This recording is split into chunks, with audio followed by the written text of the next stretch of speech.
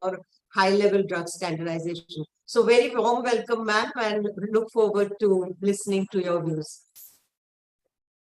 Thank you so much, Dr. Mrinal Patil, Dean of Academics at the MUHS, my Pro-Vice Chancellor, Dr. Milind Nikum, Dr. Jayant Paraskar, the Department of University Research Department Professor, the faculty, Dr. Shweta from this, Dr. Aure, the METT department, all other authorities and faculty members from MUHS. More important, I'm so happy that we have some of the best faculty who's joining on this workshop as resource persons, whether it's from industry, whether it's from ISA, whether it is from the IIT. We've really got a galaxy of speakers. And I really thank my own team for putting this together, but I thank even more the faculty who have come forward and joined this maiden initiative. I mean, it is, Dr. Mrinalini said it's been a vision thing. Yes, it's been a dream project, but to see this kind of a response from all the PhD, healthcare faculty members and students who've joined in such large numbers, we have been overwhelmed and are very happy that we are addressing an unmet need. What one felt when I took over as the Vice Chancellor and looked at some of the PhD theses that were being done, there was sort of not much scope for something innovative, something which is really can get that kind of level of research, wherein all of my PhD members and PhD student scholars can take up postdoc posts for, taking their ideas forward. And having been even like now, I am sitting abroad and actually seeing the way integrated medicine, whether it's yoga, whether it's alternative, these things, even in the US, it is being used, and it is there's a lot of hype about it without really having the science and substance. So the scope of this kind of an approach to bring in innovative ways, to bring in new research and take this knowledge of the Indian systems of medicine in a very scientific manner, because if you're playing any game, we have to know the rules. And if we play by the rules, the world looks up. There is a wealth of traditional knowledge, which is thousands of years old. And there's so much more that research can really do if you know the tools. If I have to go and do a carpentry and I don't have a basic tools available with me, and I'm expected to produce a great piece of furniture, I don't think I can. The mistake is not mine. It is of the system. So I take it that we have failed, all of you, in the past in not having a capacity building of providing the infrastructure and tools so that y'all can think out of the box, think innovative, and think of subjects and topics, conduct your research in an ethical manner with no plagiarism, no cut, copy, paste. It is not just a piece of paper. The PhD is a hard-earned thing where you've really gone in a quest for knowledge. And in this, you need to have a method and a path that is made for you, and wherein your ideas and your mind gets opened up to innovative thinking, and then you can definitely, sky is the limit. Once we provide you with the wings, I'm sure each one of you is capable of really thinking new, thinking different, looking at the traditional knowledge, looking at the methods and using our new molecules and out sort of off-label where things can be used, and we can add to the wealth of information and knowledge that the world today needs. And India can give this forward. This has been a most important theme track even as part of the G20, when our Honorable Prime Minister is also looking at Vasudhaiva Kutumbakam and taking our systems that treat in India, treat for India, treat by India is the ethos. And for that, we need to develop our tools and hone our skills. And I therefore, wish you all the very best. And I'm sure this, I just went through the program. You have today a whole day of lectures from the best in academics, from industry, and from scientific community. I would be really happy that after which your program will be given to you, where you will get a practical overview. I mean, even when you go to a restaurant, you start with an appetizer. So I would say this is just the appetizer that the university will put out for you, and may the sky be the limit for you as you discover, and we keep providing all that you need in your quest for knowledge. Thank you so much, and Jai Hind, wishing faculty and students, all who have joined this, all the best for this workshop. Jai Hind. Thank you so much, ma'am, for your valuable guidance and inputs. I now welcome our Pro Vice Chancellor, sir, Dr. Milind Nikum, sir, for his views on this entire Pre-Ph.D module. Yeah, thank you, Dean ma'am.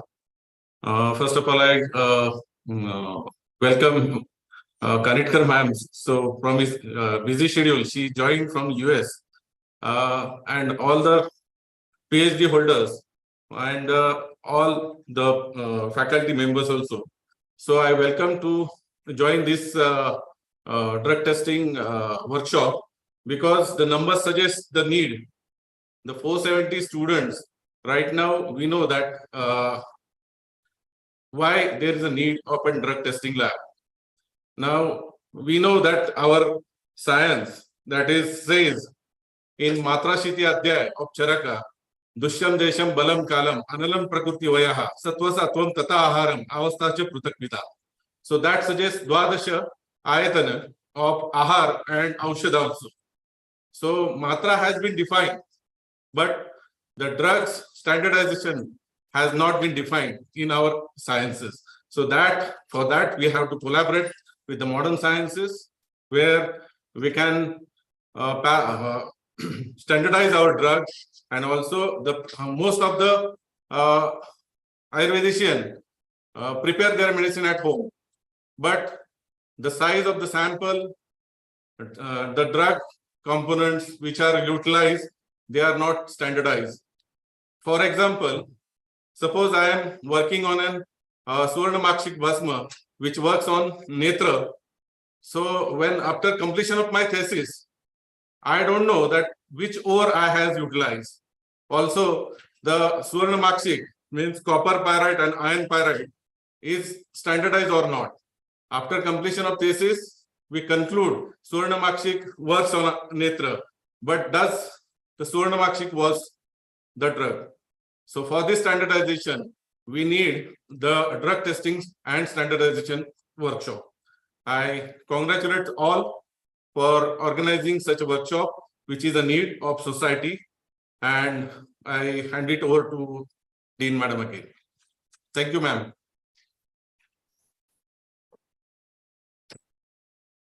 Yeah, thank you, sir, for your inputs.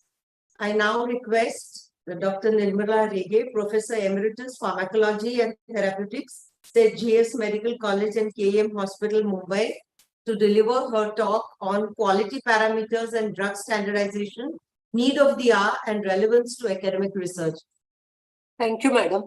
Thank you very much. Can I share my screen? So, yes, ma'am. Yeah.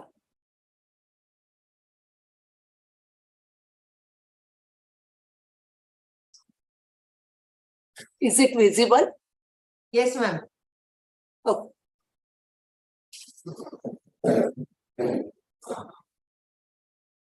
Just 1 second.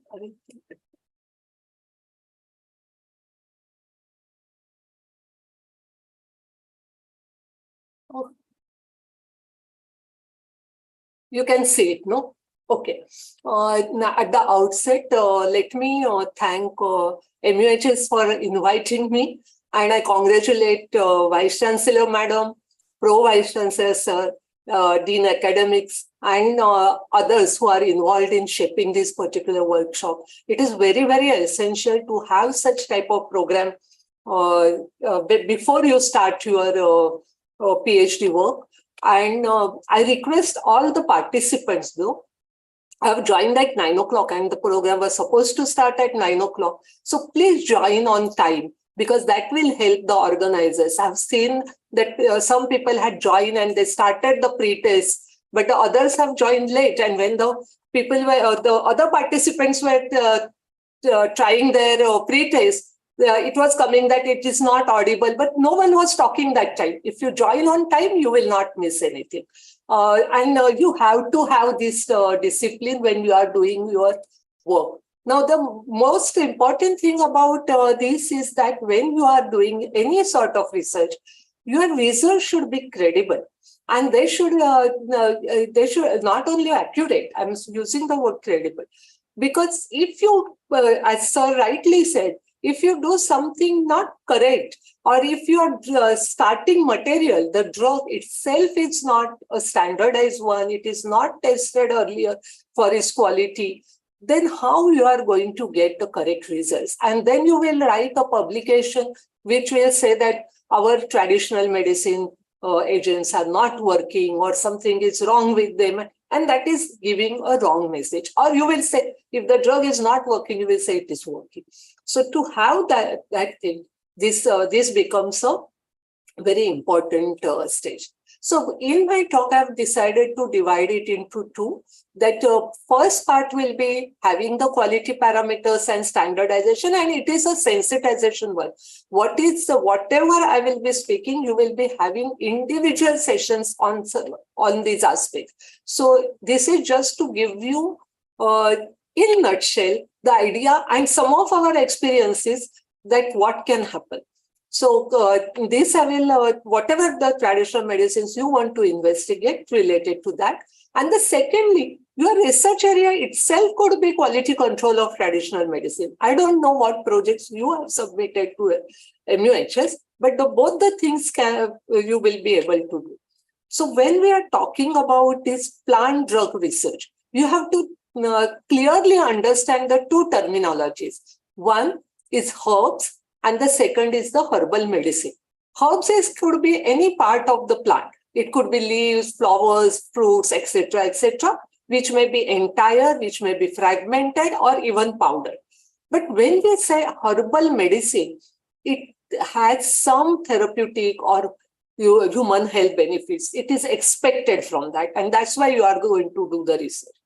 Again, this could be a plant which you have not used, may not be an Ayurvedic plant. It may be a plant which has supplied to you and you are interested from outside India. It could be a folklore plant which has been used. It could be in a particular region or ethnic, or it could be a traditional medicine. Now, what is the difference in a traditional medicine and the rest of the things? And that whenever we say something from traditional medicine, it has a long history of use, like our Ayurveda. It has knowledge, skills, and practices which are there.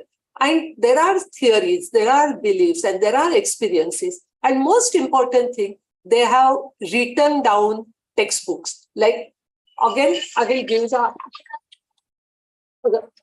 one second. This will be listed down in the we have the Ayurvedic text, ancient text, so it has to be there. So you should know what you are investigating on, whether it is the traditional medicine plant or whether it is ethnic and folklore. The people may be using it. There may be knowledge, there may be practices, but the theories behind it, why the particular plant will be acting, as we have our theories in Ayurveda, which will not, or homeopathy, they will not be there for the folklore and ethnic plants, and there will not be any documented texts for the same.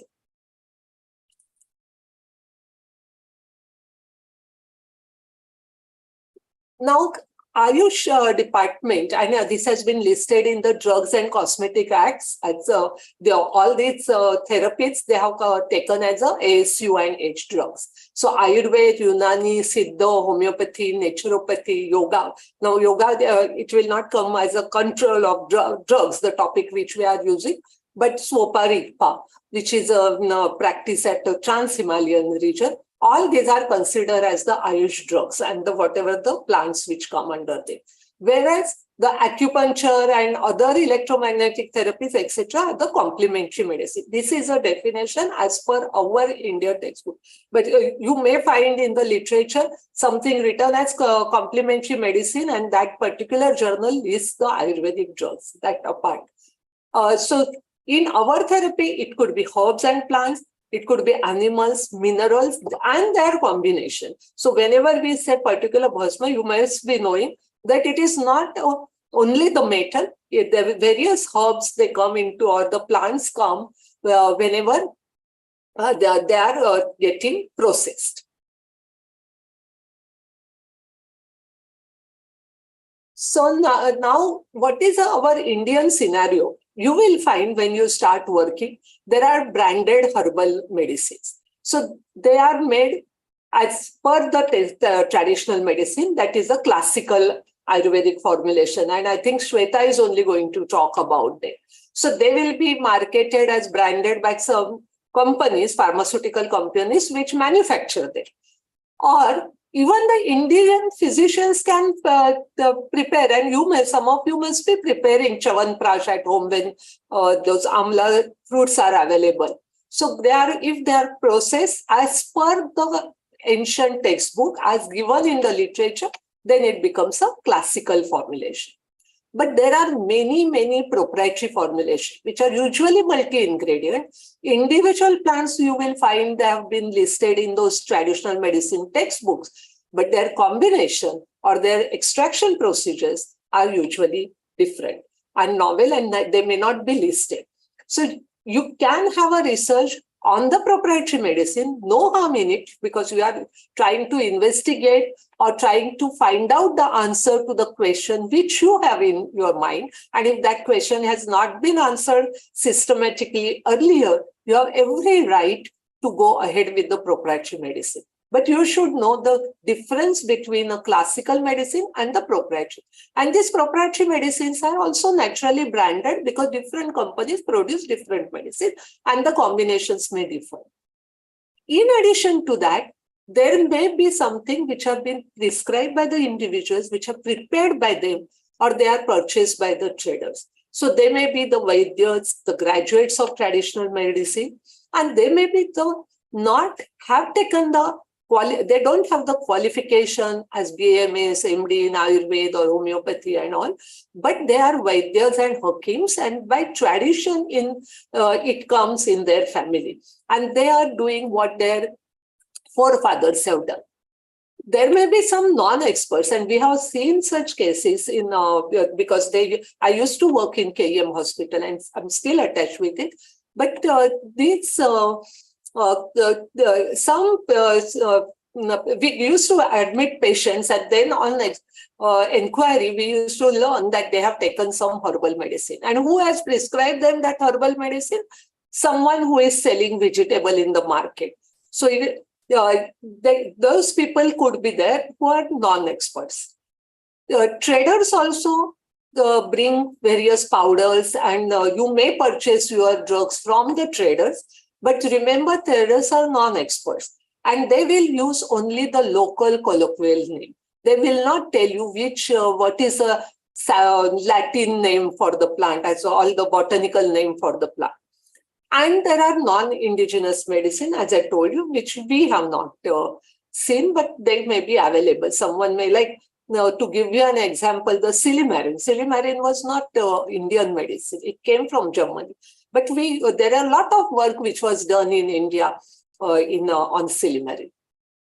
Now, when we are talking about the quality, so what is quality? Quality is a status of a drug which is determined its identity, purity, content. And when I say content, the active constituents and other chemical, physical, biological properties or the manufacturing processes.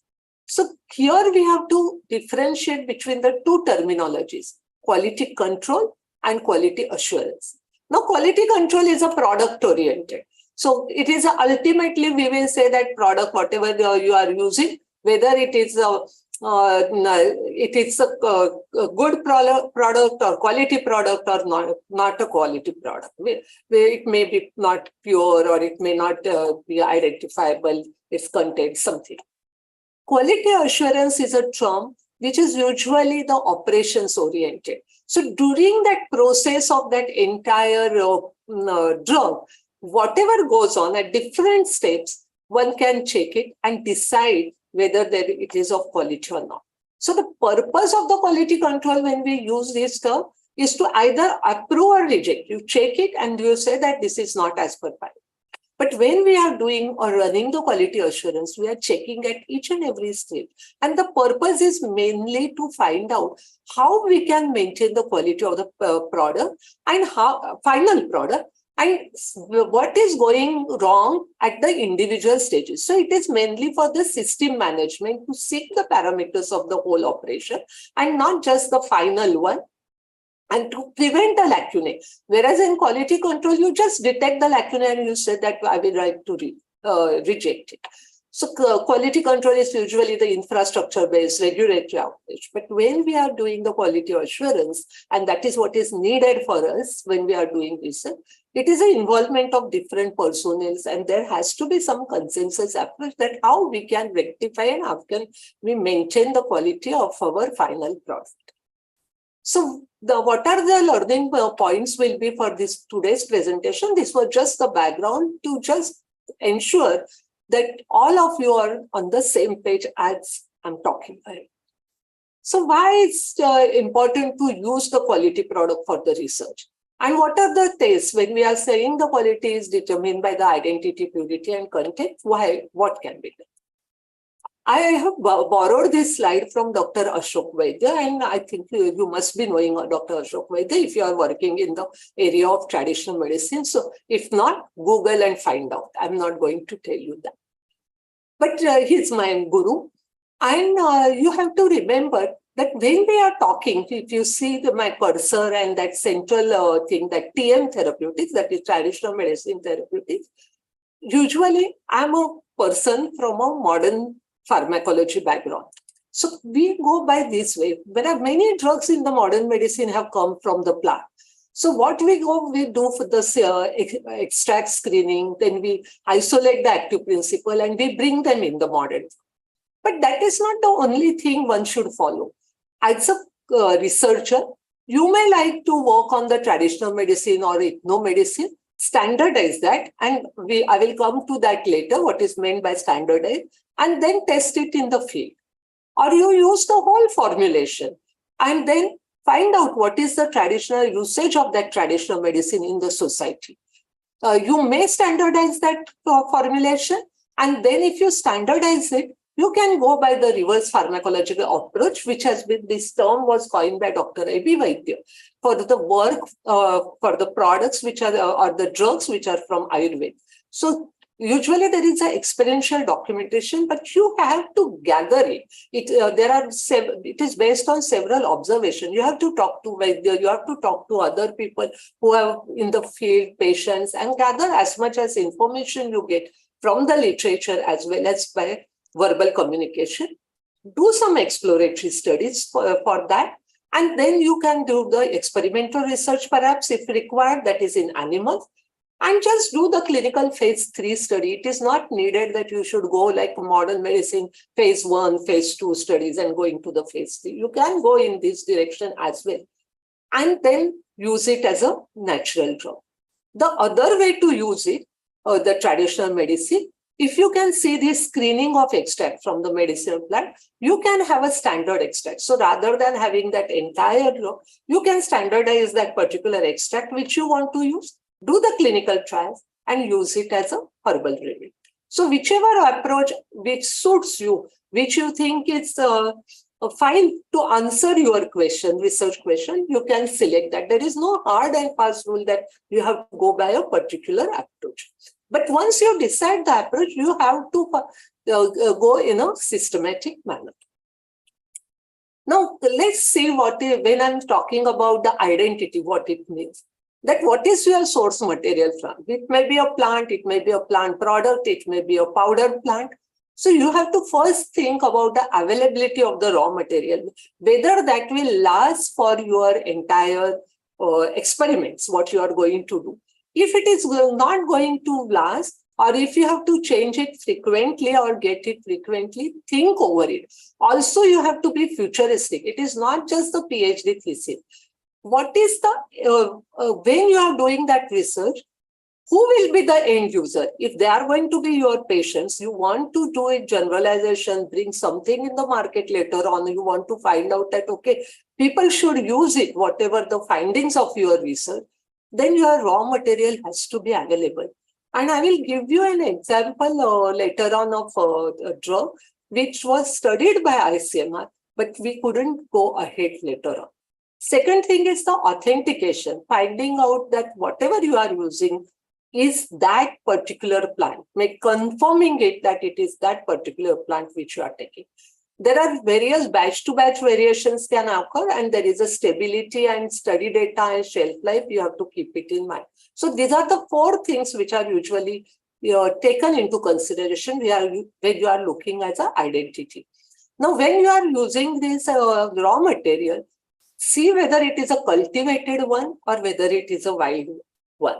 Because there could be a difference in the property when it is cultivated, and there could be a difference when it is a wild variety. That means it is growing on elsewhere. That, like for example, I worked on Tinospora cordifolia. So it is a ubiquitous plant. But there are cultivated Tinospora cordifolia, and there are Tinospora cordifolia. It is a creeper you may see in any jungle growing on the tree. So from where I'm getting that particular source. And sustainability, I talked with you. So this was the plant that is Pterocarpus marsupium, which is a Vijayasar, which has been studied for the diabetes, effects on the diabetes. And very good results. Clinical studies were done by ICMR. But what is required for this is a hardwood of that plant, that tree. And hardwood means that you can't, when the tree grows like this, then you have to cut it and you have to take that hardwood from it. So if this growing of tree takes such a long time, and then if you are going to take it and prepare the drug from, which will be a small quantity of drug, how it will sustain in the market? It will not. And then this study was stopped, showing that it just remain in the literature. It's not for the patient use. There are other alternatives nowadays, like you can do the plant tissue culture and use the drug, which is, that plant part which grows in the culture. But remember, your culture conditions can also change the properties. So what you see otherwise as a growing plant may not be having the same property as the plant tissue culture. So you have to be just clear about that, what you are using, and you have to document accordingly in your thesis. Now, when we are purchasing it from other people also, from the traders, they will call the plant by the name. Someone will say Ashwagandha, Guduchi, Brahmi. But remember, there are controversial identity. Even the Vidania somnifera is also called as Ashwagandha, and Vidania Ashujagandha is also called as Ashwagandha. Tinospora also, there is a Tinospora cordifolia, Tinospora malabarica, and then there are other Tinospora also families are there. Then Brahmi. Brahmi, there are 2 different plants which have been called as Brahmi. One is Bacopa moneri and one is Centenella aesthetica. They look different. They don't look similar. But if you are purchasing as a powder of Brahmi, how will you know that what it contains, whether it is Bacopa or whether it is Centenella?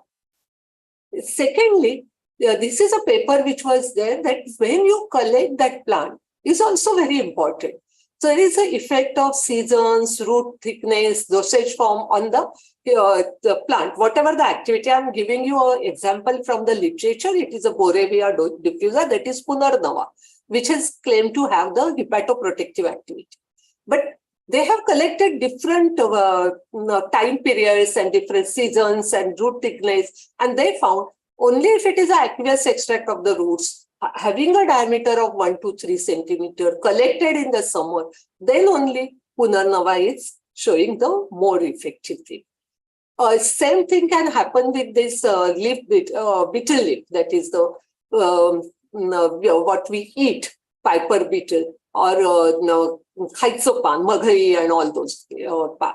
They have an effect on intestinal amylase, disaccharides, and lipase. But there are varieties of those beetle leaf. It could be Ambadi, which is a non-pungent, or it could be Mysore, which is pungent. And Ambadi, which is a non-pungent, increases the intestinal secretions and those enzymes which are required for digestion. So this is a better one. On the other hand, the pungent one decreases it. So when we say we eat beetle leaf after food to digest it, depends on which one variety you are taking.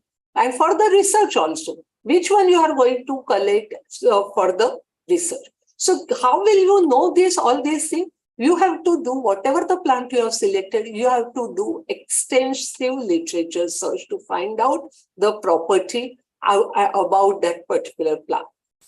Again, all the plants have got heterogeneous composition. There are multiple phytoingredients are there, and it has been proved that all these phytoingredients, to some extent, they help for the efficacy. Some phytoingredients increase the safety. Some phytoingredients help for the pharmacokinetic aspects, how the plant will, that active principle will reach the site of action, and some contribute to stability. So all are important. When we did the study, we used the whole plant, but it may not be always possible. And you use the extract, and then there will be, depending on which extract you are using, those phytoingredients will be more over there. Similarly, soil, season of harvesting, species, shelf life, support trees, all can have the variations in the plant. So that is why I said earlier, if you are doing a study, see to it, at least for that study, you have got enough material. If it is a study which is going to occur over a period, then you have to check that batch to batch variation, because your next batch may not be similar to your first batch and may not give you the same result. The biodiversity of the plant is a very well-known phenomenon. And there are challenges also when you are studying the stability data and shelf life because of the heterogeneous composition, because of the unstable nature of the plant ingredients. And there are analytical challenges also, because you may have the combination of similar ingredients and there are markers to detect that may or may not be related to the activity. I will give you an example. We did a study where we, what is meant Terminalia cebula, which is Harda. And there are two types, Survari Harda, which we use, and there is Bal Harda, which is which grows, and then when it is, this is an unripe variety, Bal Harda, and Survari Harda is the ripe. When we did the HPTLC chemo profiling, we found that they are very distinct. And you can see that where the peaks are occurring, this is called as RF. Those RF values are different. The peaks are different. You can easily differentiate Survari Harda and Bal Harda.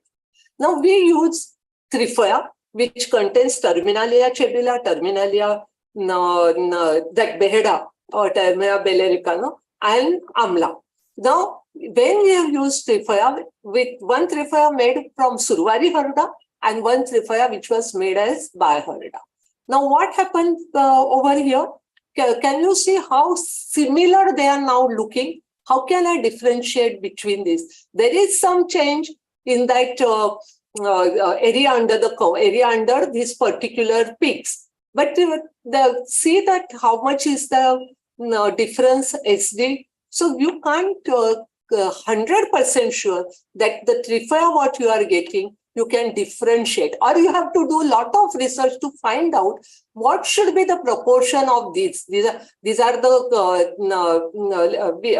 medium which we use for getting those peaks for the HPTLC, the different phase. So this liquid phase, whether you would like to change, and then you find out. So that is what I said, it becomes a separate research itself. There are very good article like stability testing of herbal products. Very much detail it has been given, published in 2015. And they have also said that if you take different plants, depending on the moisture content, the stability of the plant varies. So if you take for the first plant, if you see the moisture content is higher, then the storage period can be only 2 to 3 months. But like asparagus racemosus, it is 85 to 90% you can store to 1 to 2 years. But when we use asparagus racemosus, we found that it is much, much lesser. And you can get then some Kitok, whatever those small worms or something grows in that. It has got a high glucose content as well.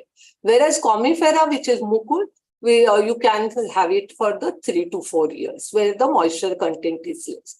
So the good article, you can review it.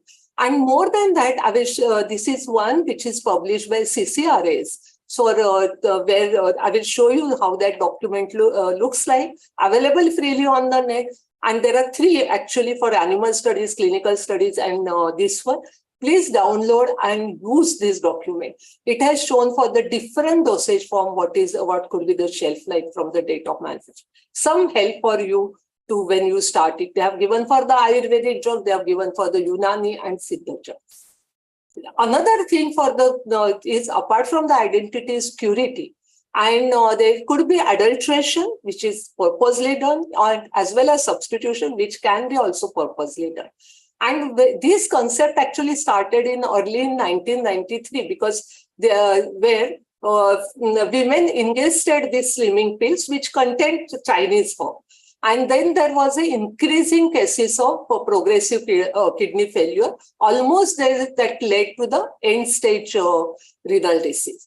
So there was when it was investigated, what is the problem? Then it was found that there was a replacement of the original drug, that is that Stephania, by the Aristolochia.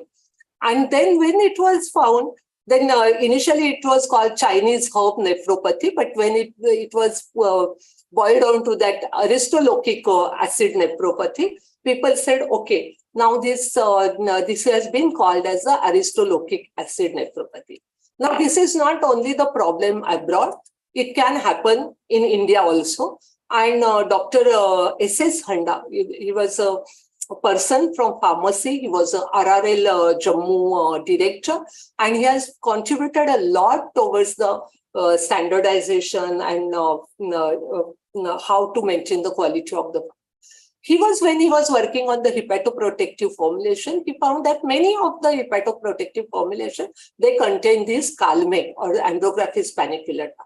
And he developed a marker which could be the active ingredient, and he found that there is one alkaloid, andrographolide, which can be used. Now, when he did the collection of the marketed formulation, he found certain formulation that don't have andrographolide. Then what could be there? That he has only mentioned that it could be totally another plant which is substituted, which is a chirata, or it could be the Andrographis cathesi, which doesn't have this andrographolide. So when you are using a marketed formulation, you have to get the certificate of analysis from the company, which is very important, or you give it to some, if you can't do it, because some of this study you can't do in a small lab, you have to get it done and confirm that you are using the correct lab. He has also reported another case for the hepatoprotective formulation, which are labeled as Philanthus niruri. And actually, we don't have in India the Philanthus niruri. We have Philanthus amarus or Philanthus fraternus or Philanthus majoris serpentis. And it is a mixture, what we get. And then oil content, extractive value, active ingredient in the plant labeled as Philanthus niruri could be different. So beware of these things. We also, when I was working in KEM, we have an Ayurveda research center, which is attached to the Department of Pharmacology and Therapeutics. And in the hospital, some young physician came and was referred to us. The drug sample was sent to us. He was self-prescribed. He took some proprietary formulation for arthritis and then developed mild puffiness of face, weight gain, had severe acidity and abdominal pain. And they sent us the blood sample for the steroid estimation, because in KEM we do the steroid and metal estimation. And we found that it reported positive for prednisolone. That means there is an adulteration of that plant drug by the another not the natural steroid, the synthetic steroid. And we have to reconfirm it with the other batch. And as I said, we have found it in many plants. Means we have this is my data is all data up to 2020, 839 formulation we studied. These are the different reference standards, and we found that 342 had positive, but there were few patients who had suggestive adverse drug reaction. Dr. Shirsagar, my senior, and she was the head of the clinical pharmacology department. So in her OPD also, she found the patient came with chronic gastritis with arthritis. And the treatment which he was taking for arthritis was again Ayurveda, because Ayurveda is safe. So Vedana Nigraha Ras. And then there was a worsening of gastric problems. They initially started giving them the modern medicinal drug and all those things. Nothing happened. They didn't change this Vedana Nigraha Ras. So ultimately they decided, let's see what are the content. And what that drug had, the drug had the modern drug. So it was not, that Vedana Nigraha Ras was not a herbal medication. It had aspirin and paracetamol. So you find out from which company you are taking. You have to look into that very, very critically. There are many contaminants can be there in the plant: pesticide, microbes, aflatoxin, heavy metal, and radioactive material. This will be discussed again when we are discussing the purity. I'm just telling you that there will be 16 patients with side and symptoms of lead poisoning. And when we reviewed the preparation, we found 5 had lead containing formulation. So we thought, okay, because of that formulation, they may be having. We did this, collected the sample, and we analyzed the lead levels in the remaining 11 patients, and we found that there is a high lead content. Now, from where that lead can come? It can come from leaching. It can come from the pesticide, which are lead-containing pesticides people are using. And then plants are the living agents, no? So they absorb that lead from the fertilizers and from the pesticides when it is there in the soil. Ayush department that time had stipulated what should be the metal limits in parts per million, that is ppm. This is a 2006 data. So we studied number of samples, and we found in some samples it was exceeding, the various levels were exceeding. And that is why before study, you have to get all these things tested. There could be the improper processing of the plant, because there are multi-ingredient formulation in Ayurveda, which are Vata Vidvamsak Vati, Maha Vidvamsak Ras, and Tribhuvan Kirti. You may like to work on those plants. But remember, aconite is one of the ingredients, and aconite is a major alkaloid. It is Ativish, it is called, various species of aconitum. And we have seen patients coming with different symptoms, which could be suggestive of aconite disease. Again and again, I'm telling you, take certificate of analysis from the company and go for a standard company. There are reports that that transport and storage can affect the. There was this Phalanthus genus was collected from the different geographic sites to test it against the chronic hepatitis B. And we found from India, what was sent was Phalanthus amaris. And it was found that it is inactive. And therefore, a lot of study, this is a report actually from another person who did this work. So what was wrong? And it was found that a lot of period went in the transport and the storage was not proper. So when you are collecting the plant and when you are starting your study, that has to be documented. It can especially happen with the plants which have got a essential oils or volatile oils. And drying methods can also affect it. And they have been shown that essential oil content and composition of this bacil, that is Ocimum bacillum. That can also have the change. And these people have done extensive study with shade drying, sun drying, oven drying, and then finding out the volatile oil content and volatile oil composition. And they found ultimately whatever the shade drying has better than oven drying. So your study can be of this nature also. You can, this is a research work and good research work to tell that what should be the procedure to be used for drying. And they said that ultimately conventional shade drying is a useful method for acquiring high valued essential oil, which is very, very useful for industry as well. So in short, whenever we are talking about the finished product, we have to consider the raw material, how it is collected, how it is transported, how it is stored, and how it is processed, and finally the packing. And you have to remember the misidentification, contamination that can happen, and the adulteration. There are quality control tests which have been described, and these people, the faculty members subsequently will take you through that. But there are pharmacognostic tests for the botanical identification. Try to mention the family, genus, species, everything. There are tests based on the organoleptic characters, how it looks, how it tastes, what is there a smell, and what are those fractures seen on the stem. And there are microscopic also. Together it will form, you have to keep all these things ready, and also the plant sample. And also find out what can be there, the contaminants, and check whether it is accepted limits are there or not. So when you are talking about it, it is raw material to harvest, drying, storage, processing, storage till finished product. Your quality assurance is assuring your quality at individual stage. And therefore, it has been mentioned very, very clearly that GMP norms have to be followed.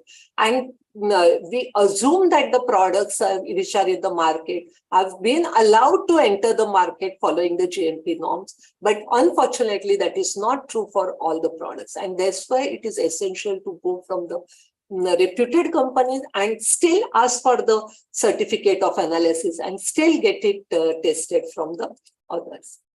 You can do then the physicochemical test to find out the content, so chemoprofiling, which is a little low order, and there are certain assays which have been high order.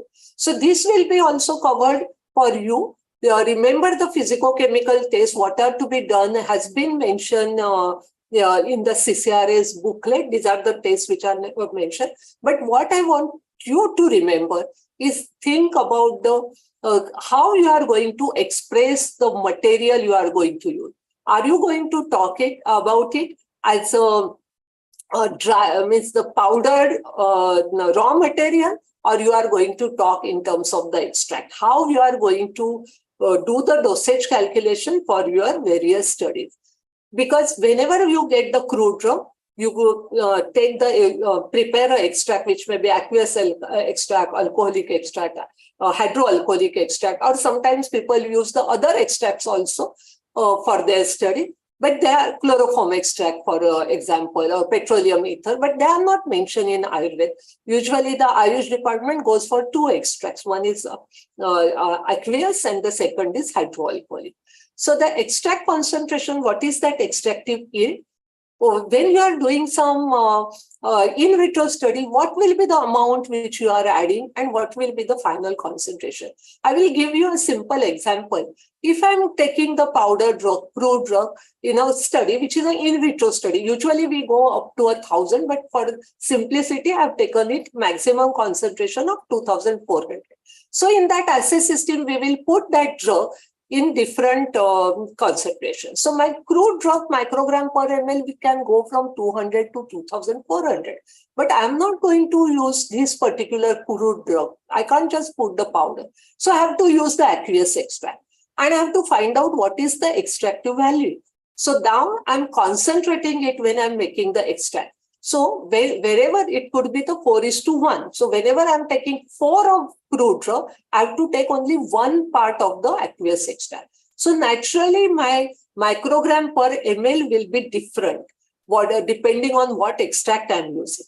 Now, what I'm going to pipette into that wells when I'm doing the assay system in vitro will be 20 microliter in the assay system. So whatever I'm taking in the microgram, that amount will be different, because this is the 1 ml is 1000 microliter. So 20 microliter, how it will be. And then in that assay system, I'm going to add other fluid, I'm going to add some reagent and all those things, which will be in a liquid form. So the final concentration, say if I'm adding others, 180 microliter, I have added others, it will be 200 microliter. So when in my publication or in my thesis, what I'm going to express? Am I going to talk about the final concentration to which my cells and other things are exposed? Or I'm going to write about the what crude drug in terms of the crude drug. They are all related. So you can put it the way you are comfortable with, but you have to be very, very clear what you are going to use. And if you go through the literature, this data is missing. The plant has got several secondary metabolites, and they are responsible for the activity. There may be alkaloid, polyphenols, glycoside, saponins, or terpenoids. And you should, there are certain tests to find out the gross identification of this. These have been mentioned in pharmacopoeia, and there is a talk on the pharmacopoeia. So I will not spend my time. But for the chemo profiling, you can have do the HPTLC or HPLC and GC or whatever is available to it. It gives a complex chemical profile, but it is like a fingerprint. And for a particular plant, that fingerprint remains the constant. So how all these things act? There are usually two phases. One is the stationary phase and one is the mobile phase. Now, depending on the molecules of that particular plant, what affinity it has got, whether it is to the stationary phase or mobile phase, and how it moves ahead on the stationary phase because of the mobile phase, will tell you that characteristic, which has been detected by the optical methods later on. So this pattern of separated molecules is called as the fingerprinting. So we have to decide when you are doing that, which phytoingredients you are going to use. It can vary depending upon the sample preparation. It can vary depending on the solvent system, as I told you for that Terminalia cebula. You have to use the reference compounds which are available, but they are costly. So they can serve as a marker, and you have to validate the assays, and this will be covered. Now, when we are standardizing the formulation, what do we mean by that? That when, as I told you, it has got a heterogeneous nature with n number of phytoingredients. How we are sure that what we are going to do? So when the plant has got multiple ingredients, I have to find out which marker I'm going to use. Like in Kalmek, it was andrographoloid.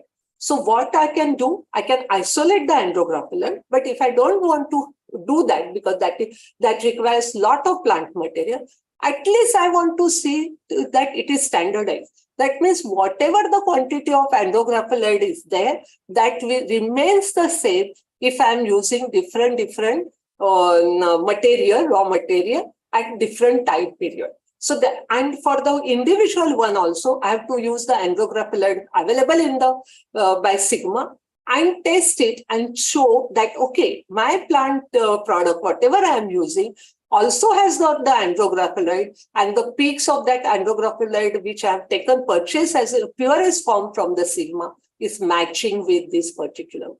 And this is ultimately give you the quality control. So it depends upon what you will be saying as how many peaks a particular plant has got. What is the RF value of that peak? So that here it is for the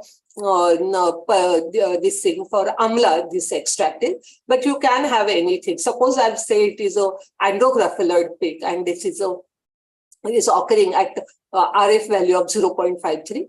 Then in my what I'm taking andrographoloid from Sigma should have a peak over there. So my means the other way around, that will have a peak at 0.53. So my sample should have a peak like this. And then I can take the this area under the curve over here, that is AUC for the peak, and then I can get roughly the idea of the quantity of the molecule. So it is helpful to assess the batch-to-batch variation. And HPTLC is considered as a preferred one, though it is less sensitive and less accurate compared to HPLC, but it gives you a visual pattern easily done, doesn't require much pure sample. And many samples can be processed at one time, so it is a faster and economic. So you can get different, under UV light, you can see such type of images and you can do it. So you can compare different parts of the plant's leaf, stem, root in a one go, or you can have the different markers and you can see that how they are placing. Or there could be the multiple samples can be done. It's just the instrumentation. Or one can combine it. You want to find out the structure, then you can go for the GCMS, mass spectrometry, or LCMS, and then find out which structure elucidation is there. And nowadays, people are using the DNA sequences because that individual plant will have a specific DNA. So this DNA fingerprinting is much, much reliable and consistent. And it is not affected by a number of factors like sample age or environmental factor, physiological condition, growth condition, harvesting period. But it is costly. This is a reference where you can see how the authentication of medicinal plants can be done by DNA markers. And I will give you all these slides so there is no problem. So when you are doing all these things, you prepare a data sheet. You will compile information related to the plant. You will do the raw material authentication, as I've told you. You will classify it. You will do the microbiological confirmation, physicochemical confirmation, and all those tests. And what ultimately you get, this is called as the passport data sheet.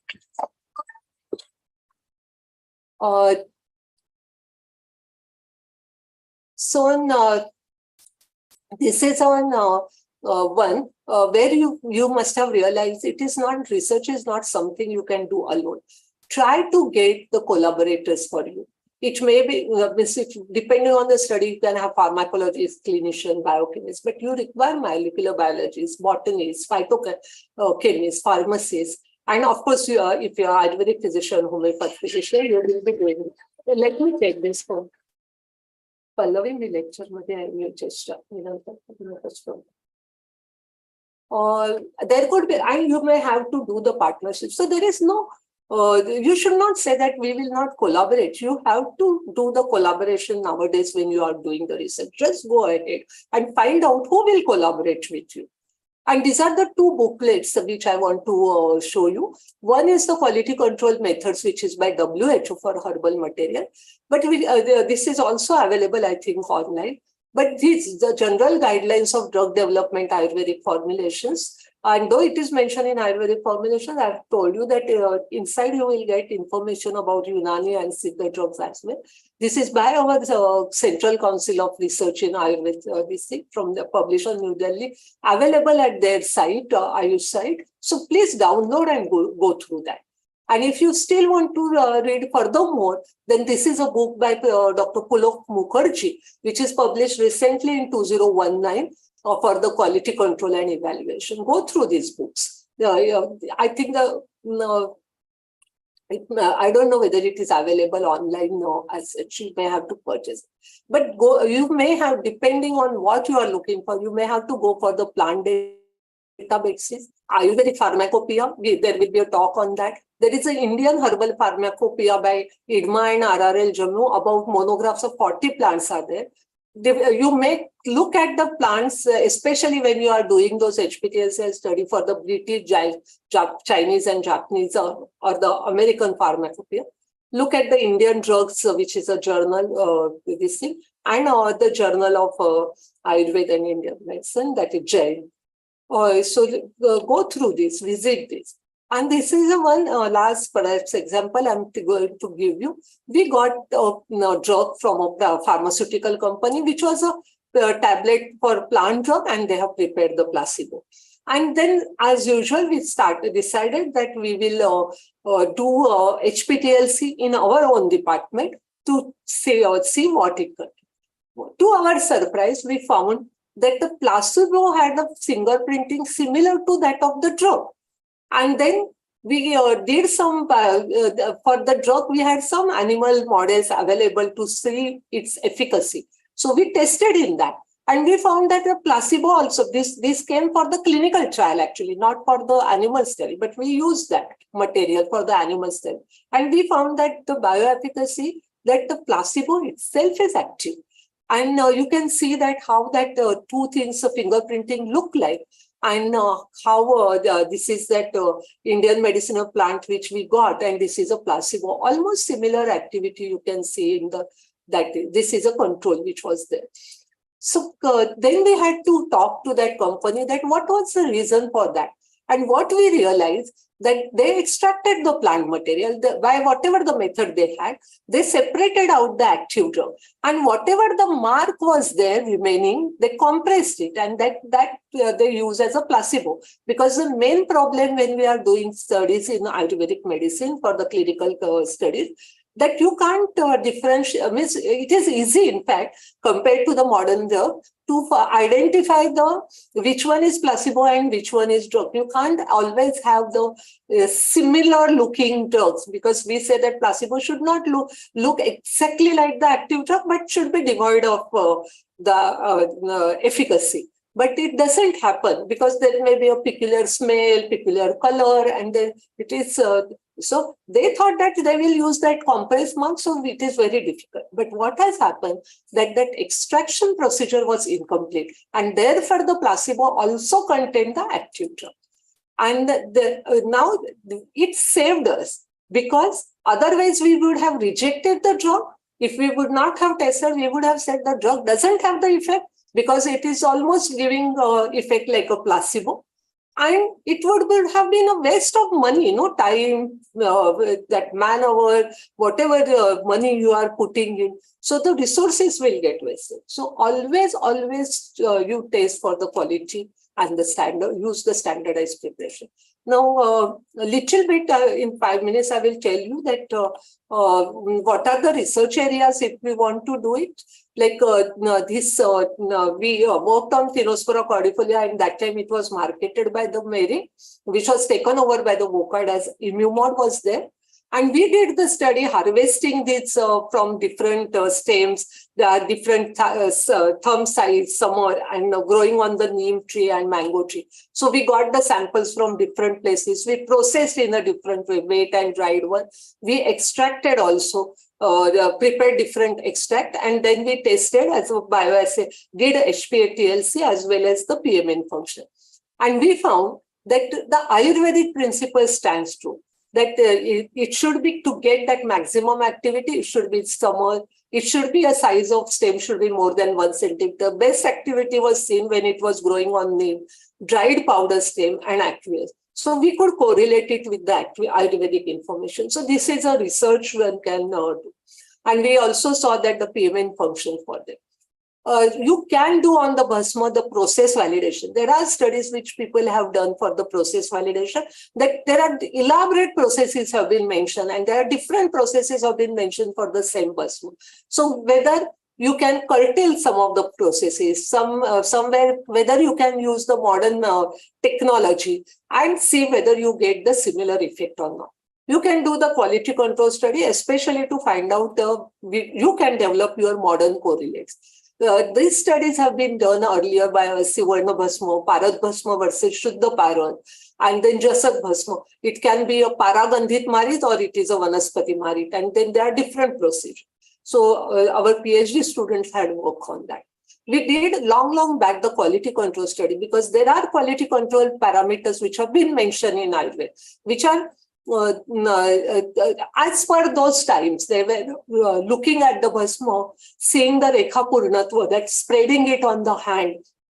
And if it is finer, and finer is better, it will go enter those your hand creases, they become quite Varitaratva, whether it floats on the water, Nischandrika, whether there is a lack of luster, and Niruttva, and there are specific tests mentioned for each Bhasma. So we collected the marketed formulation, and then we did the Ayurvedic test, and one of the tests was the curd test also.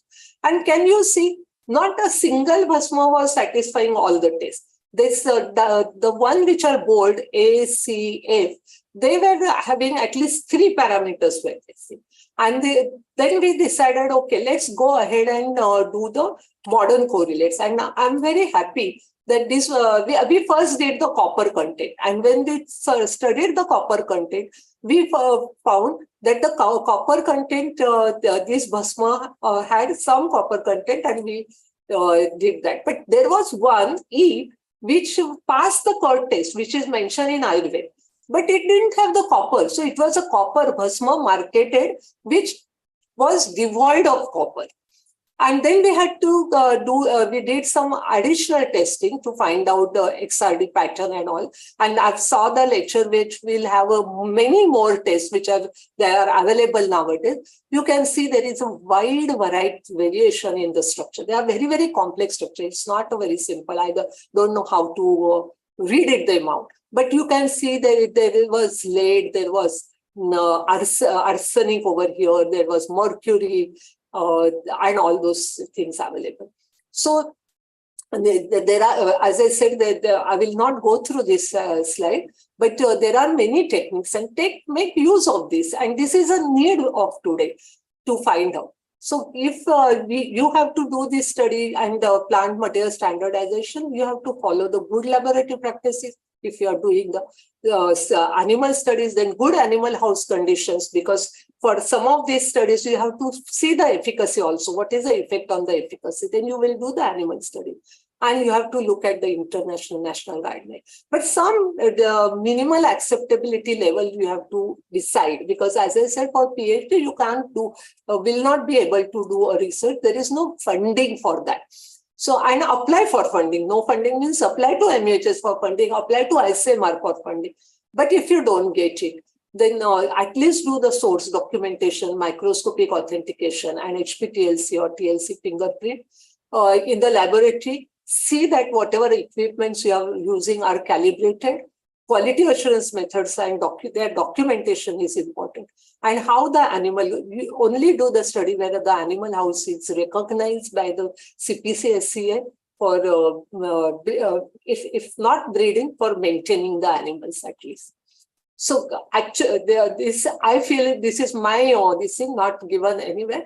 I feel when we are doing the studies with minimal experiments and the academic institution for MD or for PhD purposes, which it is like a wide net. There are many things you are using to get some hits. They may not come in the market or something.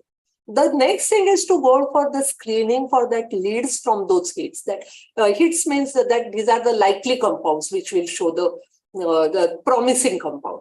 But from that, you have to come down to few to say that the promise is more. If I put money on that, I will be able to get the result. So screen for the lead. And for that, you require the collaboration with the industry.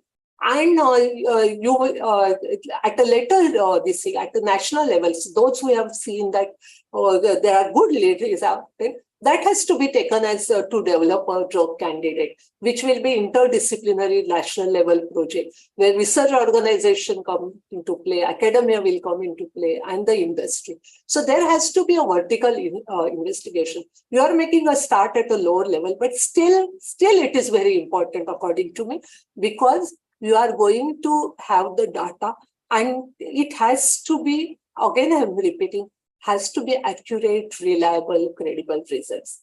So you have to show that through your documentation, whatever you have done, positive results or negative results, that doesn't matter in research. You have to do it. Thank you. Hello? Yes. Thank you so much, Dr. Nirmala Rege, ma'am. Am I audible? Yes, yes. Yes. Fantastic session, ma'am. And we are receiving the queries. Firstly, let me just congratulate our first speaker, Dr. Nirmala Rege, ma'am. Most of you all have known her work profoundly since the past 25 years, and we are so grateful. The entire module, I would say, madam, took keen interest to redesign a certain parts of the module so that the PhD output would be nice.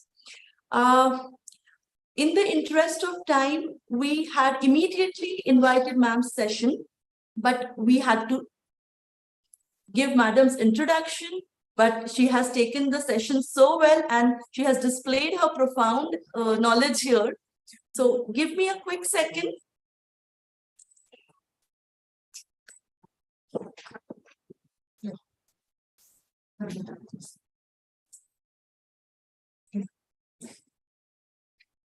Yes. So in the interest of time, as I mentioned, we had immediately started and we are absolutely on time. I take this opportunity to heartfully thank Dr. Nima Rege ma'am for being the opening pioneering setting mentor for this PhD module of MUHS. I'm sure madam will continue with her guidance to all the students throughout to shape university outcomes on research. Here is a quick glimpse of the highlights of Dr. Nima Rege ma'am. No, Is it? Yeah. Shweta, I think most of these questions will be answered in the subsequent this thing. There is nothing pertaining to Yes, mine. ma'am. Yes. Welcome. So, For- yeah. Just show yours this thing, ma'am. Is the slide visible, ma'am? 1 second. No, because I have not stopped sharing. Let me stop. Stop sharing. So Yeah. is it this thing? Okay. Yes. Yeah, ma'am. yeah, now it Questions but part? then, Yeah, ma'am. Bola na, ma'am. no, there is no need for this slide. You Absolutely. can give my email to them, and these slides also you can give. I will share with you those slides. Yes, definitely, ma'am. But the need for this was initially when it was about quality parameters of herbal drugs, it was initially thought that only Ayush or Ayurved would come into picture. But with your CV and your work in this clinical pharmacology and therapeutics on herbal drugs, and a lot of theses from even the dental side coming on herbal products like herbal mouthwashes products, the patents being filed from non-Ayush MUHS teachers.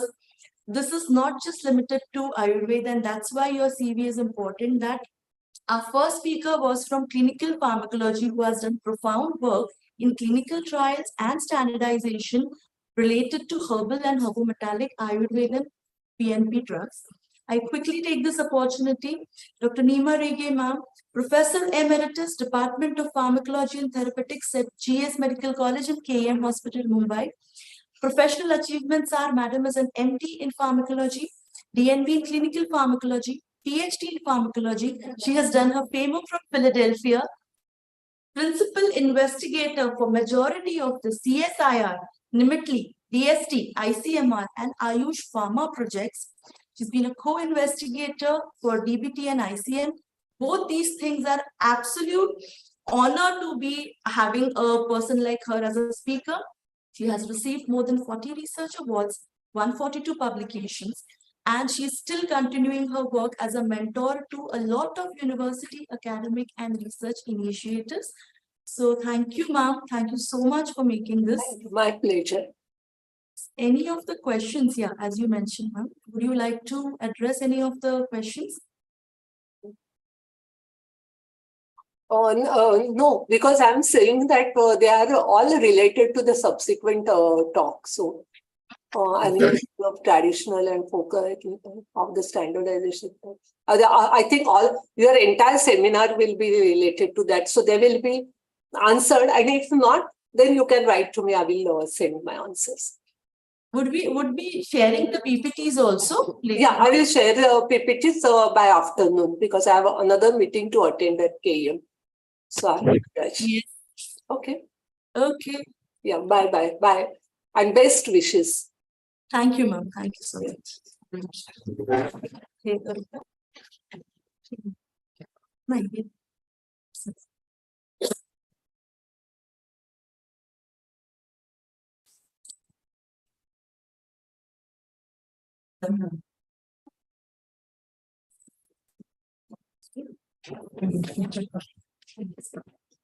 We, in the interest of the time, if I'm audible, please just type Y in the chat box, please. If I'm audible.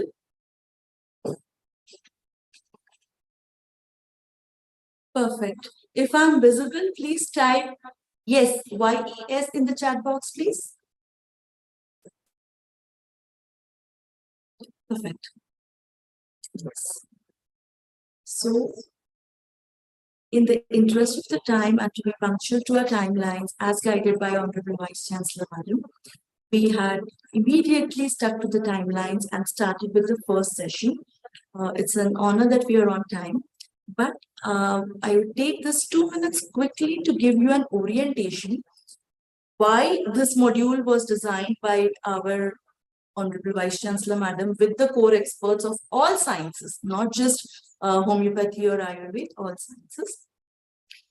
This is a pre-PhD orientation on drug standardization, which you all have given the preference forms for.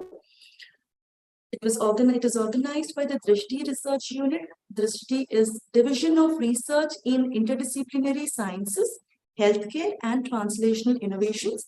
This is working in sync and under University Research Department at MUHS, but focusing on interdisciplinary sciences majorly. It was inaugurated by our Honorable Vice Chancellor and our Professor Dr. Milind Nikum, his Honorable Pro Vice Chancellor. Sir has given immense contribution in designing the module, helping us connect to more than 400 participants. And it is a proud moment that when we received more than 50 applications and even the payments from out-of-state university students. This was initially only for our MUHS PhD students. It was a tough time when the fees were paid even from the outside PhD students. Honorable Pro Vice Chancellor Sir mentioned that knowledge should not be limited to any university. We will be allowing even outside MUHS pre-PhD for this drug standardization related, and not just Ayurveda, dental. Medical colleges have also opted to get a comprehensive idea of what is about standardization. The objective behind this module to orient the PhD students on quality assessment and standardization of herbal herbometallic formulations with various interdisciplinary approaches. Total 3 days, 2 days are online, that is 22nd and 23rd. 1 day offline that will be given batch-wise. The preference forms in the month of September. Total number of participants, initially we anticipated 300, then we raised the limit to 400. Now we have crossed almost 480 participants from all backgrounds: medical, BAMS, BDS, BHMS, BUMS, allied. Yes, this is what the university is proud of, having a galaxy of speakers. We'll be having speeches from Dr. Shriram Savikar sir. He's being the former chairman of Pharmacopoeia Commission, Government of India. Dr. Nima Rege, who just spoke, she was Professor Emeritus Clinical Pharmacology, KM Hospital, Mumbai. We'll be having Dr. Jayesh Bellare. Many of you all know sir's work in nanomedicine, in homeopathy as well. So all the faculties have something to look forward. Dr. Jayesh Bellare sir is Chair Professor Chemical Engineering from IIT Mumbai. We have Dr. Girish Tillu sir. The Ayurveda fraternity knows him as the whole and soul of JAIM journal, but he is also the principal investigator for Center for Complementary and Integrative Health and Center of Excellence from the Ministry of Ayush at Pune. Dr. Mukund Sabnis sir, he'll be our next speaker. A quick intro: he's a director of Jeevan Rekha Clinics and Analytical Laboratory and an international speaker. This doesn't end here. Our next speakers would be Dr. Kishori Apte, madam. Many of you all, I think, have approached her for the preclinical toxicity studies at her. It was earlier known as National Toxicology Center. Madam is the technical director. Currently, it is known as the APT Testing Lab, Pune. We have Dr. Mukesh Chawda, sir, a fantastic blend of research and industry and exporters of phytopharmaceutical herbals. Dr. Mukesh Chawda, sir, is from Solumix Herbaceutics, Papeshwar Private Limited. We have Dr. Nikhil Jiran Kalgikar, sir. He's been extremely instrumental in shaping the pharmacopoeia. He is with the Pharmacopoeia Commission of New Delhi, Government of India. He'll be enlightening us today. We have Dr. Sandhya Kamath, Professor and Head Pharmacology, GS Medical College, Mumbai. Madam has had the experience of n number of preclinical animal studies related to herbal medicines. And then we also have Dr. Avinash Kumar, sir, who will guide us on various chemical aspects. How to handle instruments while characterizing, even if it's the homeopathic medicine, or you're using any other form, any advanced dosage forms. Then sir will be guiding us on that. He is professor and head chemistry department at Savitribai Phule University. So these are our experts. And as I said, we have 3 generic modules. Animal handling was done successfully. Molecular biology basics was done successfully. But this module was specifically advised by the Honorable Vice Chancellor and the Pro Vice Chancellor, because at the university, the number of dissertations, the PhD theses across all faculties, somewhere or the other, herbal medicines, either in the preclinical, animal, phytochemical research, some mouthwashes, some wound healing patches by some surgery professor, patents were applied. So that's why we took all these experts from various interdisciplinary, so that the future PhD research from this batch onwards, whatever it is pertaining, we come out with good translational value of some product, some good publications, or some collaborative preclinical and clinical trials pertaining to phytochemicals and herbal and herbal. So thank you so much.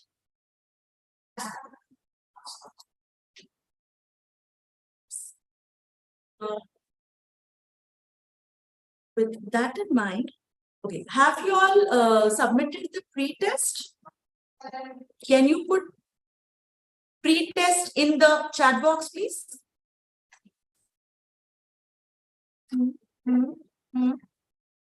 Okay, okay, okay. Perfect, perfect. Okay. Just a message here. If at all pre-test someone, yeah, great, thank you. If at all someone has missed the pre-test, there were a few queries in the chat box. Don't worry, we will give the link in the lunchtime for today. Attendance sheet 1 has been collected in the morning. 1 will be done before lunchtime. Okay. With that in mind,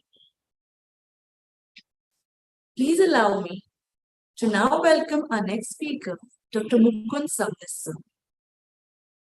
Mukund Sabnis sir is a well-known name to all the Ayurveda-related students, but to the other esteemed scholars who have joined us. Sir's work, sir owns his own in-house biochemical lab and his own standardization lab, a clinician with 2 major labs.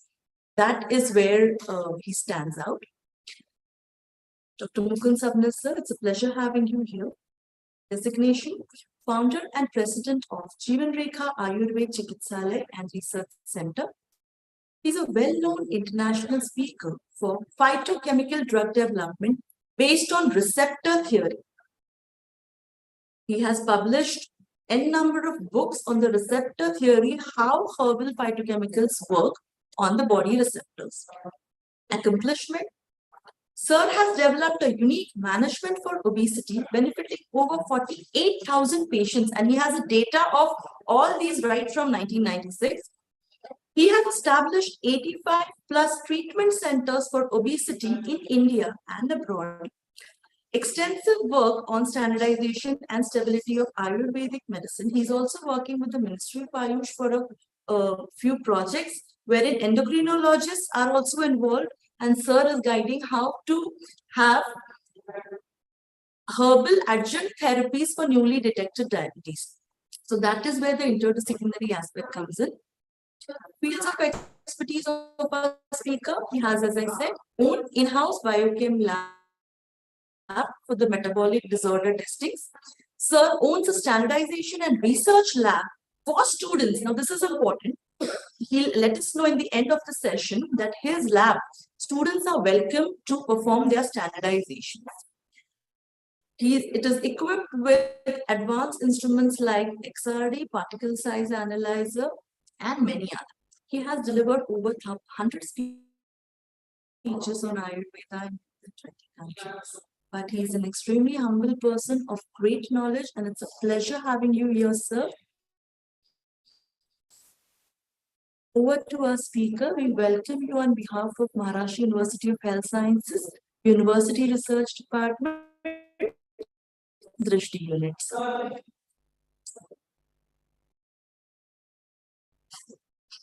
Thank you, Shweta, for the introduction. Honorable Vice Chancellor, Honorable Pro Vice Chancellor, team of Drishti, I thank you all for the chance given to me to share my views regarding the standardization aspects of herbal medicines. So can I share the slide, Shweta?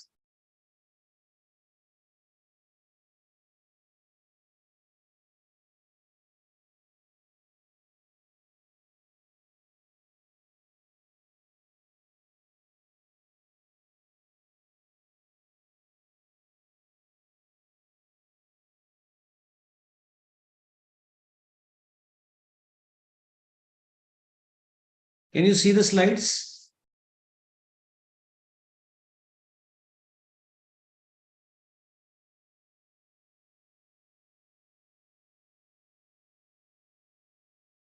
Can you hear me? Okay. So good morning, everybody. Today we are going to see about the standardization. And standardization, when the word comes, it is not only about, when it comes to Ayurveda, it is not only about the drugs actually. No doubt, I'm going to talk about much about the drugs, but standardization is in each and every aspect about the Ayurveda management, right from the collection of the herbs to the management and the end user. So a lot of scope in standardization area in Ayurveda field is there.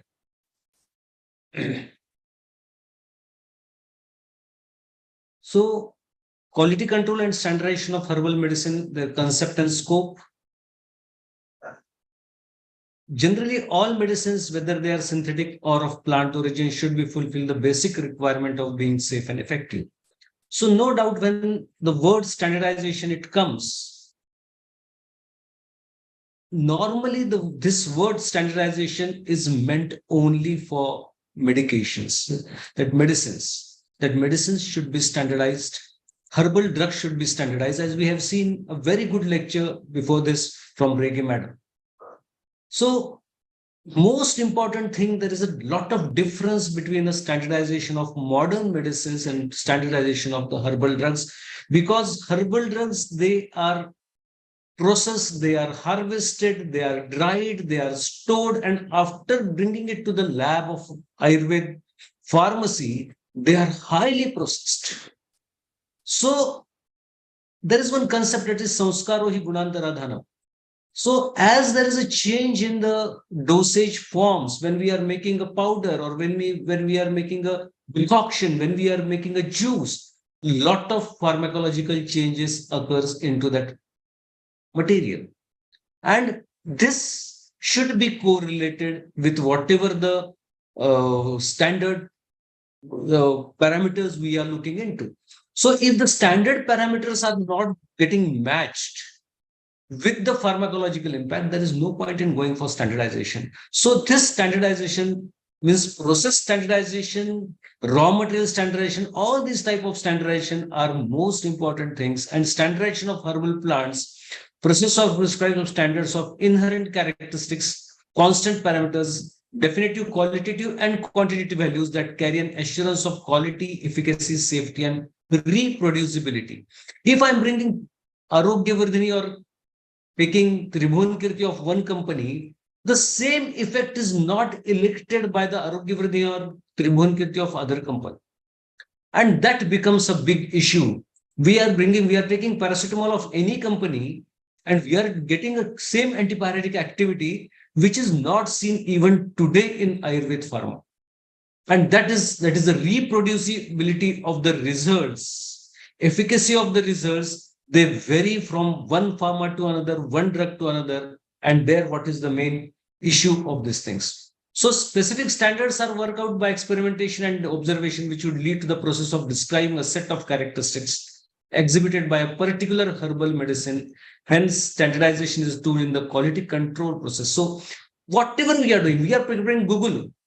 How much temperature we are maintaining while preparing or while we are doing for Google Shodhan? How we are doing a Maran and Shodhan process on the Bhasmas? At what temperature? What is the total volume we are taking? How we are exposing it to the atmosphere? All these things make a lot of difference into the end product, into the chemical entity of the end product, which may change its pharmacological activity. One thing is very, very important, that when we are doing standardization, definitely those standardization tests, whatever we are doing, should be correlated with the clinical efficacy. That's very important. Should be correlated with the quality, should be correlated with the safety, and reproducibility is no doubt. It is very, very important. But efficacy and standardization test should go by, so they can explain or they can establish the efficacy of the drugs, which is very important when it comes to Ayurveda medicines. So there are several problems not applicable to the synthetic drugs, which are applicable to herbal drugs, that herbal drugs are usually mixtures of many constituents. So as it is very simple, not actually simple, but it is little bit easy to standardize a modern medicine drug, as it is a single molecule. But here, one herb contains 100, 200, 300, 400 phytochemicals. And our formulations, we are mixing these herbs which have 300 to 400 phytochemicals. So it is a very big task to standardize them. So these are all mixtures. So it becomes a tough task to standardize these medicines. The active principle in most cases are unknown. Here again, I'm going to talk about the active principles. It is again a lot of controversies are there regarding the active principles. Selective analytical methods or reference compounds may not be available commercially.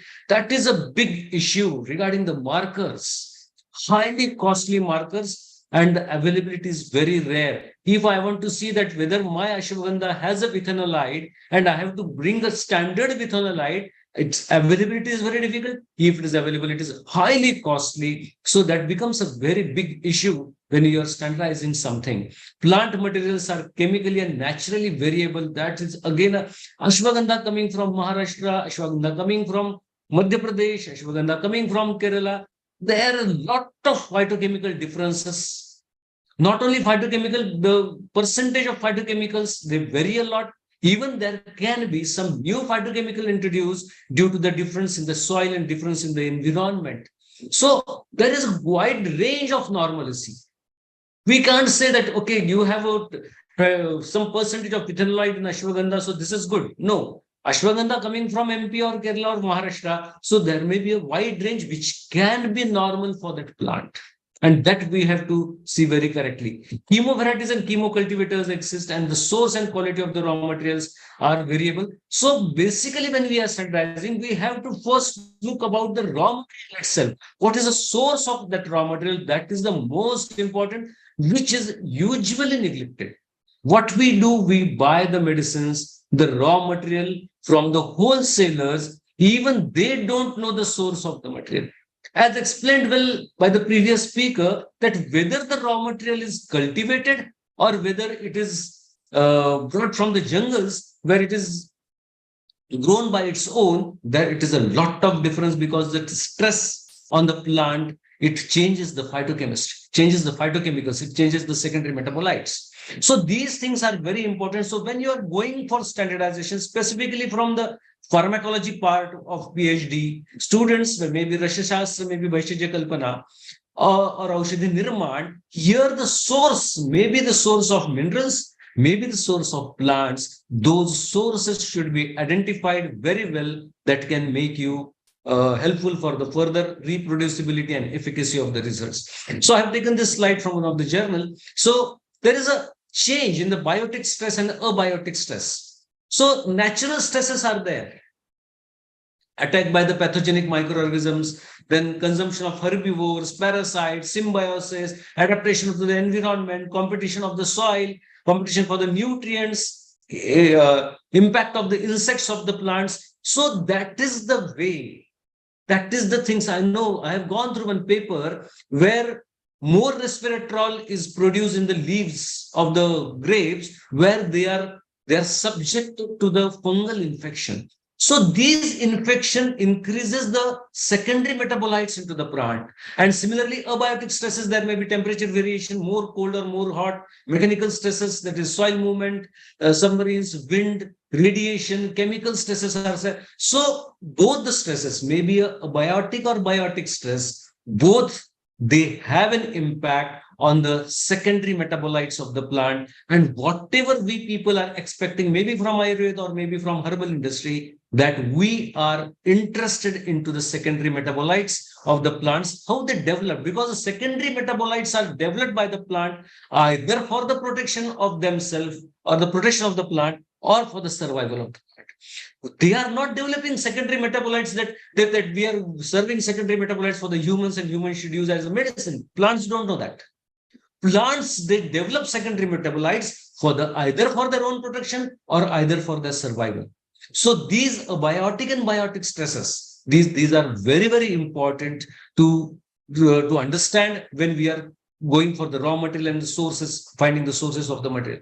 Again, when we find these, we know the stress factors, then there are certain impacts of these secondary metabolites that they may be having anti-cancer activity, antibacterial activity, anti-malarial, antifungal, lot of activities are explored. And we study when we are going for clinical trials or when we are going for animal experiments, we study these activities which are developed, which are elected by the secondary metabolites. So the source of the plant and the percentage and the standardization, what we do exactly, we standardize the secondary metabolites. We see the secondary metabolites, we see the nature of the secondary metabolites. All these are to be seen very correctly. So there are list of types of secondary metabolites, that is phenols are there, terpenoids are there, steroids are there, phenols are there, phenolics are there, alkaloids are there. So number of secondary metabolites are there, are developed into the plant. And what I am going to study, what is my synopsis, the most important thing I'll tell you for the PhD students, that before going for testing or before sending your samples for any lab, see that you are also sending the synopsis, because the person who is going to investigate all these things should know that what is the intention of a researcher to go for such studies. That way the analysis goes. That's very important. So the person who is analyzing it, either that person, when it comes to Ayurveda, whether the person should be can be from molecular biology, maybe biochemist, maybe microbiologist, that person should know something about Ayurvedic principles, should know what is the intention of that student to go for such studies. That way the study, that way the investigation goes forward with the things. That's very important. Then we can go for example, I have taken here the example of antimicrobial studies. So how exactly these medicines, they work as an antimicrobial, that can be studied. Similarly for all other activities that can be studied. Now there is a difference from which stream am I. Whether I am from a dentistry, whether I am from modern medicine pharmacology, or whether I am from Ayurveda, or whether I am from Drashasastra Bhashija Kalpana, what I am doing and what I am going to do, majority of the time, there is a difference between the vision of the modern medicine person and an Ayurveda person going for the drug standardization and isolation of the drug. Usually, isolation of the drugs means, you can see in this chart, Indian traditional herbal medicine, identify potentiate plant species, pharmacological screening, isolation, preclinical trial, clinical trial, new drug molecule. When it comes to Ayurveda, we don't want to develop any new drug molecule because the holistic nature of Ayurveda will not be sustained there. When we go for the standardization, that is marketed herbal formulation or the traditional herbal medicines, standardization and quality control as per the international guidelines, preclinical study, toxicology, profile, clinical study, and promotion. We have to promote the drug as a whole. Whereas in modern medicine, we have to take a drug molecule which is single targeted. But when it comes to Ayurveda researcher, here there are multiple targets for a single herb, and that should be known to the researcher. That's very important. And here we don't have to isolate a single means. I don't want to isolate a bithanolide, or I don't want to isolate a gugulesterone from a Google or ashwagandha. I want to take Google as a whole, and I have to study Google as a whole. I have to standardize Google as a whole. But when it comes to modern medicine, I have to I have to take out the active phytochemicals, and then I have to standardize that. That's a lot of difference between the vision. That's why I told you the vision of the modern medicine researcher and vision of Ayurveda researcher is totally different. And that way we have to proceed for the standardization. So here the network pharmacology has begun to grow. So this advancement in turn has shifted a paradigm from a one target, one drug mode to a network target, multiple component, therapeutic one drug mode to a network target, multiple component therapeutic mode. That's a lot of difference which is going to change. It is changing actually. So this one target, one drug theory is going to a multiple component therapeutic, and one drug to network target, multiple component therapeutic. A single drug showing multiple activities in the body, which is actually Ayurveda concept. That's why we say that Ayurveda is a holistic. It has a multiple component targeting the multiple tissues on the body and eliciting the multiple responses at the same given time. And that we have to monitor whether that is happening or not. And that is very important. So this is, everybody knows that is the reverse pharmacology has been developed, and conventional methodology is different. And when it comes to reverse pharmacology, we know the impact of Haridra, we know the impact of turmeric. Then going reverse, we have to see the mechanism of action. And this is the biggest missing link, what I see into the researchers. That, okay, when we come to the modern medicine, first in vitro, in silico, in vitro, in vivo study, randomized control trials, simultaneously people know the mode of actions, mechanism of actions. Here, identification of mode of action in herbal medicine is the most important. We prove that, okay, curcuma longa or haridra is having antimicrobial, or maybe having antioxidant, maybe having immunomodulatory activity. How it works, how it is antioxidant, how is the immunomodulatory, at what dose, what is the half. So all these things are to be well studied, well documented into the researchers, into the thesis, and that's the biggest missing part from the Ayurvedic pharmacological part. And that should not be missed, what I feel. So when we check for the standardization of minerals, we have to check for the adulterants. We have to identify the patient process to be developed. SOP for Shodhan and Maran. Okay, when we are coming from Rashishastra Bhaishya Kalpana, I don't think that there are certain procedures which can identify that how much bhavana have been given. We are working on it. How many times the Maran has been done. Okay, so if it is indicated into the classic that 7 bhavanas are to be given, and if some company is giving only 3 bhavanas, can be a change in the pharmacological impact. If I want to select what we can call as Shataputi Abhragbhasma, Sahasraputi, and only 10 puts are given, how to identify them?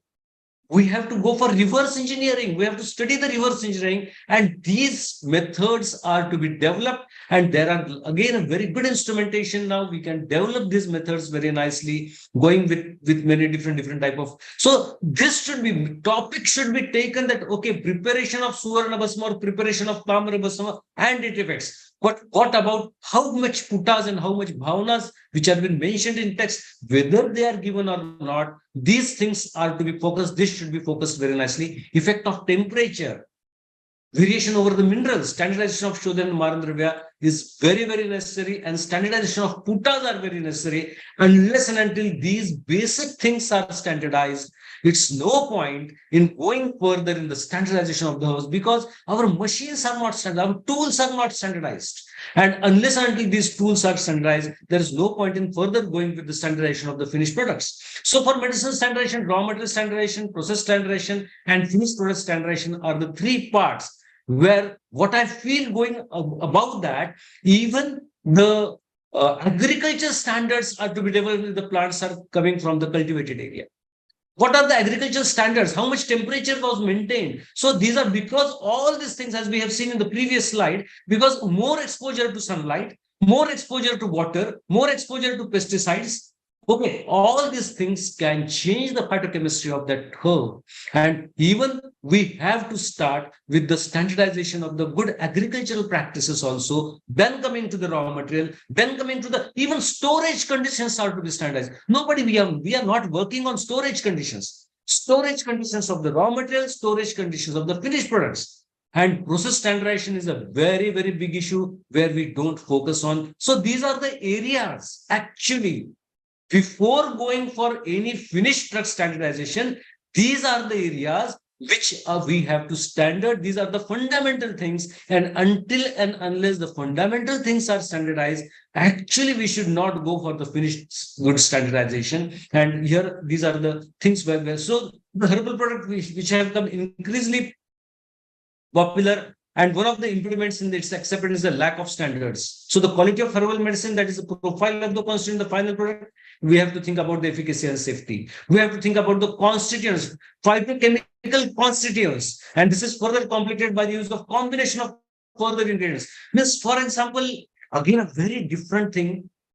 You can read these slides afterwards also, but very different thing is that we don't think when we are preparing any patented formulation, we don't think about the in vitro as well as in vivo herb to herb interactions. We have multiple ingredients into our one formula. It may be herbal formulation only, it may be herbo mineral formulation. But what are the exact, when I'm giving a bhavna, when I'm giving a puta, what are the exact in vitro and in vivo interactions? And these interactions, whether they are helping each other, whether they have a additive activity or whether they have a subtractive activity for certain phytochemicals, that is not at all studied. And these basic things should be focused before going for the end product standardization or end product analysis. So there can be even a batch to batch variation because our raw materials are not standardized. Our agricultural practices are not standardized. So standardization, when it comes to Ayurveda,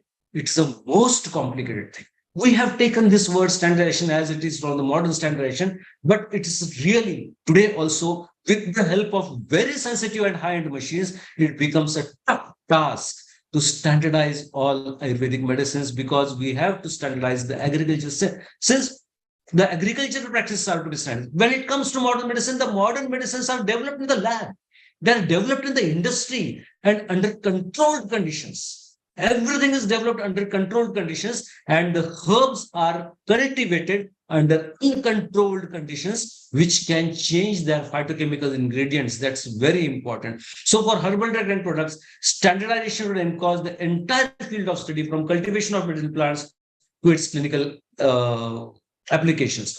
So standardization, quality control, there are a number of tests which has been elaborated by WHO in 1996, A and B in 1992. So they have elaborated many tests, that is macro and microscopic examination. Now what happens when we are going for standardization? If I don't get, there are many research studies which tell about ashwagandha leaves, which is not at all indicated when it comes to Ayurveda classics. There are a lot of studies regarding mango leaves, which is not at all related with the Ayurveda classics. So if I'm not getting ashwagandha root and I'm adding ashwagandha leaves to it because of its vithanoferins constituent, then it becomes an adulterant. So we have to think, but many a times it can happen that, okay, there is no ashwagandha root, add ashwagandha leaves also. So these things should be focused very nicely. Foreign organic matters, that is the stones and the mud coming from the fields, that should be identified very correctly. Then criteria to judge the purity of crude drug, like total ash, sulfated ash, water soluble ash. These tests are most important. Moisture content. Now, for example, shatavari, a herb like shatavari, which is highly hygroscopic, if it attracts moisture, it can attract fungal infection. Neem, a simple herb, a very commonly used, attracts aflatoxin. So this moisture content is most important. How much moisture is there in the powders or in the extracts or in the finished good, that is most important. Extractive value, we'll talk differently about the extractive value, because nowadays what is happening, that these extracts, whatever extracts we are using, majority of the pharma companies, they are using extracts, and extracts has been considered as Ayurvedic medicines in the recent years. Now, what's the issue? That there are a number of ways of preparing extracts. I have put a simple different slide for it. Number of methods are there, and every extract prepared by a different methods are having different constituents and are having different pharmacological impacts. Their total pharmacology changes. If I am using the extract with a spray dry method, and if I am using the extract by vacuum distillation methods, these should be considered two different drugs. It's very important. And this part is never focused by the researchers.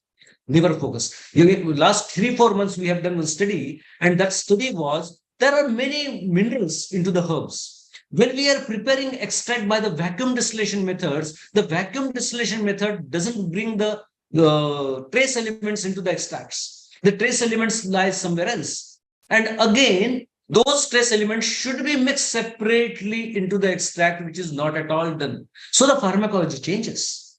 And this should be focused very nicely at what type of extracts I'm using. That should be mentioned.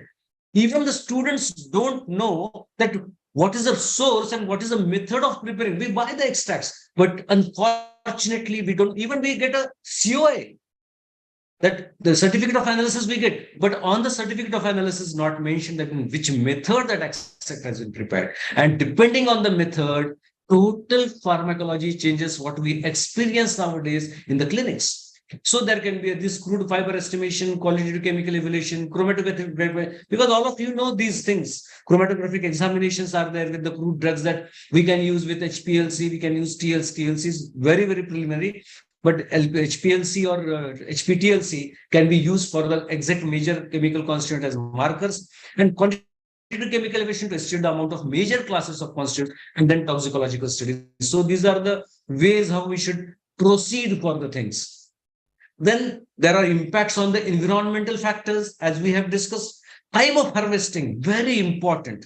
That in which season I am harvesting. Here one quotation is there from even Charak. That Charak has told that herbs and vegetables and food ingredients, they should not be used unseasonal.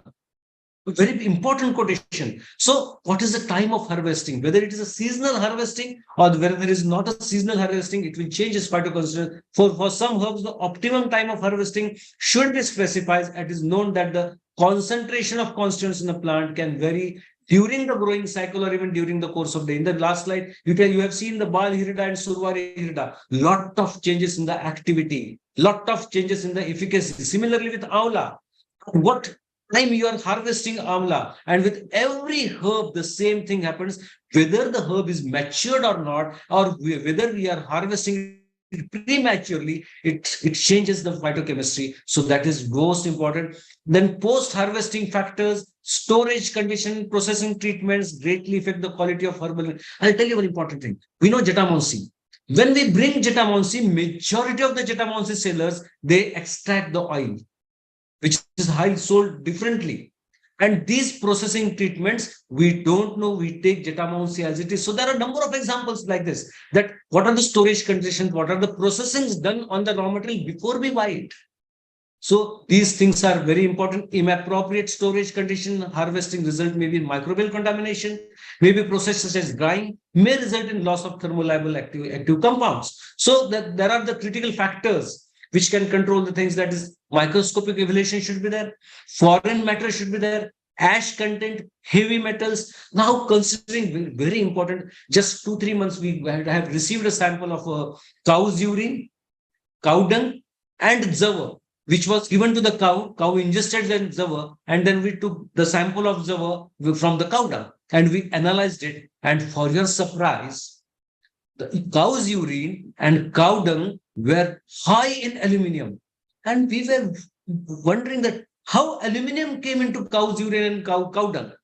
And then when we asked the people who gave us the sample, we asked them that how it came that all the samples are showing very high aluminium at a ppm level. Even in percentage it was showing. And then we found that cow's urine and the cow dung was collected in the aluminum vessel. So see the impact of that sanskaro hi gunantaradham te gunashta desh kal bhajan. So this is the importance of how we are collecting the samples, how you are processing the samples, in which material you are collecting the samples. It has a lot of issues. And that was an example for us just 2-3 months back. So these are the critical issues when we are doing the standardization. Then quality control for efficacy and safety of herbal products of prime importance. Quality can be defined as the status of a drug that is determined by identity, purity, content, and other chemical, physical, or biological properties, or by the manufacturing processes. And quality control is a term that refers to a process involving in maintaining and quality and validity of a manufactured process. Now it's here, it is a very different thing. In general, all medicines, whether they are synthetic or plant origin, should fulfill the basic requirements of being efficacious and safe, and this can be achieved by suitable clinical trials. So the standardization involves regarding the herbal medicines, that is drug preparation to be defined content of a constituent or a group of substrate with known therapeutic activity by adding excipients or by mixing herbal drugs or herbal drug preparation. So many times there are a lot of manipulations, or many a time unknowingly it gets manipulated, and it has an impact on the complete efficacy of the drugs, and that should be controlled very nicely. What I want to show from the slide.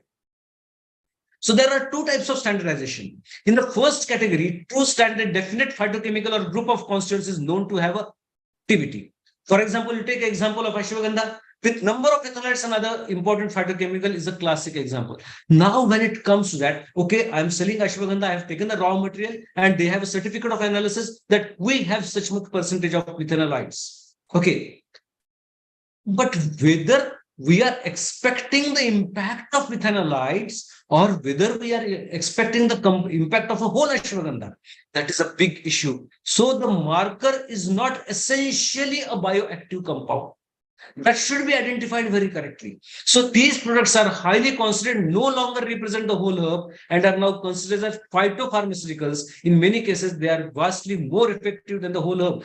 Phenolide may be having more potent activity than ashwagandha, but we are not expecting that activity. That is a different scope of Ayurvedic medicine. But here, when we are expecting the impact of ashwagandha as a whole. And the other type of standardization is based on the manufacturers guaranteeing the presence of certain percentage of marker compound. These are not indicators of therapeutic activity or quality of the herb. If I have an X marker compound, this marker compound is only merely for the analytical purpose. It doesn't have any correlation with the efficacy of the herb, and that should be understood by all the researchers. That's very important. Then organoleptic evaluation. Everybody knows that organoleptic evaluations are most important, which has been mentioned very, very nicely in all the Samhitas, even in the Rashastra books. Also, organoleptic evaluations, or what we can call as the test for the bhasmas, has been mentioned very clearly, and no doubt everybody should go for the organoleptic evaluation. It has its own importance. So authentic space, but when we are going for organoleptic evaluation, we should have some standards. We can compare with our sensory organs. That is the most important part. Then going for the quantitative determination, there are a number of instruments which can be used for the standardization purpose. It can be HTLC, it can be HPLC, it can be, when it comes to more oily substances or volatile oil and base oil, we can go for the gel chromatography, then high performance liquid chromatography, thin layer chromatography. We can go for liquid chromatography, mass spectroscopy. So now this is hyphenated instruments, that is LCMS, for example. If LCMS is a very important instrument which can tell about the total metabolism taking place with the plant. So such type of instrumentation are very, very important when we are going to analyze and when we are going to establish the mechanism of actions of those complex medicines, herbal medicines, into the complex body of the human. Both things are complex. The phytochemistry and the phytochemicals present in the plants and their collective activity. I'm again repeating, and their collective activity. We are not intending with the specific receptors and specific activity. We, in Ayurveda, we are intending to the collective activity of the plant and collective effect on the body, on the complex body. So such machines like LCMS can help us in this area where we can explore it very nicely. So when it comes to the main groups of compounds, that is non-starchy polysaccharides coming from cellulose, hemicellulose, gums, mucilage, pectins, lignins, they have different functions. We have antibacterial, antifungal, terpenoids, alkaloid. So why this slide is put? What is my intention? If my clinical study, or what is my intention, which disease I am going to study, so then we will focus that particular phytochemicals for standardization. We'll focus the particular activity just for the research and standardization purpose. But when it comes to clinic, we have to think a drug as a whole. That is the most important thing, what I feel that this should be considered. Then when it comes to the Adhatoda botanical name, that indigenous use, when we are thinking about a single herb, the previous slide was whole about the phytochemicals present into it. That I want to study the antioxidant activity. Now, simple, I'll tell you one thing about the antioxidant activity. All the herbs present on the herbs, they have some or other antioxidant activity.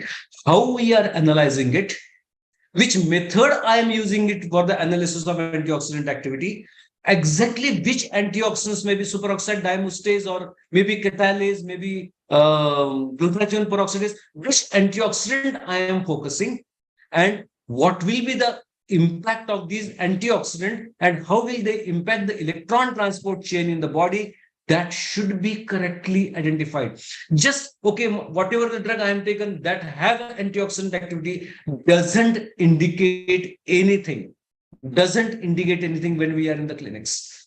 Right? Exactly which antioxidants we are working on, which type of procedures we are following for the analysis of antioxidant activity, and what about the antioxidant activity in vivo. These are the most important. Similarly with the cancer, we are using carotenoids, polyphenols, curcumin, flavonoids, but exactly how the medicine is working as an anti-cancer activity, whether it is inhibiting of tumors, whether it is working with the signal transduction method, whether it is having a anti-metastatic activity, or whether it is having an anti-angiogenesis activity. So there are different mode of action of anti-cancer herbs. What I am expecting, and that should come into the synopsis, that what is my logical thinking behind that, and that should be focused. Otherwise, the results will be very random. So this is all about the phytochemicals and the intentions. That's why I'm telling every time that synopsis should be very clear. Synopsis should be shared with the person who is going for analysis. The vision should be matched with each other, and then we can attain a very good type of results, because that way the tests will be selected. That's very important part. Second most important thing is that whatever the results are coming out of the analysis, maybe standardization, maybe analytical, or maybe clinical, those results should be correctly interpreted, should be known to the PhD students, and most important thing, those results should be interpreted in an Ayurvedic way. Keeping all the basic principles of Ayurveda into mind, those results what we are getting, those should be interpreted in the Ayurveda way, not with the modern way. And that makes the importance of Ayurveda research, which is very, very important, which is a very big missing link between we people.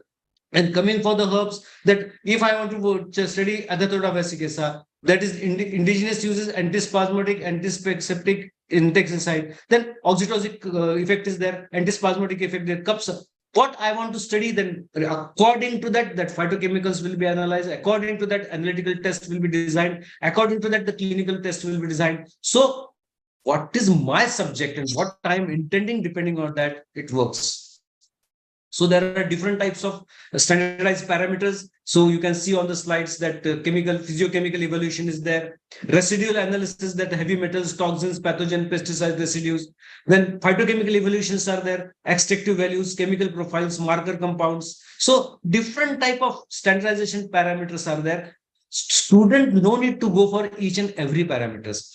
Intending towards what is my work, related with that, we have to select the standardization parameters and we have to go for those standardization parameters. Here I have shown very correctly that there are different, you can see, Terminalia cebula fruit and plant that can be extracted with different way. That is maceration, reflux, hydrodistillation, solzulator, precollation, microwave assisted extraction, enzyme assisted extraction, ultrasound assisted. So whatever end result, I'm going to get an extract of Terminalia tubulari extract.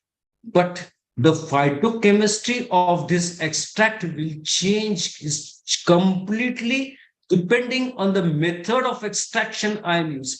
And this is very important. So every researcher should know the process behind that.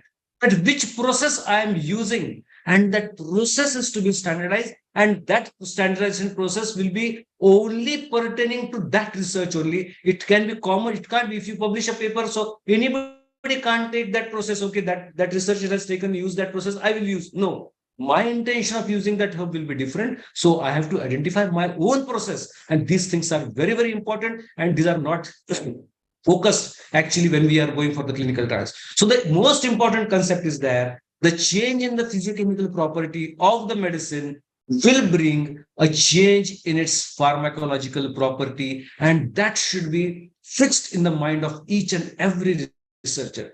If I'm having swaras, if swaras is mentioned in Samhitas, we should use swaras only. If swaras is mentioned, or for example, when we are going for Rasayan, it is mentioned about Yashtimadukshira. And here Brahmi swaras, both are Rasayan. But Brahmi swaras is not available, it is not feasible. I'm preparing Brahmi Grita. No, it's not available because they are totally different dosage form, they are totally different drugs. So the change in the physiochemical property, the change in the processing brings a complete change into the pharmacological property. And that's very, very important. And that should be kept in the mind with each and every person. So making of a solution of definite strength so that it may be used for comparison and test, and making of a drug or other preparations so it can conform to the type of standard. So is this the only standardization? So there are a number of aspects of standardization which should be seen. Then coming to the concluding slides, very important slides are these. Relation between Bhasma and nanomedicine. When we see with the students, when we interact with the students of Rishashastra, every Shastra student has to study a particle size analysis. He feels that when I'm preparing Bhasma, particle size should be done. And when we ask the students why you want to go for the particle size analysis, then they say that we have to see how many nanoparticles are getting created into my Bhasma. First, most important thing, Ayurveda doesn't intend to prepare nanoparticles when we are preparing Bhasma. If some nanoparticles are getting prepared, that can be a bioproduct of preparing that Bhasma. That can't be a complete intention. And whatever has been translated, that Bhasmas are nanoparticles of the minerals. No, it's completely wrong. It's completely wrong.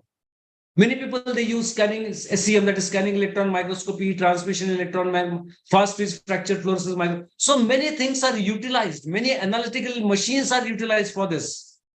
But whether we intend to use nanoparticles, that is the most important thing. And the answer is no. We don't intend to use nanoparticles at all. If nanoparticles are getting prepared, that can be in a very, very small part, because we are intending to elect a pharmacological response from that Bhasma. We are not intending to elect a carrier. Nanoparticles are used as a carrier to carry some of the effects of the herbs.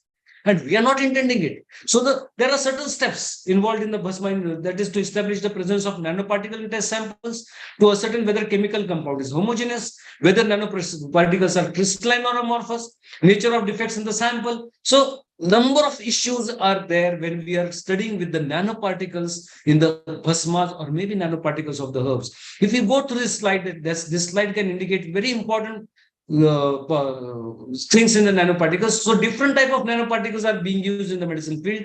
Nanoparticles have a significant surface area to volume ratio due to their nanoscale size, which allows them to absorb vast amount of medication and move quickly to the bloodstream. So single molecule in the brain essentially structure a high selective membrane and high proportion molecules. Nanoparticles have recently been seen that they cross the blood-brain barrier. This membrane has a medication carrier system, particularly nanoparticles are inhaled and cross-brain membrane. So There are different type of nanoparticles which are coming up. So liposomes are one of the things which Ayurveda people are intending into. Then meta nanoparticles, carbon nanoparticles, nanorods, nanowires, tubers, then magnetic nanoparticles, hydrogen nano composites, biodegradable purple. So there are a number of classification of nanoparticles for medical domain, but we are intending into liposomes and metal nanoparticles. And literally it is, if you are completely targeting only nanoparticles, it is literally hazardous. So these key factors in the interaction with the living structure include nanoparticle dose, the ability of nanoparticles, as well as their solubility. Some nanoparticles dissolve easily, and their effects on the living organisms they can impact. Now, what is the problem is that nanoparticles have the potential to cross the blood-brain barrier, which makes them extremely useful. But on other hand, this is also a major drawback because nanoparticle used to carry drugs may be toxic to the brain, and we have not studied it. That because we are using metallic nanoparticles which are not at all soluble. And if these metallic nanoparticles, they cross the blood-brain barrier and get deposited into the nervine tissues, we don't know the impact. So I think that is a pointless at this moment. Okay, we can develop some system about after extensive research. But at this point where Ayurveda Bhasma research stands today, here working on nanoparticle will not come to use to us. So when nanoparticles with different surface characteristics were evaluated, neutral nanoparticles and low concentration of anionic nanoparticles were found to have no effect on blood-brain barrier integrity. So there are different, so what is the shape, what is the size, what is the charge, okay, then how much polarity it has, different impact, different properties should be there into a nanoparticle to make it as a carrier for different drugs, maybe in malignancy or maybe in some other disorders. So whether we have seen, just looking that whether I have achieved a nanoparticle or not in my bhasma, it doesn't mean that is a good bhasma. And that should be very, very clear in the mind of people. So again, coming from the standardization, why standardization only with the medicines? There should be a standardization with the clinical standards in Ayurveda. There should be a standardization about the diagnostic standards in Ayurveda. So when we talk about the markers also, marker compounds are constituents that occur naturally in the material and that is selected for the special attention. So markers are chemically defined constituents of a herbal drug which are of interest for quality control purpose, independent of whether they have any therapeutic activity or not, that we have seen. So it is not important that in the COA, if the manufacturer has sent us that it has that much amount of marker, it doesn't mean that it will have a good efficacy. That should be seen very nicely. Then generally refer to biochemical constituents including primary and secondary metabolites and other macromolecules such as nucleic acids which are of interest for quality control purpose, regardless whether they possess any therapeutic activity. So don't go on markers because the therapeutic active compounds and the marker compounds may be one or may be different. Majority of the time they are different.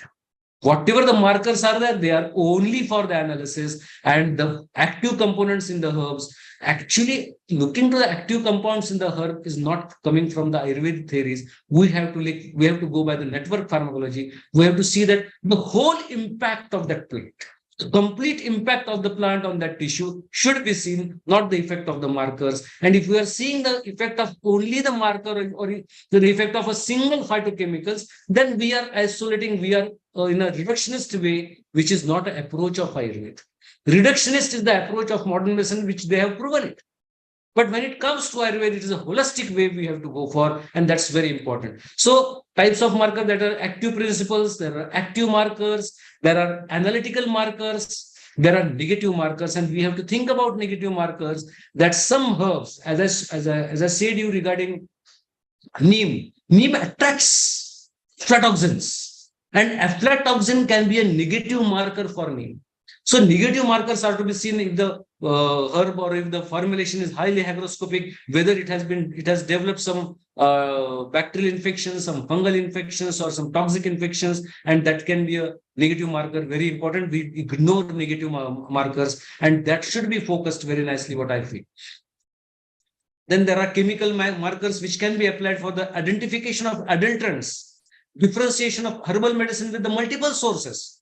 Very important. We know that we have seen that Tinospora crispa, we have seen in COVID, there was lot of debate that somebody has an hepatotoxic effect of Tinospora. So Tinospora cordifolia, Tinospora crispa. So it can be identified differently with the chemical markers. So we have to use chemical markers for that. Determination of best harvesting time, confirmation of collecting sites, assessment of processing methods, the identification and quantitative determination of the property. So there are many things where we can apply chemical markers, and these chemical markers can come to help in a very good part that we can explore it very nicely for the purpose of good medicinal practices. So there are biochemical markers also. Then there are DNA markers also. So DNA markers are really very important. What Regi Madam has also said about that, if we are going to see the DNA fingerprint of the herbs, we can definitely say that whatever I am using, we have seen the example of Phyllanthus neruri and Phyllanthus amaris. People have a label claim of Phyllanthus neruri, and inside it is the Phyllanthus amaris. So this DNA fingerprinting can definitely help us to identify the expected species into our formulation. And that's very important. That's the advantage of the DNA markers over chemical markers. Chemical markers can't tell about the complete identification of the species, but definitely DNA markers can tell us about the correct identification of the species. And there, moreover, we can go for the better type of medicines. Regarding the standardization, we never talk. When we talk about standardization, we talk only about the herbs. But diagnostic standards. What if I want to diagnose Amvat? If I want to diagnose Madhumeha? It is our understanding that Amvat is rheumatoid arthritis. It is our understanding that Madhumeha is diabetes mellitus. It is our understanding this Pakshaghat is cerebrovascular accident. But can we complete diagnose with the objective criteria that there is a Amvat, diagnosis of this is Madhumeha, this is Pakshaghat? No. So we have to work on these standardization aspects too when we are working on the herbs also, because herbal industry is very big, much money is involved into it. We are moreover interested into the research of herbal standardization. But this diagnostic standardization Ayurveda are also very important. So world is going towards personalization medicine, and we are on the way of generalized medicines. It is the biggest issue with Ayurveda research. Concept and direction of work must be fixed. Equal attention must be given for the analytical part and conceptual part, where conceptual part is missing in the Ayurveda research standardization. Lacking in fundamental research. I don't know what is Am, and I am working on Amva. So these are very important fundamental research where I think all the students should focus first. Cause and effect relation must be elaborated. This is also a missing part. That okay, I have proved that Gukulu has an anti-inflammatory activity, or some Guduchi has an immunomodulatory activity, and Guduchi extracts or some of the phytochemicals of the Guduchi has been proved to be immunomodulatory. But what about Guduchi Swaras? What about Guduchi Quat? What about Guduchi's Sattva? Although they have an immunomodulatory activity, and how they exert their immunomodulatory activity, that is a totally missing. That should be focused, what I feel. Scientific and logical reasoning of the selection of the drug, at what stage it is useful. Standardization aspect, not only with the drug, but also with the disease management must be developed. Standard format of thesis writing should be developed. You urge of student to publish the data. And simple topic elaborating Ayurveda principles. These are some of the biggest missing areas where we are researching. Again, where are we missing in the link? That is Dusham Desham Balam Kalam, Yogamasam tu Yo Vidyat, Purusham Vignyam Sad Neyo Bhishigo. Our statistical methods, we are following modern medicine. Actually, we are into a personalized medicine. Actually, Ayurveda is into personalized medicine. And here the quotation I have shown that Purusham Vignyam. So we have to work a lot. And it can be a post-PhD studies. When we are attracted towards the research, it can be a post-PhD studies. So these concepts are to be well elaborated. Then the research will be a complete Ayurveda research, what I feel. So much work has to be done on the Strota Road. What is exactly Strota Road? What is exactly Agnimandya, Abhishanda? What is exactly Viruddhana? What is the Viruddhana of today's era? Complete missing link. And here where we should be, where are we in Ayurveda research? We are nowhere. We are working on Amvat, but we don't know, we didn't identify whether there is Strota Road or not. We didn't identify whether the hetu is abhishanda or not. We are completely ignoring it. And I feel sincerely that these points are to be focused in Ayurveda research unless and until we are focusing on such points and the basic fundamentals, it will not be a completely Ayurveda research. We are not going to put anything into the basket, a big basket of Ayurveda, and that is the biggest missing point. So these are our instruments, what we have at our center. We are equipped with much more things like these instruments. And I feel that we are into the interpretation, Ayurveda interpretation with the use of this modern technology. And that makes the sense. So here I end with my thoughts. Thank you for the chance MUHS has given me. Thank you to Honorable Vice Chancellor. Thank you to all Honorable Pro Vice Chancellor. Thank you. Thank you very much. If you have some queries, please do feel to ask. Yes, that was a wonderful session, sir. Wonderful session. I'm sure the students in the chat box, they have put their queries. We'll just open up so that students can ask you the queries, sir. We are 10 minutes behind time, but still, for the sake of participants, 5 minutes open house, sir. Is it okay with you, sir? Yeah. Please raise your hands in the reactions box wherever you want to ask questions.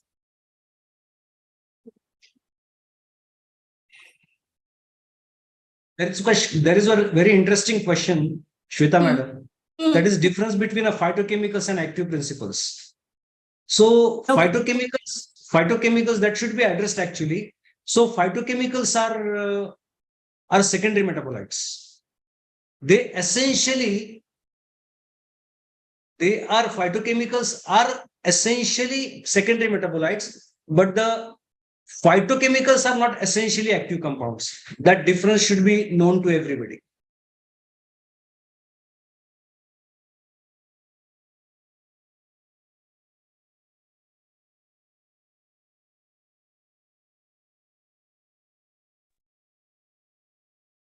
So definitely I'll be sharing the slides to Shweta madam, so she can put it in the group.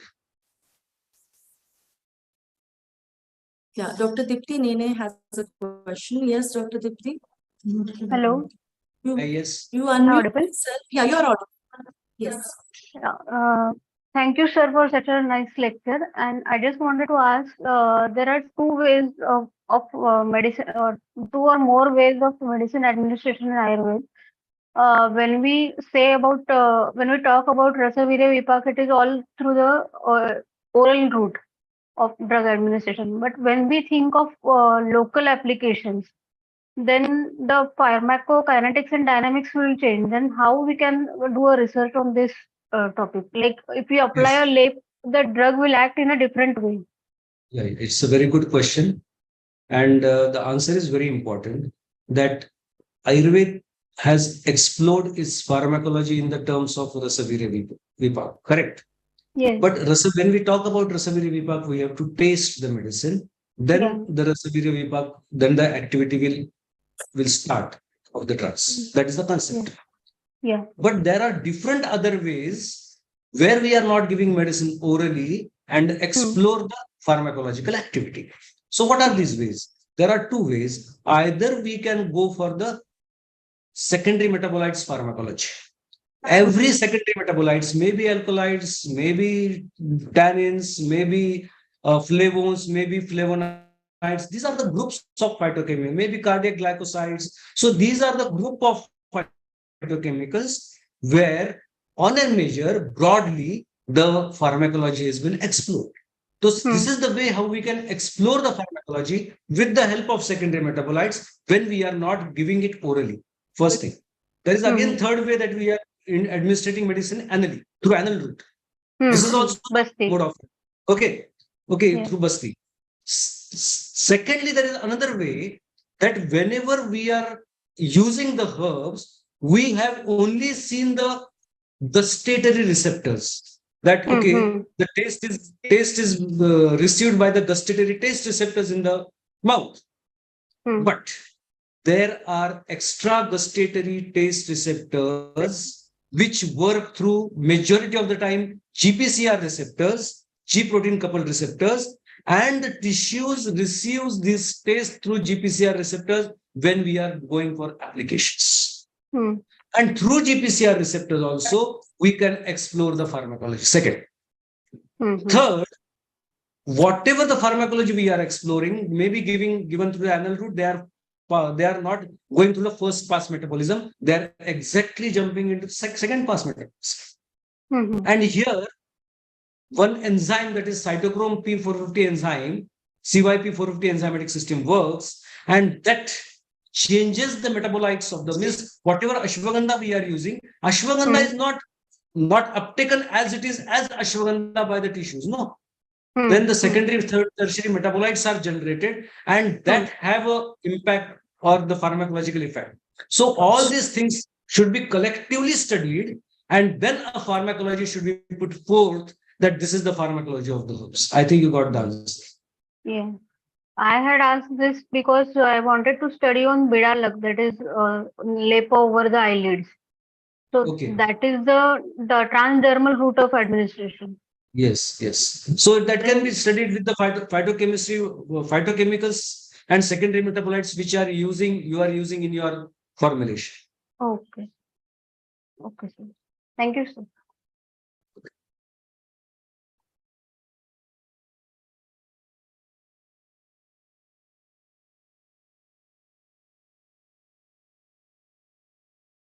So if you have more questions, you can just... hello. Yes, yes. Good afternoon, sir. Dr. Tejaswata here. I just wanted to ask, when we are converting from a Kvat Kalpana to Ghanavati form, so how do we prove that when it is in the Ghanavati form, it will be the same effectiveness will be there? And how do we decide the dose? Because there is nothing given in the Ayurvedic text that when we are converting from Kvat to Ghanavati, this is the dose we have decided. How do we decide the dose, or how do we prove that this is the right dose for when it is a Ghanavati form? So in Ghanavati, you means it is Rasakriya? Yeah. Yeah. So there is one sutra, that is Kvathadinam Punapakat Sadhanatvam Rasakriya. Okay. So we are reheating the Kvat. Okay. And first of all, most important thing, all the drugs should not be subjected to Ghanavati depending on how heat liable phytochemicals are present into it. Okay. If there are more heat liable phytochemicals, you can't prepare a Ghanavati or Rasakriya out of it. First thing. Okay. Second thing, while preparing Ghanavati, how much temperature I am giving while preparing Ghanavati is most important critical part. Okay. That should be seen. Then, when we prepare a Ghanavati and when we prepare a Kvat, you just go for the total solid analysis of the Kvat and Ghanavati. Okay. You go for the HPTLC for total Kvat and Ghanavati. Go for the quantitative analysis, and then you can see that how much more phytochemicals are present into the Ghanavati as compared to Kvat, and that way you have to decide about the dosage, because these are the only method. Because first thing, very important, when we want to decide the dose, we have to know the frequency of dose, we have to know the LD50. Okay. And now WHO has told that no need to go for LD50 of the herbal drugs. Okay. Because it is a very critical part, because to which phytochemical we are going to tag to see the pharmacokinetics. So we have to use certain other techniques to decide the dose, and then HPTLC, total solids from the Kvat and total solids from the Ghanavati. These things can be helpful to decide the dose of the things. So if there is a Kvat Kalpana given in the Ayurvedic text, so will it be very easier for the standardization of a Kvat, or make it a Ghanavati, and it will be easy for the Ghanavati for the standardization part? No. See, basically, when it comes to Kvat to Ghanavati, Kvat becomes an intermediate product. It is not a final product. Right. So you have to standardize the raw material. You have to standardize Kvat as well as you have to standardize Ghanavati. So process standardization is most important, where Kvat is not the end product, it is the intermediate product. So we have to even analyze, we have to even study the Kvat. And second most important thing for the students, that whoever is working on the Panchavidha Kashaya Kalpana, don't prepare the samples and send to labs. Okay. You have to go there, prepare the samples and analyze there only. That is Okay. most important because Panchavida Kashaya Kalpana don't have any shelf life. Right. So these things are to be followed very strictly. Okay. Okay. Thank you so much, sir.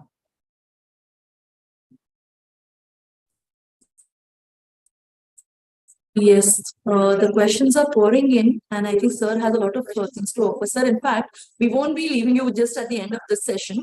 We will need your continuous mentoring for the questions and the projects. Hope you would be with us with the just for the students when they design their synopsis. Sir.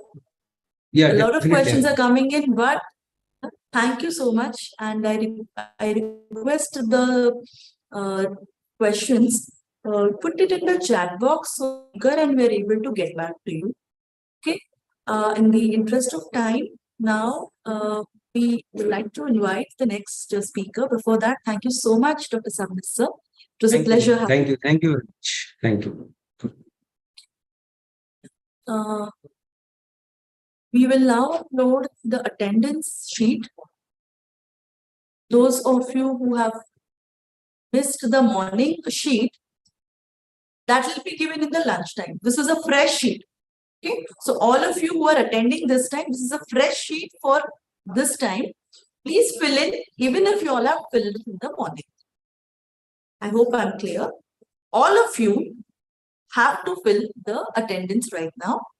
In the morning, one attendance was taken early morning. If you have missed that one, we will put that in the lunchtime. This is compulsory for all of you right now. Just with that, we are having the next session.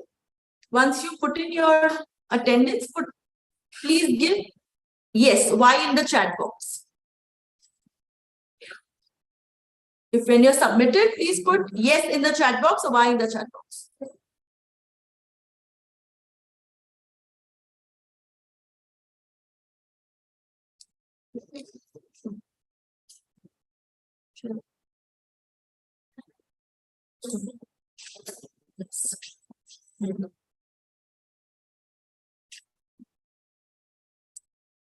Yes, yes. So we take another minute for you all to fill in your attendance. The upcoming session is a fantastic speaker directly from the Pharmacopoeia Commission from Indian System and Homeopathy Government of India. There are pharmacopoeias published by the government and Sir has been working. I'll introduce him formally, but before that, it is a session wherein it's a must attend. Many of you all are PG guides, PhD guides as well. So this session will be helpful for you all to know the regulations related to pharmacopoeia and where to refer even your students and your own research work for single herbs, formulations, be it Ayurvedic, be it any herbal drug, but the monographs, where to look for them. So the upcoming session is important for you as a PhD scholar and as well as a teacher and your PG PhD teachers. Thank you so much. Now we move on to the next speaker.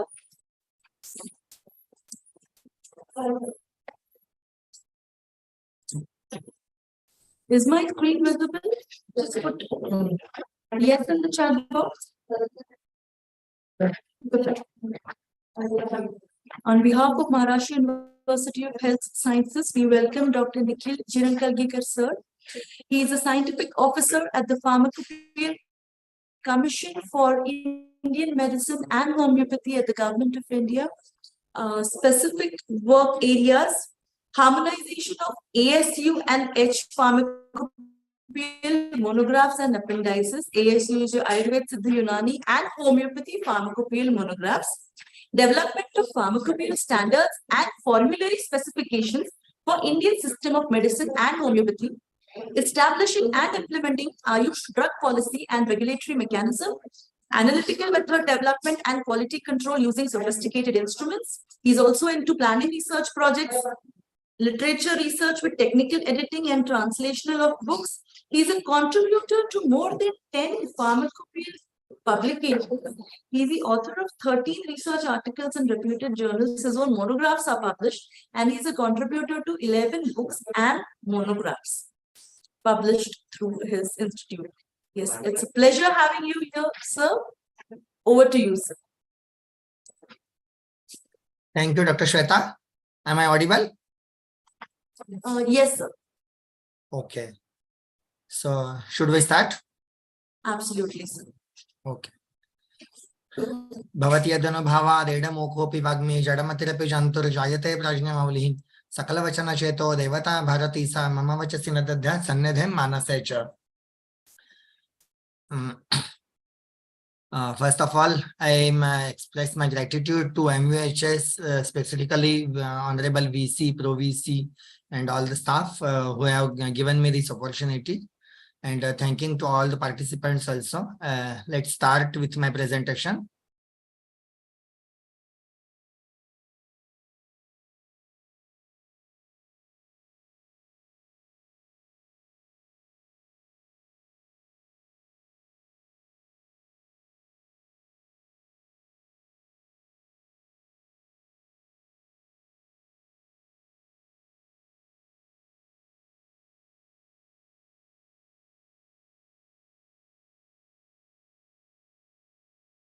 Just a second, ma'am.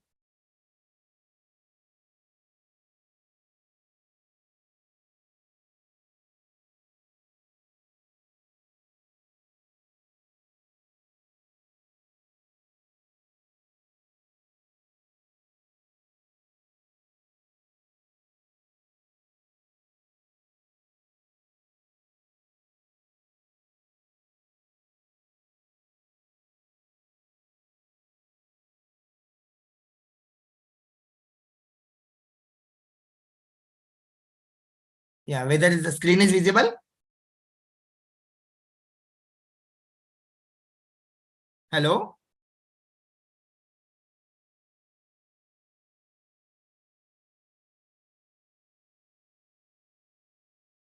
Hello, Dr. Shweta? Can you just confirm whether the screen is visible? Yes, sir, it is visible, sir. Okay, fine. So, though basically we will be focusing on pharmacopoeias of Ayurveda, but just let me inform you at the outset itself that in case of Indian systems of medicine, Ayurveda, Siddha, and Unani, all three systems have a base of a very parallel nature. They have been evolved from a similar kind of background, and most of their concepts, principles, applications, all are similar. So in case of pharmacopoeias also, their structure and all the overall layout will also be similar, and even regulations pertaining to pharmacopoeias are also similar. So whatever we are speaking about Ayurveda will also be applicable for all the pharmacopoeias of Indian systems of medicine, and there may be big differences for homeopathy. So before coming to actual discussions on pharmacopoeias, let me just clear a couple of things. Firstly, what we take as drug. So everybody must be knowing, as all are from already the same background. We have definition of drug in Drugs and Cosmetics Act. And the point which I wanted to bring here is that there would be two aspects for the definition of drug. One broad definition which covers drug, and another one which is specific to ASU drug, Ayurveda, Siddha, Unani drugs. So whenever the Drugs and Cosmetics Act deals with the definition of drug, there you will find differences that this definition will not be applicable in case of ASU. So as far as mainly we will be dealing with Drugs and Cosmetics Act for our purposes. So wherever this act is under consideration, definition for ASU drug which is given specifically will be applicable. But when we are beyond the purview of Drugs and Cosmetics Act, say for example drugs and magic remedies, or wherever such other acts are to be considered, in those cases the general definition of drug which is given in the initial pages of Drugs and Cosmetics Act, which is applicable to all systems of medicine, irrespective whether it is a modern medicine or it is Ayurveda or homeopathy or whatsoever, that common definition will be applicable when other laws are to be considered or interpreted. So this basically having clearance. And then another thing, as per Act, as already my information was given, I come from the background of government where we establish regulations for our drugs. So as per our Act, as per government's regulatory purview, we don't recognize anything such as herbal medicine. Herbal medicine, phytomedicine, ethnomedicine, ऐसा कुछ भी जो है act में नहीं होता है. Act as purely drug. As far as our drug is concerned, it will be Ayurveda medicine.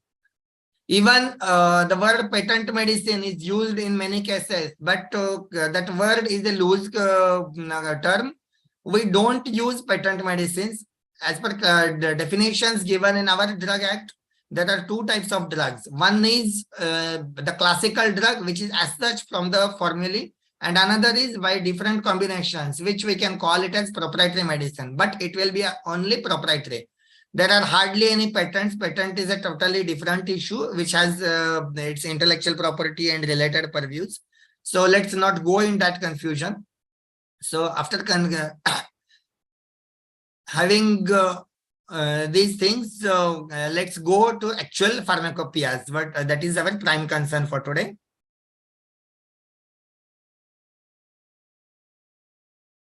So whatever standards for all these sessions, a lot of information will be there, and already you might be aware of so many different aspects of drug standardization, quality standards, parameters for them, analytical methods, etc., etc.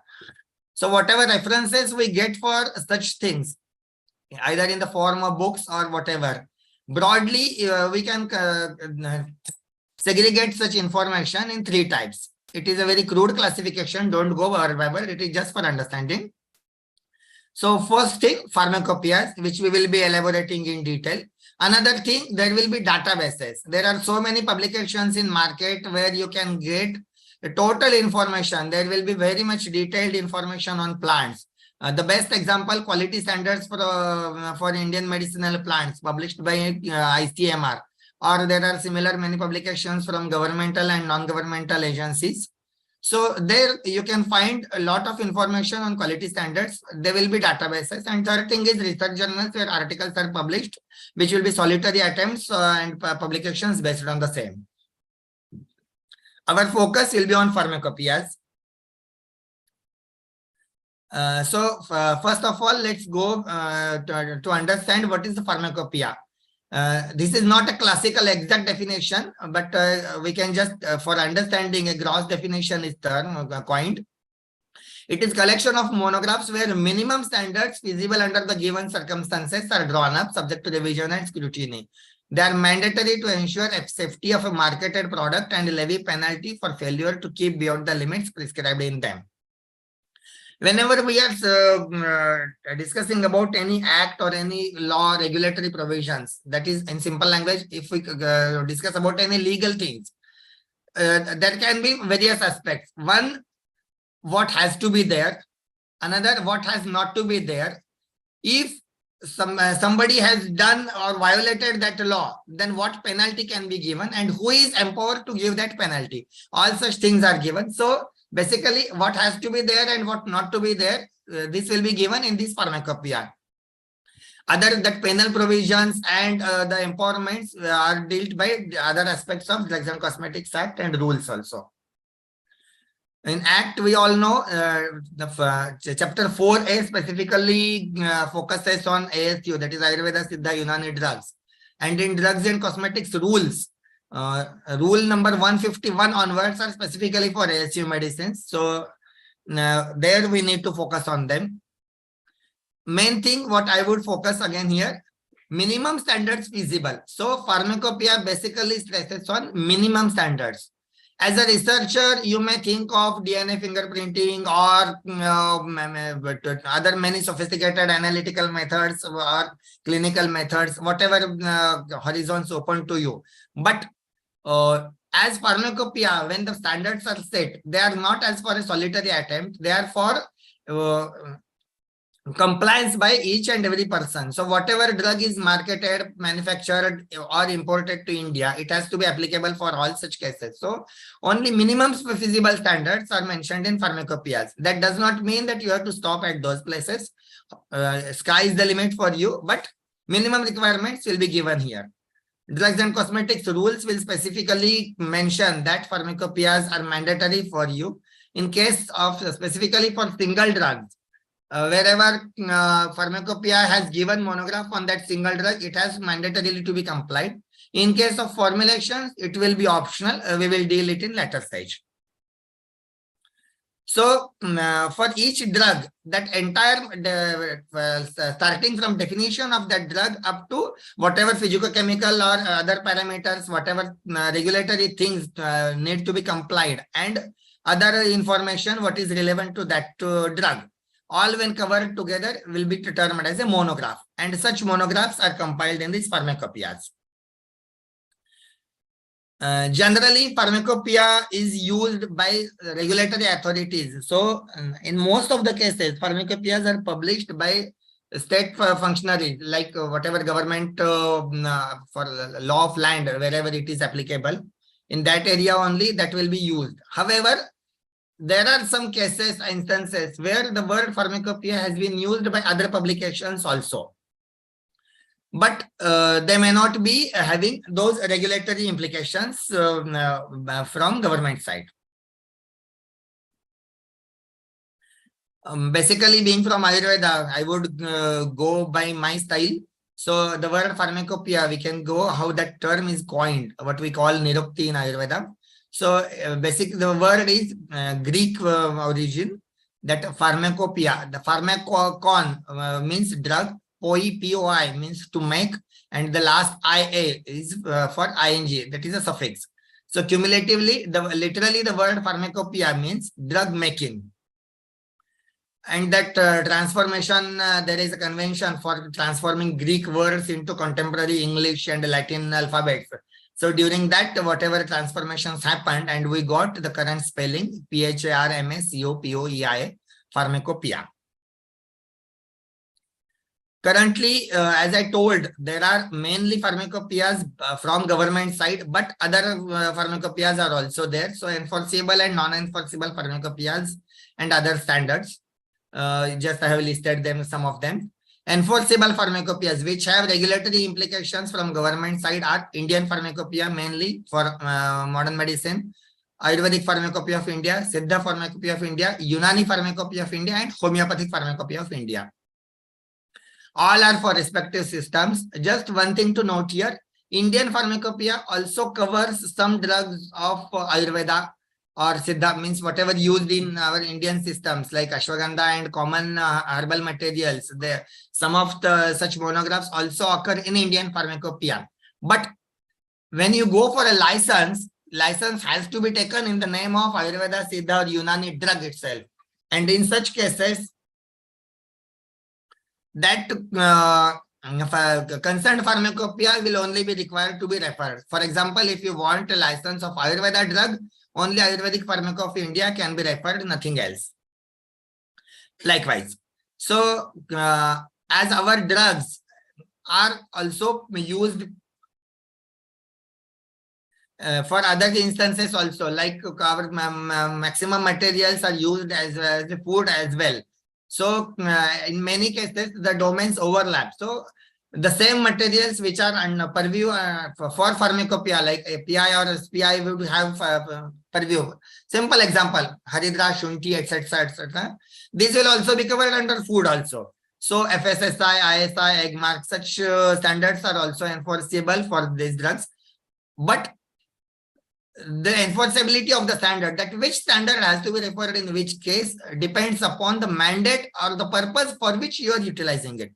If the intention is for medicine, then essentially it has to come to pharmacopoeia of the respective system. Indian herbal pharmacopoeia, I think in earlier lecture it was already covered by Dr. Rege ma'am. So it was, there is a publication called Indian Herbal Pharmacopoeia. There is a word pharmacopoeia in the name, but that has not got any regulatory purview. That is not recognized by Government of India for anything. Similarly, even government of Kerala has also published some pharmacopoeia for Ayurveda drugs, but that document also doesn't have any regulatory purview. So let's come to Ayurvedic Pharmacopoeia of India specifically. How that pharmacopoeia comes in picture, that I want to just elaborate here in a nutshell. So firstly, we will go to the identifying formulations. From where these formulations will be selected? The answer is from first schedule. We have one first schedule of Drugs and Cosmetics Act, where list of authoritative classical books is mentioned, all for Ayurveda, Siddha and Unani. In case of Ayurveda, about 58 books are there in that list. And as far as Ayurveda is concerned, as on date, whatever drug you are using, that must be mentioned in these books. The only two options available are either that can be the formula mentioned in this book can be used as such, or you can use different ingredients mentioned in these books with your permutations and combinations. But the drug or any material which doesn't have a place in first schedule, that cannot be used as an Ayurveda drug. And similar for Siddha and Unani also. So from these books under first schedule, we go for shortlisting and selecting drugs and formulations. The main criteria is common usage, feasibility, and whatever are popular in market. So from this such schedule, we will be shortlisting such formulations, and firstly, government prepares formulary out of it. So in case of Ayurveda, it will be Ayurvedic Formulary of India. So whatever formulations are identified, those are taken in AFI. Then, say, for example, let's go with a very simple example, Triphala Churna. We've got the reference for Triphala Churna from a classical book, which is already there in first schedule. So Triphala Churna will be a formulation identified that will occur in Ayurvedic Formulary of India. There we will be giving its details, whatever details, how Ayurvedic formulary spells out the formulations will come in later stage. But now here are two things. One, we need standards as far as pharmacopoeia is concerned. We will need standards in two aspects. One, each for Haritaki, Amalaki, Bibitak, whatever ingredients of that formulation, we will be needing standards for those. And one standard for the Triphala Churna as a formulation as a whole. So the standards for single drug ingredients in that formulation, like in given case Haritaki, Amalaki, etc., those will occur in the part 1 series of pharmacopoeia, and the Triphala Churna formulation as such will occur in the part 2 series of pharmacopoeia. So the API is published in 2 series, part 1 and part 2. Part 1 will, and both parts will have separate volumes, and volumes will be going on adding monographs as and when prepared. So part 1 goes for single drugs and part 2 goes for formulations. So let's come to Ayurvedic formulary, how it goes in detail. So for an analyst, when we talk of standardization, all people are involved, like our system related Ayurveda, Siddha, Unani persons will be there. Similarly, chemistry, botany, microbiology, so many other faculties will also be involved. As far as other faculties are concerned, if they are there in the drug standardization or quality assurance field, they will be referring to pharmacopoeia. Pharmacopoeia will be key document for them. But for a person from Ayurveda, Siddha, Unani background, or as a person of even going broadly from a medical view, formulary will be the more crucial document. So, as already told, it will shortlist books from first schedule of Drugs and Cosmetics Act. And each formulation given in that formulary will be giving composition of the drugs, method of preparation, how it is prepared, its therapeutic indications, if contraindications, if any, and dose related information. These things will be given in formulary. Why this formulary is needed? Why can't we go directly for pharmacopoeia? Would be the basic question. Because ultimately we need standards, and standards will be covered in pharmacopoeia. But the first step for formulary gives you clarifications. In Ayurveda, there will be many complexities. not only Ayurveda, for all Indian systems, there would be many complexities to interpret the given source itself. Not only for today, even I have quoted one example, reference given in Ayurveda Prakash. So more than 200 years back also, the fellow who has written this book has conveyed our same concern. क्वचित् शास्त्रे क्रिया नास्ति कर्म संख्या न च क्वचित् रसयुक्त क्वचिन् नास्ति संप्रदाय क्वचिन्न च अतः सिद्धिर्न सर्वत्र रसेवापि रसायने वैद्यवादे प्रयोगे च तस्माद् यत्नो मया कृतः. So similarly, on same lines, we are also going ahead. We may find some information given in classics, but that may not be reproducible as such, and that it may be subject to different interpretations by different individuals. So to avoid such conflicts, we go for formulary. For example, we will be mentioning the scientific identity of the drug. For the same example of Triphala Churna, we will, when say Triphala Churna, it will have Haritaki, Amalaki, Bibitak. Every plants, when we say Haritaki, terminalia cebula, its botanical identity will be fixed.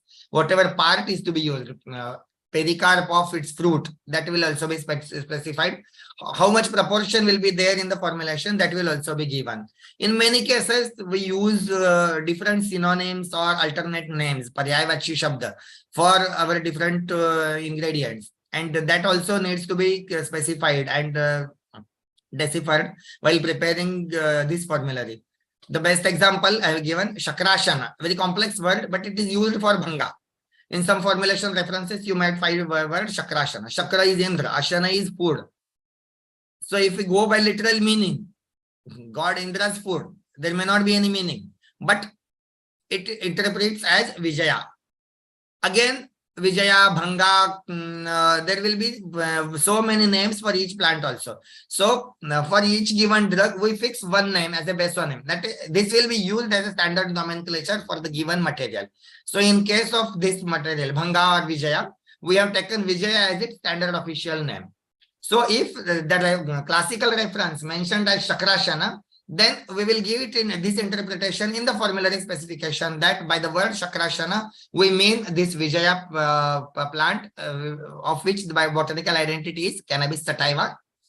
Its leaf or seed, whatever part to be used, that will also be specified. And again, this Vijaya being a Upavishadravya, we need its Shodhan. So whatever the ingredient to be used has to be used Vijaya Shuddha, not simply Vijaya. So Shodhan will also be made mandatory.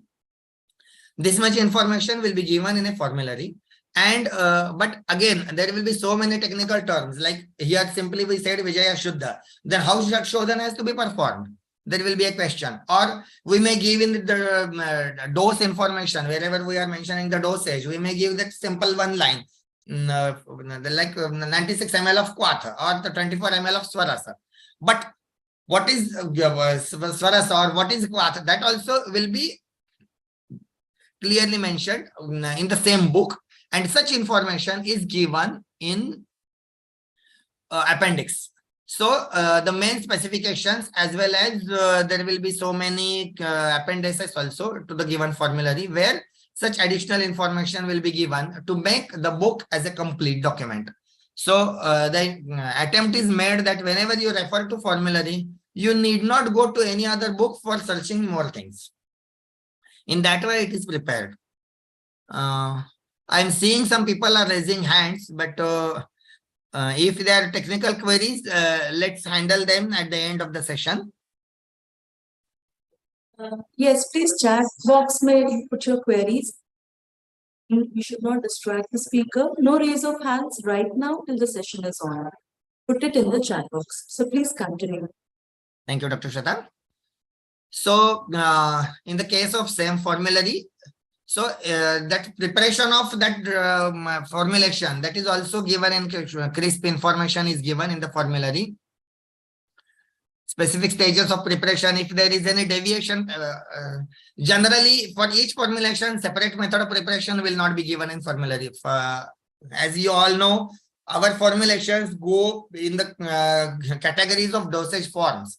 Likewise, if it is a Snehapaka, prepared medicated ghee preparation, the method of preparation will be more or less same, except for the proportion of ingredients, everything will go as the same.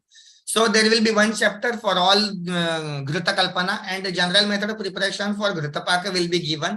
And if similarly for Sandhana Kalpana or Avaleha Kalpana whatsoever.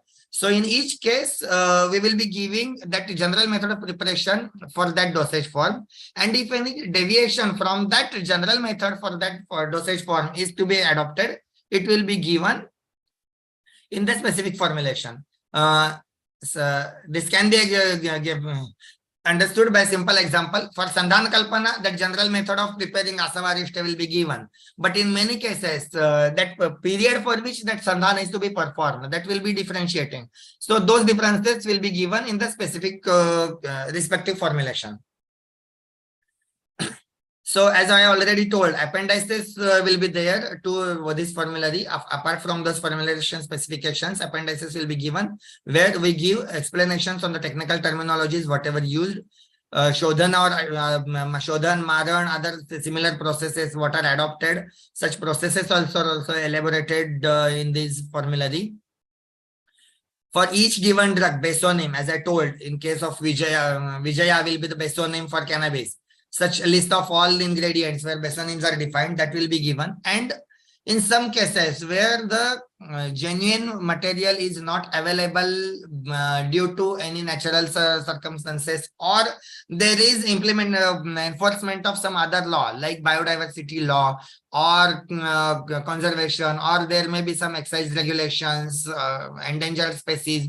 There may be so many other factors which would make it impossible for a manufacturer to use that genuine material. In such cases, the best example, Ashtavarga. Almost for 1,000 years, we are not getting Ashtavarga and we are using substitutes for it.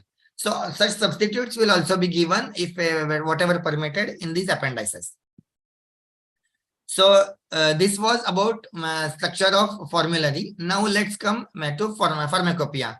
I have already told pharmacopoeia is split in two series. One is part 1 and another is part 2. These are just pictorial presentations, how those look. So part 1 goes for single drugs and part 2 goes for formulations. For a given monograph, in whatever monograph you are referring, if you see, you will mainly find focus on identity, purity, and strength of the drugs. So generally, our single drugs are of botanical origin. So botanical identification will be given. Whatever physicochemical parameters, whatever applicable to that drug, those will be mentioned. So while establishing pharmacopoeia, these things are taken care of. We would first decide that what parameter is to be applied in first stage, and then a second stage, data will be generated that what limit or range is to be given. Range or limit, there will be two types for giving such parameters. Say, for example, for total ash value. Ash value, how to prepare that ash, that is a separate issue that will be given in appendix. But when you analyze a given drug, whatever you are finding that ash value, we will give it in the form of limit, that the total ash should not exceed so and so percent, not more than 4.5%. Or in case of alcohol soluble extractive, in case of extractive, generally we give limits in form of not less than. So the drug should have alcohol soluble extractive not less than XYZ. So those are given as limits. And another one is range. Say, for example, when we give refractive index for some tile preparation, that refractive index will be not given in such not less than or not more than form. It will be given as a range, that, or for, say, for pH. From this point to this point, X to Y, that will be the outer and inner limits will be given. And the while saying for quality assurance, the drug should fall in the given range. So these are two concepts, range and limits. Then whatever assays for specific elements or functional groups or marker compounds, those are also included in the recent volumes. You may not find those in earlier publications, but in recent volumes, we have tried to give as much as information possible for in such cases also. And the most important thing, since we go by holistic approach only, and we don't rely on single markers as such for its activity. So we go for overall picturing presentation, profiling. And generally for this, chromatography is used as the first choice. HPTLC being the most preferred one, and in some other cases, liquid chromatography or gas chromatography are also used. But nowadays, generally, we are preferring HPTLC. If it is a monograph of part 1, a single drug monograph of plant origin, the outline of monograph will be like this. There will be the title of monograph followed by definition. Definition will give you the exact material what is to be used. Say, for example, same example, Amlaki. In case of Amlaki, the definition will specify that by the name Amlaki, we intend to use dried mature pericarp of fruit of Amlaki, fruit of Phyllanthus emblica, latest name, or Emblica officinalis, the earlier version of the same botanical name. So dried mature pericarp of fruit of Emblica officinalis, that is the definition. Then whatever other classical names like Dhatri, etc. given for that drug, that will be mentioned. Regional names, other language names will also be given for quick identification and for information. Then the most crucial part comes description from pharmacognostic view. This is a very less highlighted and underrated topic. Whenever somebody speaks on standardization, generally everybody focuses on chemistry itself. So, but I would suggest you, as specifically when my entire audience is going to enter into a new era of research, dimensions of research, and they will be doing their PhD work. So, please do focus on botanical identification also whenever you are going for your drug selection, authentication, or use also. Because the chemistry related parameters will give you only subjective information, that it is a non-specific. Your chromatographic profiles or your whatever other analysis done from chemical or physicochemical methods may not ascertain that this drug is the same thing itself. आमलकी का आप कोई भी chemical analysis कर ये नहीं बता सकेंगे कि आमलकी ही है. That will give you inferences which are indirectly correlating, that may tell you that the material is not bad, but it will not ascertain you that the material is the given one only.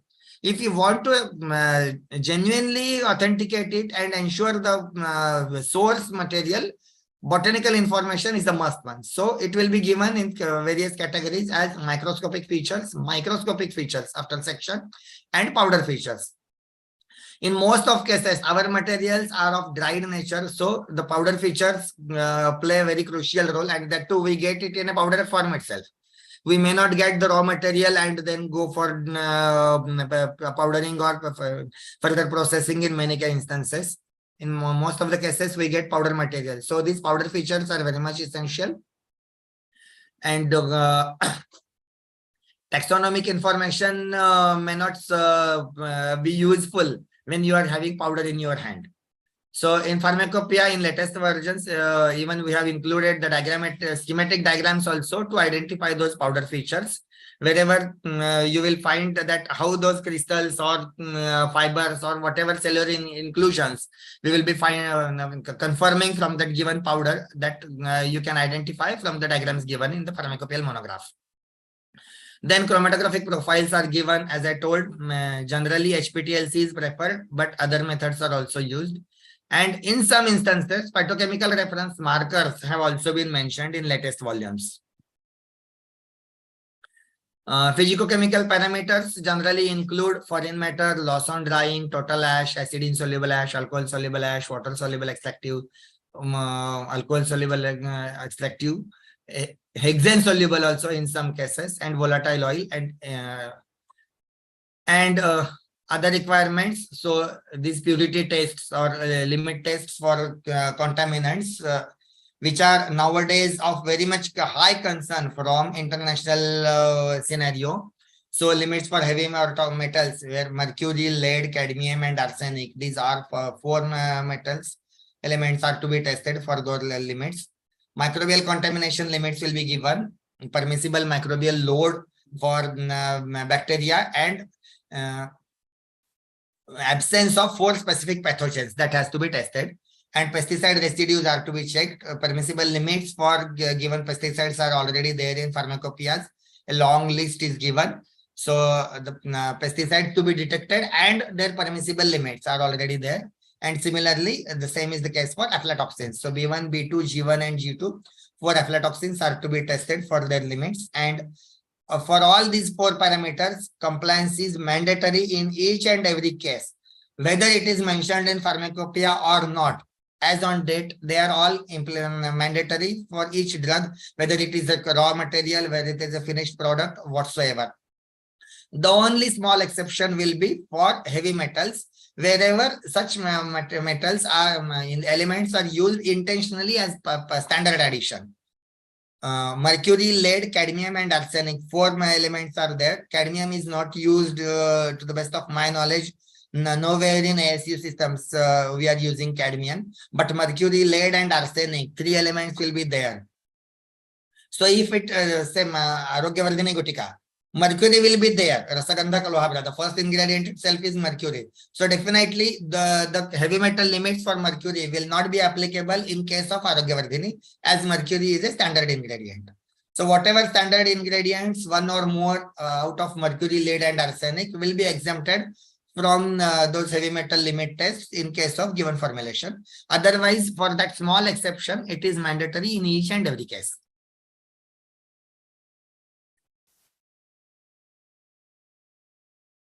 Assays for specific marker compounds are also given in some latest volumes, and quantitative estimations by LC are given. Physicochemical, phytochemical reference standards, specifically PRS, whatever to be used, are also occurring in latest versions of pharmacopoeias. And apart from these, we give dose and system related our Rasavirya, Vipak, etc. information, and some indicative important formulations and therapeutic uses also.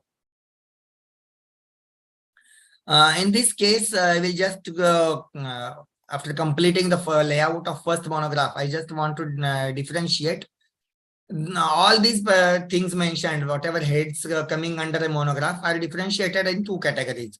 One is for regulatory compliance and another will be for non-regulatory information. Say, for example, the dose mentioned or Rasavirya Vipaka, this information is not of regulatory purview. Even if dose is given in formulary or pharmacopoeia, the Vaidya, whoever is using it, has complete liberty to change from that given dose. They can choose by their own wisdom, whatever lowering or increasing the dose, they are completely free. So initially, whatever we told about this, different language names, etc., that information also is of a non-regulatory nature. Only the botanical identification, chemistry related limits, assays, and other parameters, those will have mainly regulatory purview, and other are for informative purpose, so they may not be under regulatory purview. Similarly, let's go for a formulation monograph, which will come under part 2. There again, similar pattern, title, definition, and here formulation composition will be given. For each formulation, we will be specifying its formulation composition, like whatever classical reference has quoted the drugs, their interpretation in terms of our basonames, their botanical or whatever contemporary identity, part used, proportions, forms, everything will be given in formulation composition. This will be regulatory. Again, method of preparation is given, but this is of non-regulatory nature. Indicative method is given, that for that given formulation, how it is to be prepared. But a manufacturer can deviate from given method of preparation, provided the following below given specifications or parameters are complied. Within that range, manufacturer has liberty to for method of preparation. Definition, description of that material, and whatever powder microscopy or chromatographic profiling will be given. Powder microscopy is mentioned only in case where the number of drugs added as such is less than 10 or up to 10. If the number of drugs is more, then we skip that powder microscopy, because so too many characters will be mixed there. And wherever those drugs are processed, like in Avaleha, the drugs are not added as such. So while boiling, their cellular characters will be lost. So in such cases also, we will not go for powder microscopy. Physicochemical parameters, same like similarly what we saw for single drugs, similar are there for formulations also. In some additions would be there on case-to-case basis, like for oils, there will be some refractive index. There may be some sugar content in case of avaleha, etc. But otherwise, more or less, parameters are same. Apart from those monographs, we need to see these pharmacopoeias as a whole. So there will be some notices given in the initial pages itself. So general notices will give general guidelines. Each and every monograph, each and every line given in the pharmacopoeia has to be interpreted in reference to these general notices only. So there are very important ones. And whatever deviations given are permissible for the things given in monographs, those will also be given in these general guidelines.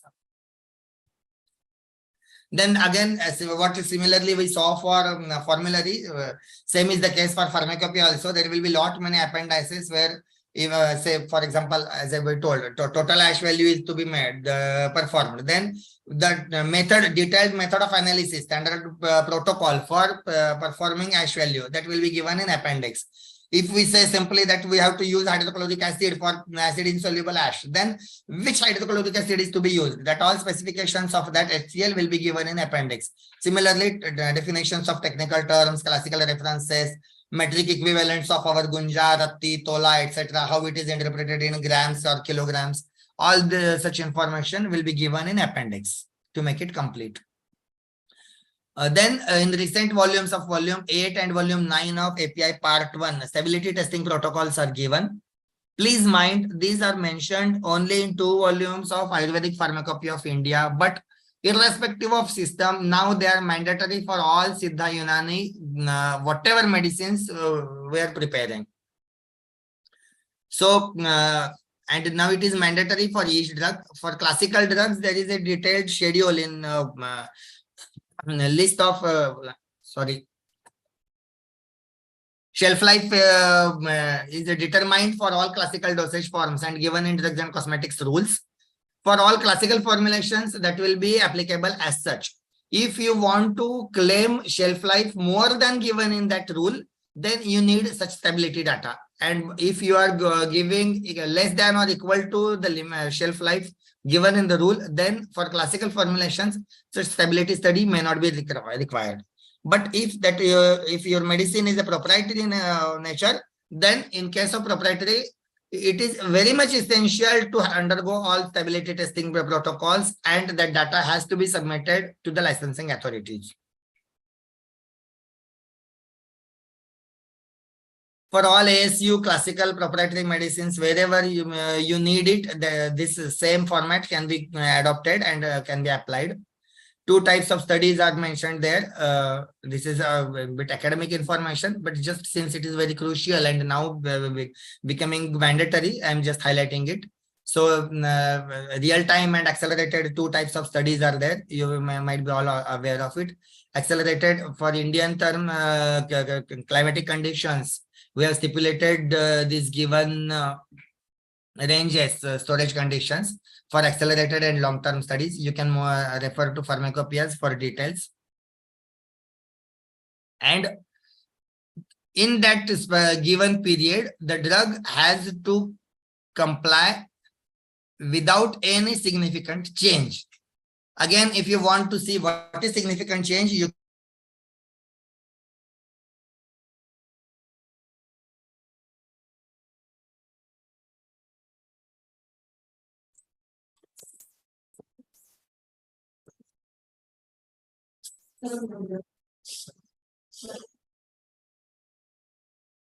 क्या हुआ?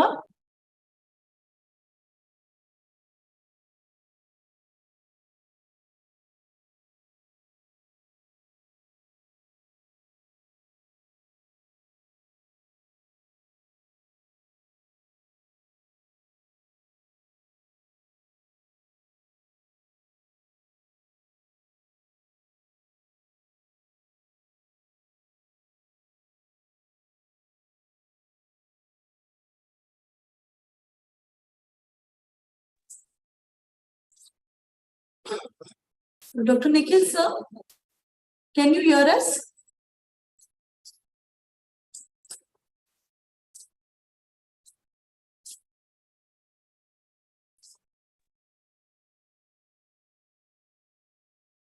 Can you hear me now? Yes, sir. Yes, sir. We had Sorry, I lost. think there was a loss of connection. I'm just getting it connected again. Yes, sir. Yes. You're audible and visible. Yeah, fine. We'll be breaking for lunch in another 5 minutes. So this is about the stability study protocols given there.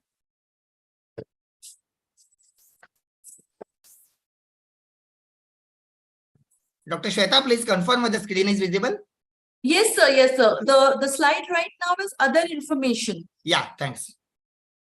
So generally, if you see for other pharmacopoeias, those will be giving only focusing on quality parameters. But since we are in our Indian systems, we need our other information because our drugs don't simply work on its chemistry. For us, our pharmacology depends on its rasa, virya, vipaka, how it tastes, how it works. So that information is equally important for us, and hence having a significant deviation from pharmacopoeias all over the world, we do mention all such therapeutic information also from our pharmacology point of view, and that is also included in our pharmacopoeias that may not be of regulatory purview. Here is just one example how HPLC analysis and its spectrum are displayed. This is the Daruharidra HPLC with berberine chloride as reference standard. Its detailed information is given in its monograph.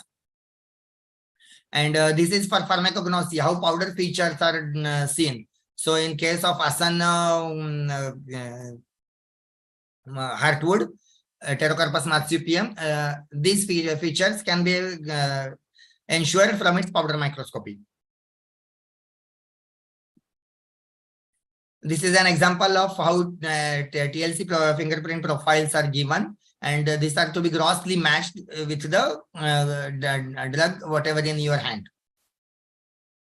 This was about formulary and pharmacopoeias. Apart from these two documents, which were of regulatory nature, there are some instances where we have published some atlas also. They are of non-regulatory nature, and they give additional supporting information about pharmacopoeias and formularies or drugs included therein. TLC atlas and macromicroscopic atlas, different series we have published. They give an aid to chemists or botanists for their identification. Just some illustrations of those. This is a profile of macro and microscopy, and this is the chromatographic profile. As I told already, for Siddha and Unani also, it is same case. For Siddha Pharmacopoeia of India and Siddha Formulary of India are there. And for Unani Pharmacopoeia of India and National Formulary for Unani Medicine are there. All go hand in hand, parallel to Ayurveda. In case of homeopathy, they don't have any concept of formulations. So there is no formulary or part 2 pharmacopoeias. So like single drug pharmacopoeia of other systems, only one series of HPI, Homeopathic Pharmacopoeia of India, goes for these monographs for homeopathy. This is just statistical information about the standards published till dates. A total 2259 quality standards of ASU and H single drugs.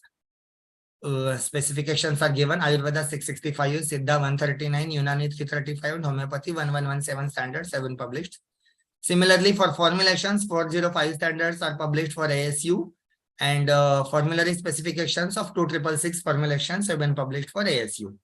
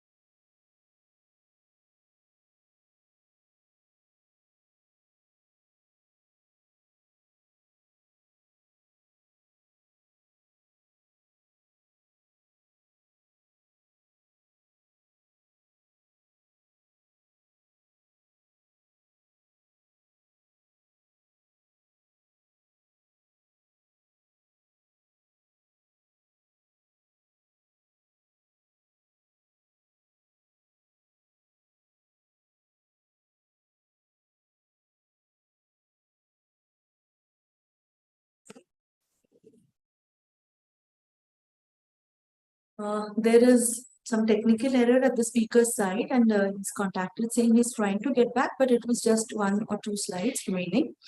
Before we break for lunch, my question to the participants, is there a collection of pharmacopoeias, either British Pharmacopoeia or Ayurveda Pharmacopoeia or any other pharmacopoeias in your college or institute? Please mention in the chat box that yes, API available. Yes, British Pharmacopoeia available. If no, none available. So we just come to know that access to these pharmacopoeias, whether they are in institutes or not. Please type in the chat box if there is Ayurveda Pharmacopoeia, AFI, or British Pharmacopoeia, or any other Indian pharmacopoeias available under institutes. Yes or no? And yes, then which are available? No, then which are not available.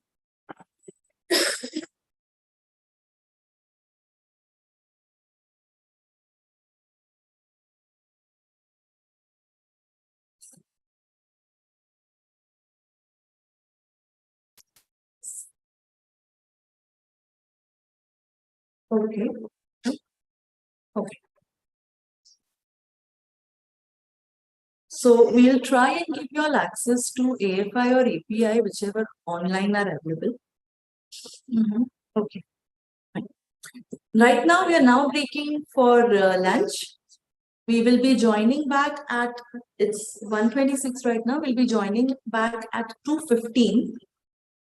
2:15 बजे हम वापस मिलेंगे.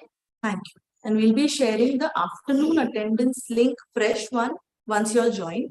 Morning में अगर some of you all said कि technical error था हम नहीं भर पाए, we will share in the lunch time the morning ones जो miss हुए. Once you join after the lunch, afternoon के लिए जाएंगे. I hope I'm clear.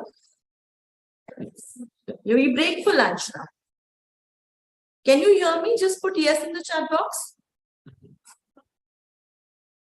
Yeah. Okay. Okay. Fine. Thank you. Join at 2:15.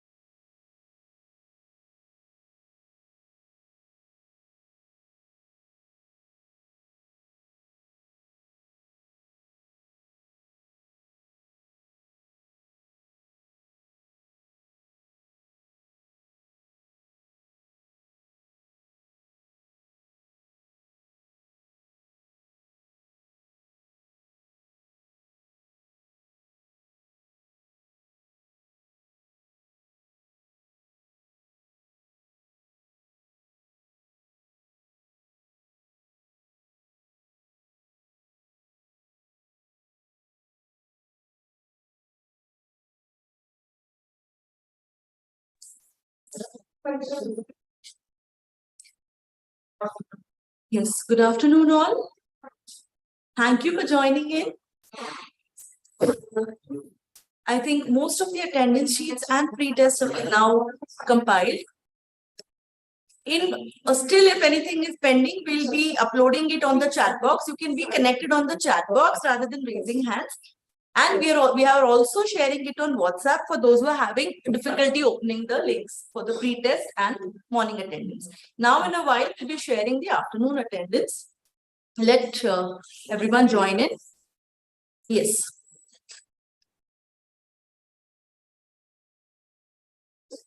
We'll wait for a moment and then join in as all the participants make it.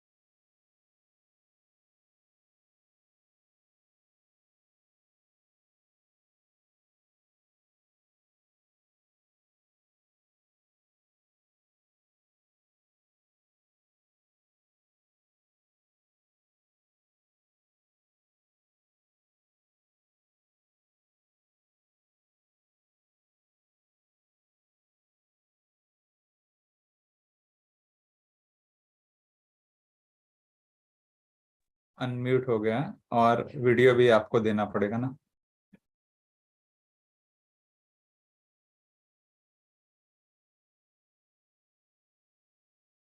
हाँ, video का नहीं हुआ है अभी तक।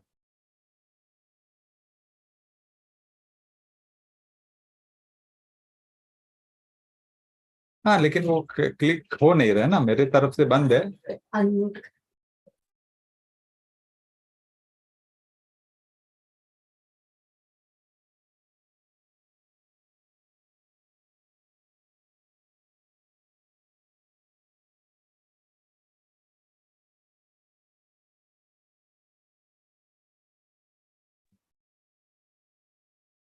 ठीक है, या thank you.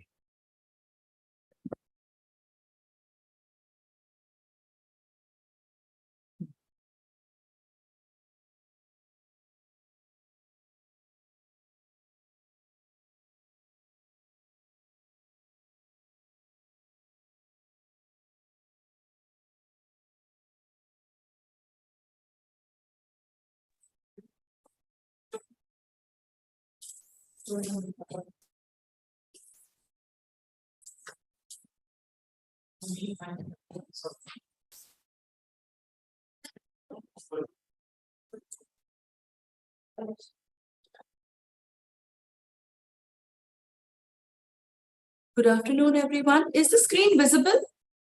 Just type yes in the chat box. Perfect.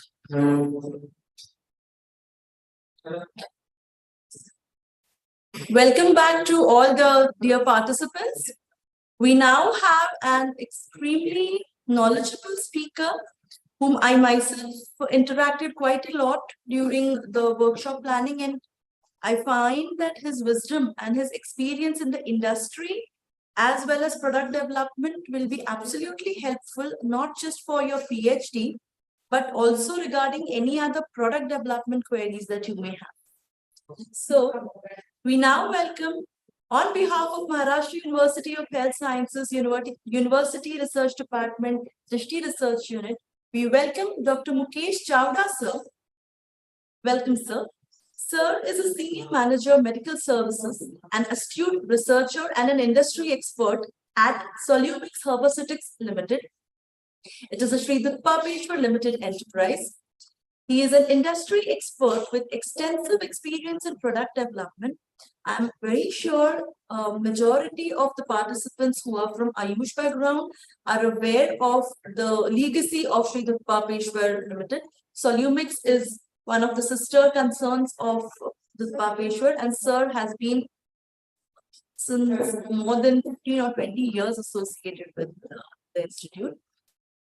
Fields of expertise of our speaker: planning and executing product studies, clinical, experimental and toxicity studies, new product conceptualization, registrations of these products and product launches, collaborative research projects on various herbal herbometallic formulations with esteemed institutes, including experts from IIT Mumbai. Total publications, though from an industrial background, total research publications at esteemed journals are more than 30. It's an honor having you on board, sir. We welcome you and over to you. Thank you, madam. Thank you. Am I audible? Yes, sir, you are. Yeah, thank you for the entire MUHS team, especially Telang madam and our VC madam. And I also thank Mr. Ranjit Puranik, our managing director, who gave me this opportunity to present my views. Now I will directly come to my presentation. Just let me know if it's visible. Is the screen visible now? Yes, sir. Okay. You can go full presentation. Yes, sir. Yeah. Now, the topic which has been given to me is regulatory requirements and research guidelines for evaluating the safety and efficacy of herbo-mineral medicines. Now, Dr. Shweta had already told me that when you start your presentation, you should tell that when I talk of Ayurveda, I'm just not just talking of Ayurveda. It's basically ASU drugs or ASU medicines. Is Ayurveda, Siddha and Unani medicines also. And see, the basic purpose which was told to me that we want to, what we can say, upgrade or given guidelines to the PhD students, who are pursuing their PhD in terms of regulatory requirements also, and in terms of their thesis work also, because ultimately it's an wide objective. And I think I'm trying to make this presentation very simple so that it's very easy to grasp also. And I had seen the timing. The timing was post lunch. Everyone is hyperglycemic. So I hope everyone will be attentive. I directly come to my presentation. See why these guidelines are very important. These guidelines are very important because the objective of Ayurveda, when we talk swasthya rakshanam aturasya vikar prashamanam cha, it's not just a curative medicine. We are also talking of preventive. We are also talking of rejuvenative medicine. Now keeping this in mind, we have to, our young generation has to start working, because we know the name of Ayurveda has been spoiled. It has been spoiled, because many liberals, they look at us, they say that, Ayurveda hai, no effect, no side effect. Means they say it is a placebo. Some hardcore, what we can say, allopathy lobby, they say Ayurveda, it is no effect and only side effect. So we have to tackle this. What is our objective? That this new generation of Ayurveda doctors or Siddha or Unani doctors, we have to initiate the steps, from our thesis work, from our research work, that, it's only effect and no side effect, provided our medicines are used in proper dose for proper duration with the proper adjuvant and proper diet. Because it's Modi ji's vision. No, he said Ayurveda hai to sahi hai. We have to prove this. Now, to prove this, it's not easy. Somewhere we have to start. And how do we start? The first is, many speakers spoke today, standardization. Even Rege madam, Dr. Sabnis, everyone was talking of standardization. Then safety and efficacy. When we talk of safety efficacy, it is preclinical safety and preclinical efficacy. It is clinical safety and clinical efficacy. And we have to graduate ourselves. Graduation in the sense, probable mode of action. Probable mode of action. How do our product work? We have to document this. And what documentation in the form of publications? I have shown some publications.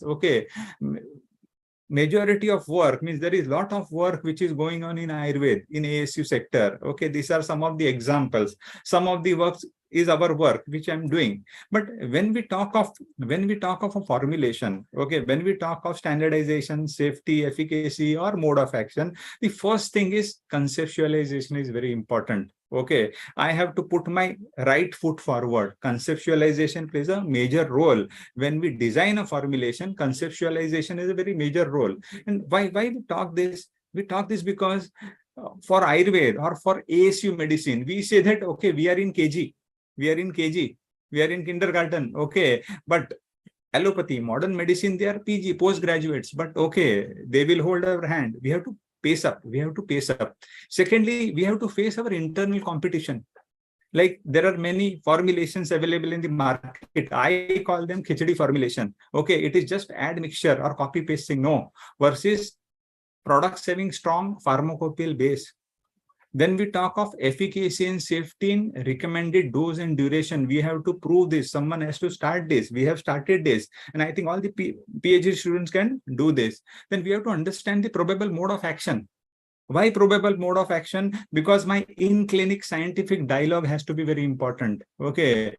Whether you are a manufacturer, you are a practicing doctor, you should know what you are offering your patient. Patient should know what medicine he is taking. Manufacturer should know what he has manufactured. Okay, here in clinic scientific dialogue is very important. When we talk of mode of action, okay, I take an example of Vasant Kusmakar Ras, which is in classical medicine. Okay, it inhibits WNT beta-catenin signaling pathway to slow down neuropathy. Okay, this is something very important. Someone has proved it. Okay, someone has given the effort. And last is in clinic scientific dialogue. In one line, okay, all the general practitioners, whether he's homeopath or Ayurveda or Siddha or MBBS doctor, our communication has to be very strong. Sir, our Ayurveda medicines in a dose of 1 tablet thrice a day for 8 weeks will increase the hemoglobin percentage by 2 g%. So this scientific dialogue, it is not possible without doing adequate research. See, ultimately, what is our objective? Now, if you see on the right-hand side, see the cursor. Okay, this is a modern insert. This is a modern allopathy insert. Now, this drug label or insert, it almost covers more than 50% of drug information. Okay, whether we talk of warning, contraindication or precautions, how to give it in a special population, drug-drug interaction, okay, ADME data, special instructions, adverse reactions, dosage and administration. Now see, we are in a very primitive stage, but somehow we have started. We have to graduate our insert, whether it is an Ayurveda insert or Siddha, or we are talking of homeopathy or Unani insert also. We have to graduate to this level, and this is not going to happen over the night. Okay, we have to do research, and there are limited pharma companies, Ayurvedic companies. Okay, we require manpower from the institutes. So our objective should be, okay, this insert of this allopathy, we have to make an insert which is at par with this insert. So we have to start working in this field, and that is the reason we require research. Now I start with conceptualization. I was telling that conceptualization is very important. Why conceptualization is very important? I will just read this one sutra. This is from Rasaratna Samuchaya. It is basically a formulation. It says, Varasanagnay, Patra Nishakvatham Madhuplutam, Dviradastula Deho api, Pibet Mashat Krusho Bhavet. Vara is Trifla, Asan is Pterocarpus marsupium, Agnay is Chitrak, Patra is Tamal Patra, Nisha is Haridrakvatham Madhuplutam. With Madhu, if this combination is taken, Dviradastula Deho api, a person who is suffering from elephantine obesity also, he can lose weight. So this is something which is called as pharmacopoeial base. Our formulations, when we talk of proprietary formulations, okay, our formulations should have root in our traditional books. And here we see, we look at Karela, we look at Methi, we look at Jamun, okay, and we prepare some khichdi formulation. Okay, it is not going to work. It will spoil the reputation of Ayurveda or Siddha or any other pathy. Why? Because we know that Methi and Karela, these are food items. Food items, the dosage required is always high. When I mix Karela and Methi in a tablet or in a syrup, it is not going to work. These modern people or a scientific community will laugh at us. So these are food items. They have to be taken separately. So this is an example of pharmacopoeial base. If I get a formulation which is based on this formulation, I can say, okay, this formulation has the potential to work. I can take it for further research. Now this one sutra, phala trikadikam kwatham punarnavastak mishritam tulasi tamal ki bhyamcha yakrujyam idam uttamam. This is an example. This is not an shastrokta shlok. Okay, this we have conceived this shlok. What does it say? A combination of phala trikadikvat, punarnavastakvat, tulsi and tamalki. Okay, this can help to revive the liver health. It has the name of the formulation. Now, it's not liver tonic. See, this is not a khichdi formula. It is a combination of phala trikadikvat, punarnavastakvat. These are two classicals. In brief, what I say, that this is a prescription. Okay, this is not a formulation, this is a prescription. Why it is necessary? Because this is not khichdi. I have not studied 10 market formulations and I have selected best herbs and the formulation. No, formulation will work provided it has its base in Ayurveda pharmacopoeia. So this rationale is very important. When you conceive, when you develop a new drug, our rationality is very important. Otherwise, product is not going to work. Maximum 1 year, 2 year, it will fail. It will not sustain the test of the time. So when we say conceptualization in terms of pharmacopoeial base is very important when we conceive a formula. I'll give one more example. My intention is not to promote any of our products. I have blinded all the what we can say labels. Okay, intention is we are in the market since 1872. This is our 151st year. So seers who have developed this formula had something in mind. Now this is Pachanam Tikta Bahalam Pathyam Cha Parikalpayet. This is the Chikitsa Sutra for Amla Pitta. This is the Chikitsa Sutra for Amla Pitta. And when we look at this combination, this is Shauktik Bhasma, Bhunimbadikvat and Yashti Madhu or Glycyrrhiza glabra. I call this is a prescription, and this prescription complies to this Chikitsa Sutra. Pachanam, Tikta Bahalam, Pathyam Cha Parikalpayat, Tikta Bahalam, this Bhunimbadikvat is Tikta Bahal formulation. So when we conceive a formulation, the confidence should come the moment I conceive the formulation. So this thing is very important. This thing is very important. Now, okay, you will conceive the formulations, but what are the guidelines? What you need to understand, see, this is not applicable. This Drug and Cosmetic Acts 1940 and Rules 1945. Okay, these are not just for industries. Okay, tomorrow you can become a manufacturer. Okay, you are a teaching faculty. You are a Vaidya. You should know these rules. Okay, you can develop your formulation. So which are the basic rules you should know? First is list of authoritative textbook. From the first schedule, the previous speaker was telling, okay, our formulation should have its connection or roots in list of authoritative textbooks. He had mentioned 58 books. Okay, that 58 books, we'll go through it. Then second is Rule 158B, guidelines for issue of license of ASU drugs. Okay, this I will brief you in a very simple manner. Third is Schedule even ingredients, list of poisonous medicines under ASU drugs. Then Rule 161, labeling norms for ASU drugs. Then Rule 161B, shelf life for ASU drugs. Okay, now this book, I have this book on my desk. Okay, I have this book, and this book is available online also. When Dr. Shweta shares this presentation, no, okay, you can download it in the form of PDF also. So today's presentation is basically, I will brief you on these aspects with very simple examples. When I talk of list of authoritative books, okay, the first schedule, okay, it is 58 books. Okay, there are sub numberings also. I have highlighted some books, which is Ashtang Sangraha. Okay, it is an authoritative book. When you conceive a formula, okay, it should have its connection in Ashtang Sangraha. Or second is Bhaishajya Ratnavali. Third is Charak Sanhita.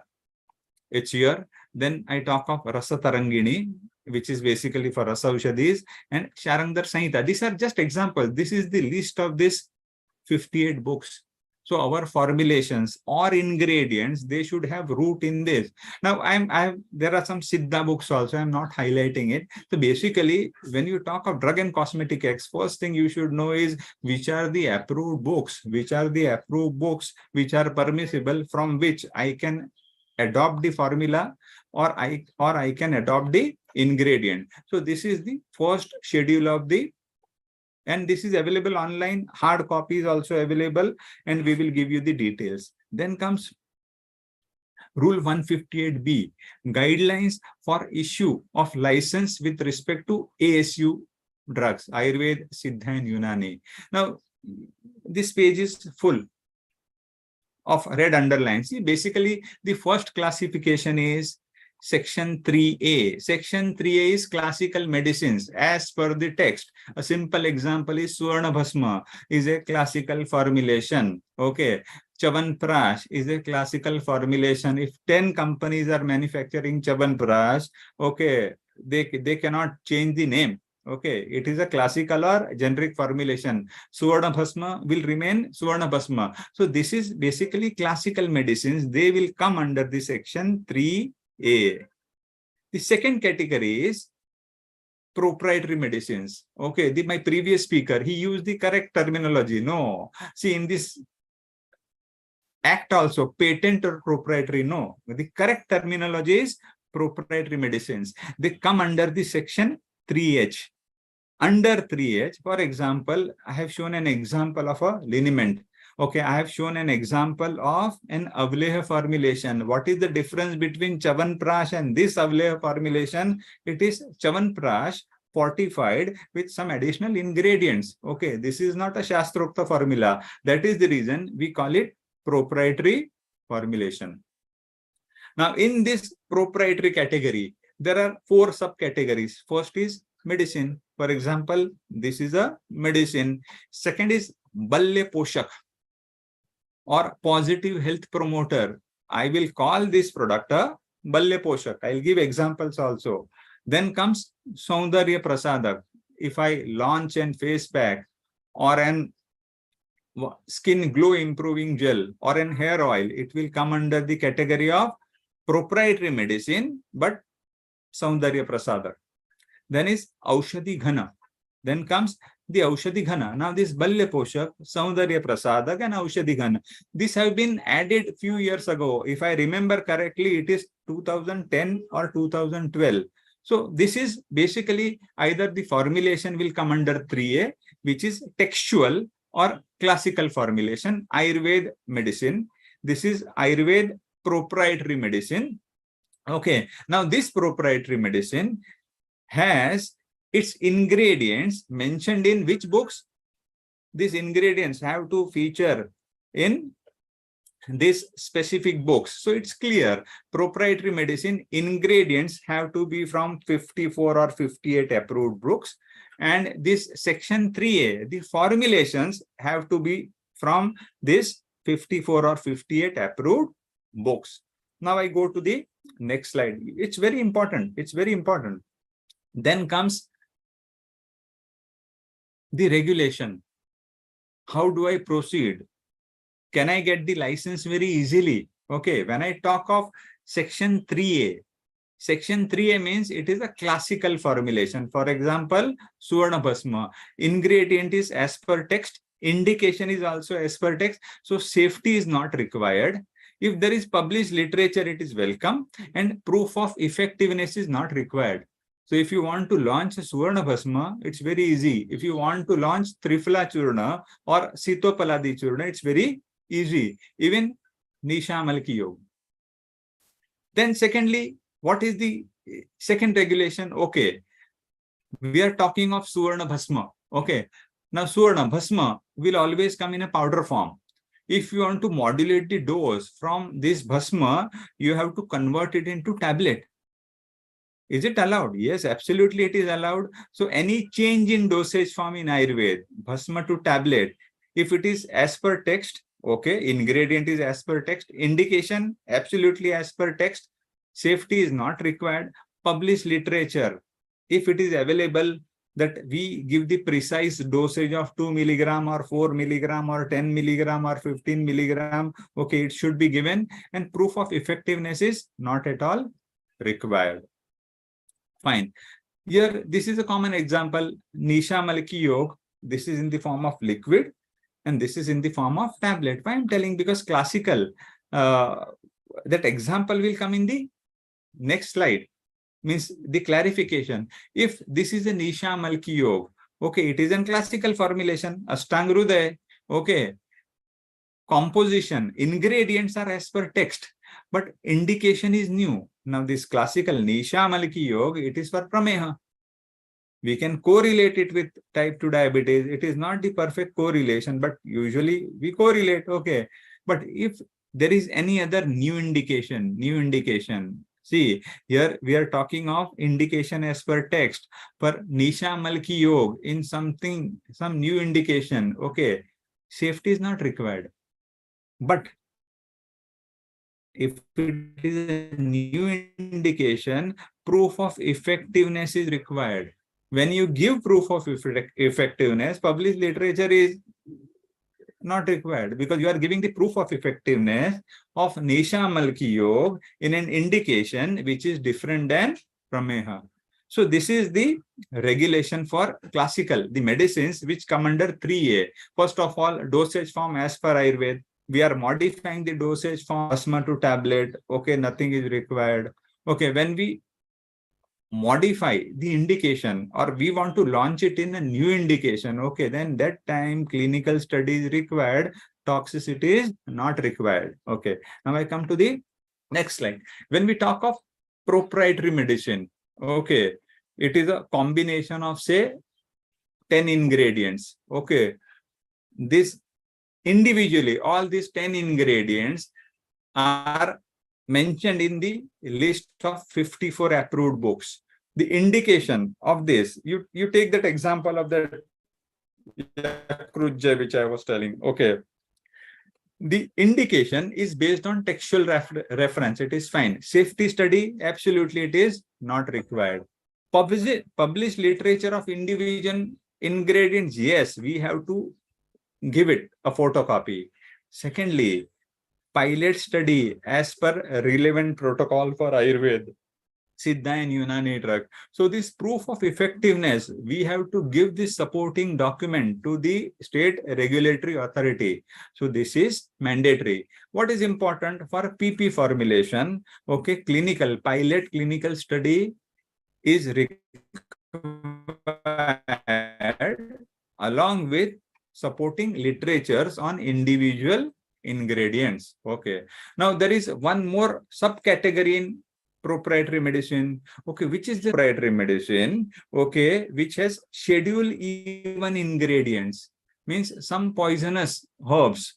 Okay, if it has ingredient containing schedule even ingredient, now this schedule even also, it is as per text.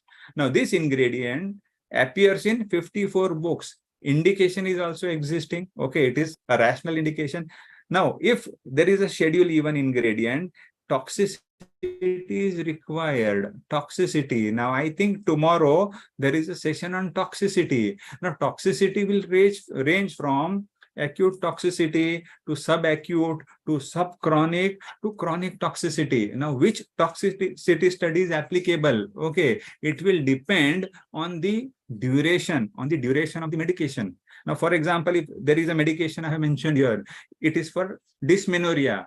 It has to be taken only for 5 days. Okay, then subchronic toxicity is sufficient. Now, why I'm given one example of schedule even ingredient. This is Khurasani ova, Hyoscyamus niger. Okay, it appears in schedule even ingredient. So we have to keep this in mind. And these are very basics and very easy, what we can say, understanding of the Drug and Cosmetic Acts. Then see this schedule even ingredients. First is vegetable origin like ahifen, arka, bhalla, tak, bhanga, danti, dhatur, gunja, Jaipal,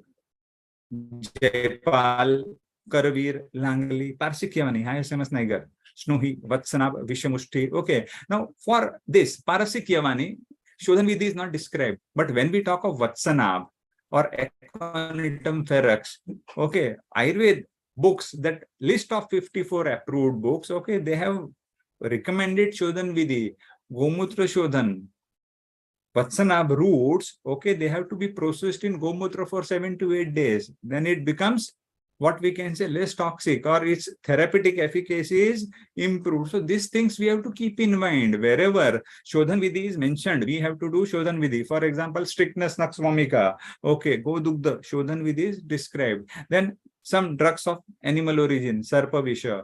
Then mineral origin, Gauri Pashan, Hartal, Manashil, Parad, Rasakarpur, Tutta, Ingul. One thing you have to keep in mind, okay, our classical medicines, for example, Arogya Vardhini, it contains Schedule 1 ingredient, no? Parad. But here, although it contains Schedule 1 ingredient, okay, in this, there is no provision of toxicity. Why? Because this formulation itself is mentioned in Ayurvedic classics. So, this you should keep in your file. This Schedule 1, these basic necessities to launch a product or to develop a product, you should mention in your file. Now comes the other PP formulation. First was medicine. Second is this our new introduction for proprietary medicines in Balya Poshak category. Balya Poshak is, in English they call it positive health promoter. When we talk of positive health promoter, see, there is a license. Now, for example, if this is a calcium supplement, okay, positive health promoter, we get the license. This is Suvarna Prashan. This is Suvarna Prashan. We talk of positive health promoter. Okay, we are talking of intellect and immunity here. So this license for this Mahasvarna Yog, it is a proprietary formulation under subcategory of positive health promoter. This formulation is a proprietary formulation under the subcategory of Balya Poshak or positive health promoter. Okay. Now, if it contains Schedule 1 ingredient, toxicity is usually applicable. But when we talk of positive health promoter, usually people avoid Schedule 1 ingredients. What is required? What is required? We have to give the photocopy of the textual reference from the book, that 54 or 58 books. Same is applicable to Saundarya Prasadak. It comes under the category of proprietary medicine. Saundarya Prasadak. Okay, if it is a clean formulation without Schedule 1 ingredient, only photocopy of the textual reference for its ingredients. If it contains Amla, if it contains Bhrungaraj, okay, this individual references we have to submit. And safety studies only for Schedule 1 ingredients. Which are the Schedule 1 ingredients? This is the list of entire Schedule 1 ingredients. Now, one important category. That is, this is also new edition, no? Aushadhi Ghana. When we talk of Aushadhi Ghana, first is aqueous extract. It is as per text. Indication is also as per text. Safety study is not required. Published literature is not required. And no proof of effectiveness is required. I am giving an example of Nisha Malki Yog. Dhatri Rasapluta. Pranne Haridram Makshik Kanvitam. Means Amalki juice with haldi powder or haridra powder. So this becomes a classical formulation. So this will fit in aqueous extract. Okay. Because it is a it is PP formulation. Exactly, we will not call it aqueous extract because one product is in the form of powder. But I'm just giving an example. I'm giving an example. Here, nothing is required. But Nisha Malki Yog in the form of tablet. Combination of two powders. Okay. Indication is textual. Indication is textual. If it has aqueous extracts of both Nisha and Amalki, okay, no safety is required, no toxicity is required. Aqueous extract for a new indication, I will require a clinical study. If for this tablet, if there is a new indication, okay, which this indication is not mentioned here, because if you say Pramehana Shaman Aushadho, okay, so only indication is Prameha. If there is any other indication, some novel indication, okay, I need to substantiate it with a clinical study. Then comes hydroalcoholic extract. If it is ingredient, hydroalcoholic extract of Tulsi, ingredient is textual, indication is textual, nothing is required. References are available on the net, references will do. Okay, someone has done the work. If it is hydroalcoholic extract, Tulsi, for a new indication, safety is required. Again, safety, whether it is acute or it is chronic toxicity or it is mutagenicity or it is teratogenicity, all will depend on the indication and the duration of the medicines for which it has to be taken. Now, extracts other than hydroalcoholic extracts, okay, here in this category, okay, in this category, whatever indication is decided, a detailed toxicity profile is required. Acute, chronic, mutagenicity, teratogenicity, everything is required. And this has to be substantiated with a clinical study. So, in brief, here it will be treated like a new chemical entity in allopathy medicine. We have to follow the mice to man approach, preclinical, then clinical.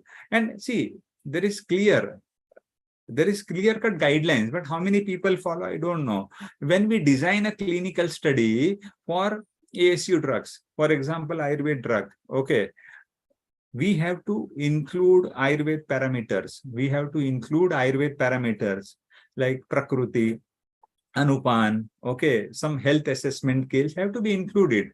The major issue which we are facing is these scales. This I have covered in the subsequent slides. Now, you know the regulation. Once you launch the formulation, okay, when you submit an FDA dossier, okay, labeling norms are also very important. Here I have taken an example of a classical formulation, Kaishore Google. Okay, almost all the Ayurveda companies, they manufacture Kaishore Google. Sorry. So first, Kaishore Google, Sharangdar Sanhita, Madhyam Khanda. This is the reference. I'll just zoom it. See this. So this Sharangdar Sanhita appears in the list of that 54 or 58 books. Okay, so this is an, see the Ayurveda medicine. When we talk or when we write Ayurveda medicine, it is Ayurveda Shastrokta or classical medicine. So this we have to comply. So detailed textual reference from first schedule book. Second, list of all ingredients. Now here, there is hardly any space. So they have given a provision. If you cannot fit all the ingredients or the ingredient list is big, okay, you give it with an insert. See, it's mentioned here. You have to provide an insert. Now, what is an insert? See, this is the insert. This is the, we have to give an, refer the insert for detailed ingredients. When we talk of detail, ingredients with its Sanskrit name, with its Latin name, with its composition in metric system, 11.28 milligram, 5 milligram, 10 milligram, everything has to be, it is clearly defined.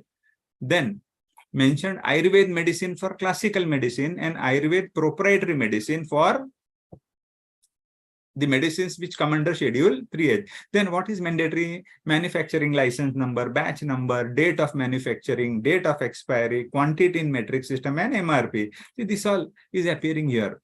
This all is appearing here. So we have to be very, regulation is very easy.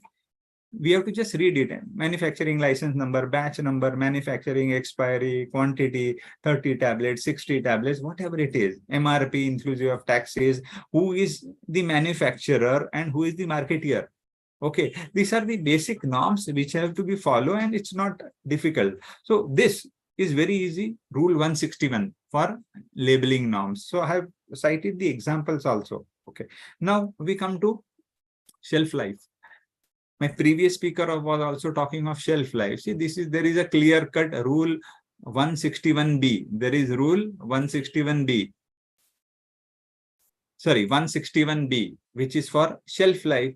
Now, clear-cut shelf life is given. For example, for Churda and Kwata, shelf life is 2 years. For Guti Vati, it's 3 years. Now, I'm highlighting Rasaushadis and Asavarishta. No expiry date. See, it's mentioned, no expiry date. No expiry date means our regulation says that over the time they become more efficacious. But there is a regulation. We have to keep the record till a period of 10 years. This is very important. When we talk of Ghanavati, again the same thing. Special cases, for example, serial number 23. Serial number 23 is Bhasman Pisti. no expiry date. No expiry date. When we talk of no expiry date, see, there is a regulation. They start solidifying after 5 years. Okay, so they may need 1 or 2 putter before using them in the dosage form. So this has to be complied, and again we have to keep the record. All record has to be very perfect. Now, okay, you have launched a product as per the Drug and Cosmetic Acts. Okay, now how to revalidate it? How to revalidate it? Because in Maharashtra we have been saying, no, baap dakhav nahi to shraddha kar. Okay, so we have to give the proof that my product works, my product is effective, my product is standardized. Okay, so in allopathy they follow mice to men model. Mice to men is from preclinical studies to clinical studies. For ASU drugs, even for homeopathy, okay, this model is very easy. We follow the approach of reverse pharmacology, because our ingredients, when I talk of tulsi, when I talk of haldi, when we talk of nishamal kiyog, okay, these are used. There is experiential use. So here what happens? There are supporting references. These are described in Ayurveda text. So we can follow men to mice model. Okay, we can follow men to mice. You start clinical studies, start an exploratory study, start an pilot proof of concept study, followed by phase 2 studies. This is what usually is followed. So here we follow men to mice approach for ASU drugs. Now, why this? Now, but this approach, we said that first, one of the important thing was conceptualization.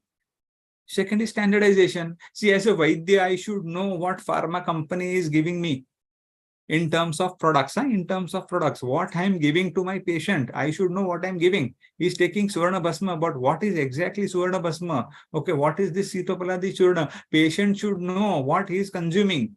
So standardization is very important. Why it is important? Because 100, 200 years ago, it was an era of personalized medicine. Okay, a patient goes to a Vaidya. Vaidya does the diagnosis. He prepares in-house medicine. He gives it to the patient and he assesses the response. It was easy, but today, ये ready-made का ज़माना है. Okay, patient goes to Vaidya. Vaidya diagnosis. Majority of Vaidya, they rely on ready-made medicine. When we talk of ready-made medicine, there are chances of shortcut in manufacturing. I will give an example of shortcut. And this shortcut in manufacturing leads to decline in quality, quantity, and process also. Ultimately, decline in therapeutic deliverables. When we talk of decline in therapeutic deliverables, it also means toxicity. Now, this is not just what we can say responsibility of the manufacturer. It is the responsibility of manufacturer as a Vaidya. Vaidya means it covers the practicing Vaidyas also, and it covers the teaching institutes also. Somewhere we have to start the research work. I give an example. Okay, we are well known for manufacturing Suvarna Bhasma. I give an example. We procure these gold biscuits. It is converted into ribbon. Okay, ribbons are cut into small pieces. Then we do Shodhan Vidhi in Kanchana Arkvat. After Shodhan Vidhi, this Suvarna is mixed with Parad, then mixed with sulfur. What is the concentration? 1:2:3. Okay, so it contains 1 part of Suvarna plus cut 2 parts of mercury. Okay, we triturate it. It is converted into this golak. It is kept in equal amount of sulfur, Shuddha Gandak. We put it in an earthen vehicle. We give Lagu Put Bhatti using 31 Utpal. This is standardized. Okay, we heat it slowly. The temperature reaches 750 degrees. After 1 put is complete, again, equal amount of Gandhak is added. And this Prakriya is done for 14 times. So it requires 14 putter. So to get this Suvarna Bhasma, it requires almost 30 to 35 days. So here comes the shortcut. Here comes the shortcut. We don't do shortcuts because we have done some extensive work. So this is a very tedious process. So there are chances of human error. So we need a standardized product. I should know what I am giving to the Vaidya and to the customer. See this. This is our work with IIT Powai. I think Dr. Jayesh Bellare tomorrow, he will also highlight that work. I don't know. But this is Suvarna Bhasma prepared by 5 different manufacturers.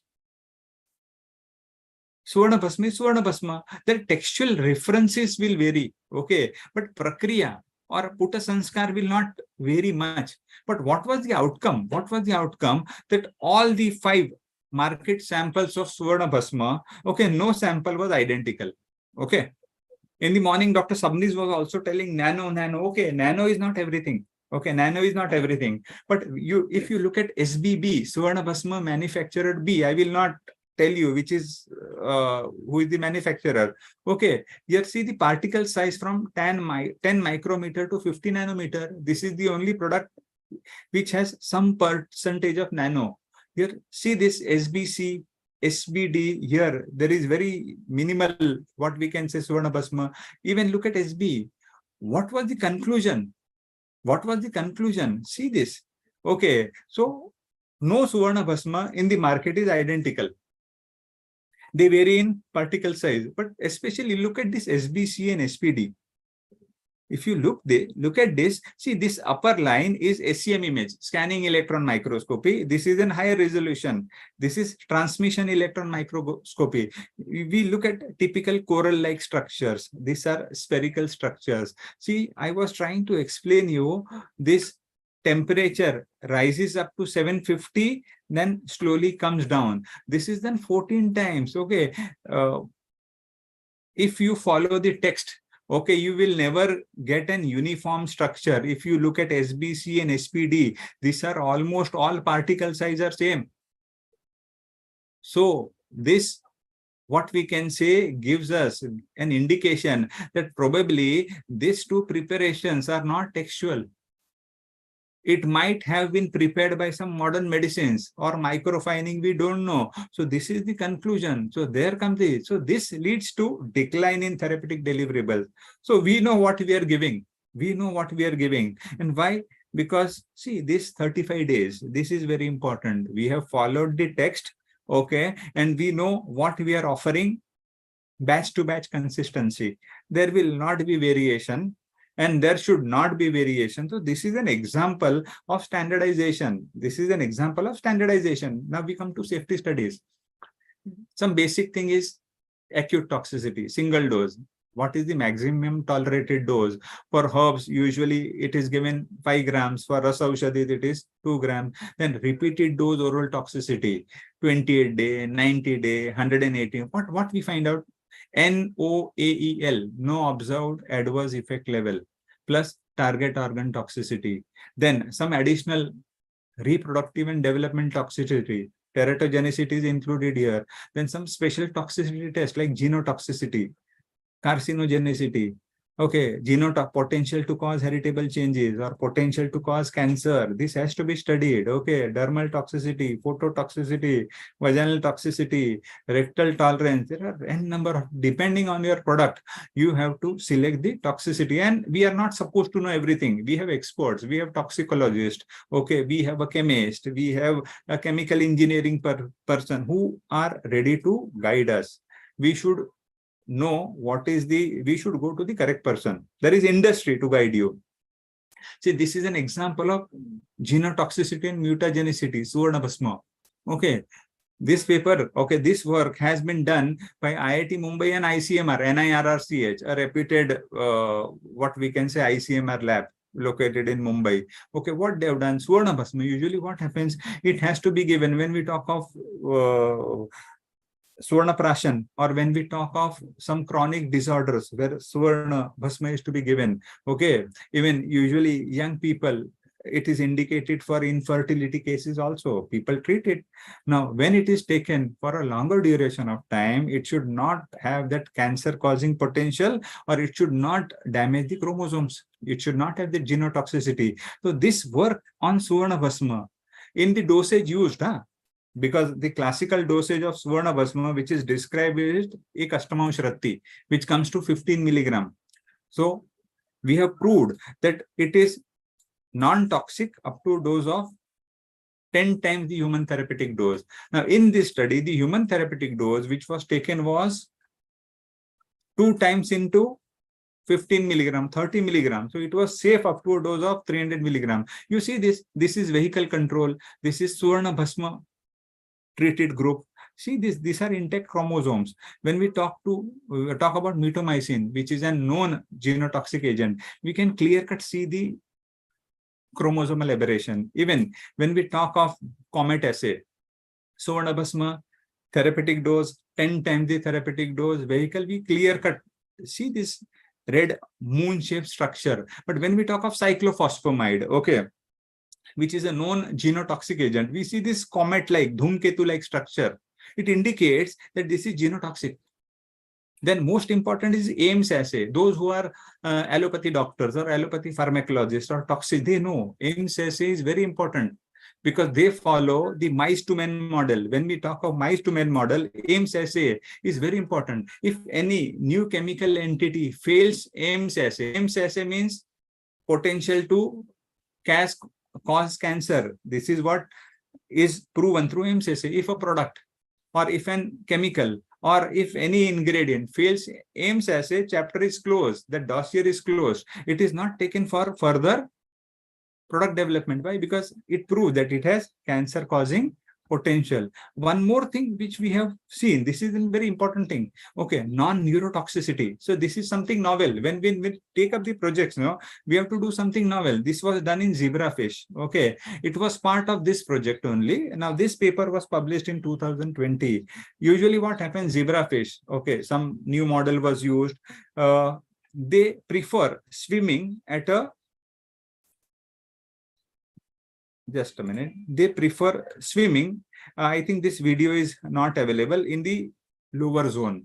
Why? Because if they swim on the upper zone, the risk of what we can say being targeted is more. When Suvarna Bhasma treated zebrafish, okay, now it's visible. See this. They prefer swimming in the lower zone. The zebrafish treated with Suvarna Bhasma, okay, their risk-taking behavior improved. Okay, it is an indication of non-neurotoxicity. So this kind of novel model, because Medhya, Suvarna Bhasma has been described in Ayurveda. So we have to use some novel experimental models to prove. Now this work was appreciated, but now we have to replicate this work. Then this work was done in association with KM Hospital. Rege Madam had taken the lead. It was our collaborative work. See, usually what happens, there are many allopathy doctors. This non-steroidal anti-inflammatory drugs. Now, some 10-15 years ago, we used to know that NSAIDs, they damage the stomach. They cause gastritis. Okay. But in last 15 years, after the advent of capsule endoscopy, what we found out, these NSAIDs, in addition to damaging stomach, they also damage the small intestine, which is called as enteropathy, small intestinal mucosal damage. And there is a huge paradox. Usually to protect stomach, along with these painkillers or NSAIDs, we prefer rabeprazole, pantoprazole, ranitidine. Okay, they protect the stomach. But when these PPIs are given with NSAIDs, okay, we minimize the risk of gastropathy, but enteropathy is worsened. PPIs plus NSAID can exacerbate enteropathy. No, this is a paradox. So NSAIDs are not safe for a longer duration of time. They cause both enteropathy also and they cause gastropathy also. Now, in Ayurveda, okay, we have one ace ingredient. No, we have Google. We use Vishesh Shodhit Google. Samanya Shodhan is applicable, but Vishesh Shodhit Google is Gomutra Vishesh Shodhit Google and Trifla Vishesh Shodhit Google. What we found out that our Vishesh Shodhit Google, usually it is given for a long time, no, whether we treat obesity or we treat inflammatory or degenerative joint disorders, it is given for a longer duration of time. Okay. There is reduction in myeloperoxidase activity. Now, what is myeloperoxidase? Myeloperoxidase is an enzyme which is secreted by white blood cells, neutrophils. Whenever there is inflammation, whether it is stomach or small intestine, okay, there will be neutrophil recruitment. More neutrophil is more MPO activity. Now, in this group, if we see Trifla Vishesh Shodhit Google and Gomutra Vishesh Shodhit Google, this is the diclofenac group.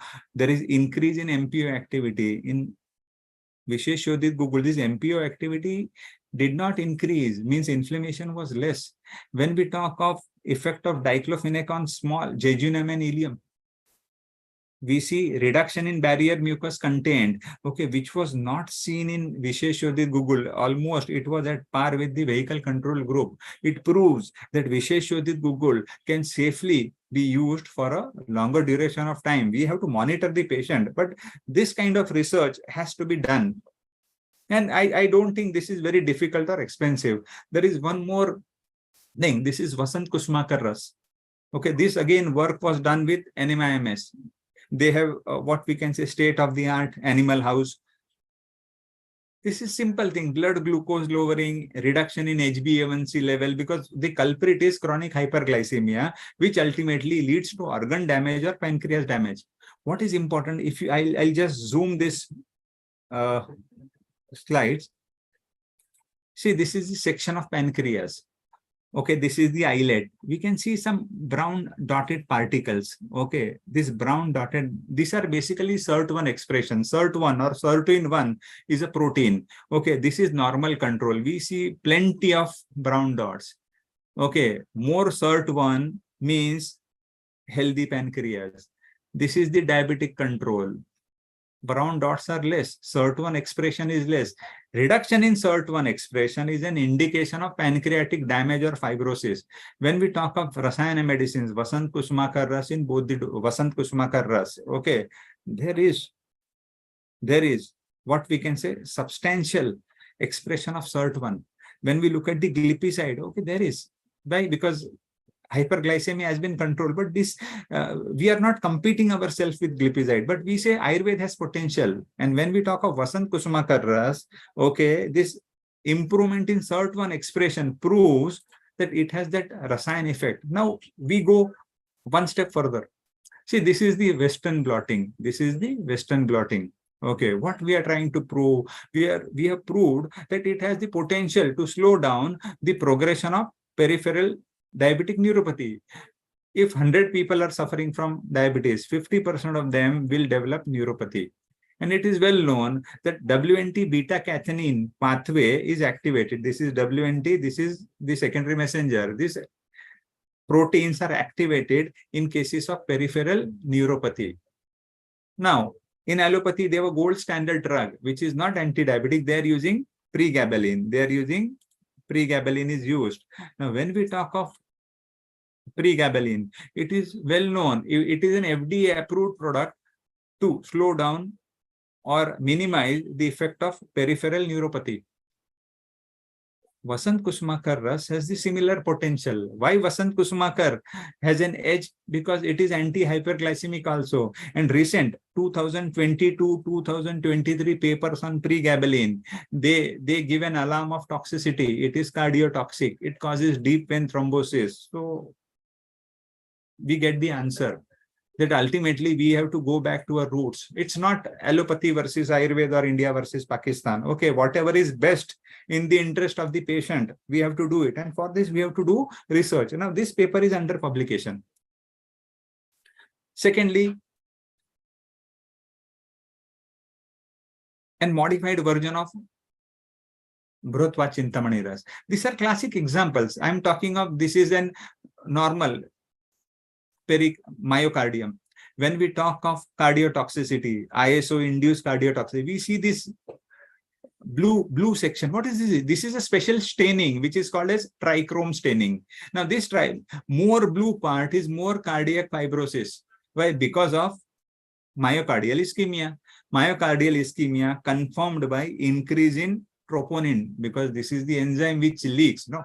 Basically, whenever there is an heart attack, and we are talking of preventive cardiology. We are not competing with acute MI drugs. Okay, we are talking of preventive cardiology, and it's one of the Rasayana medicines, no? Bhrotva Chintamani Ras.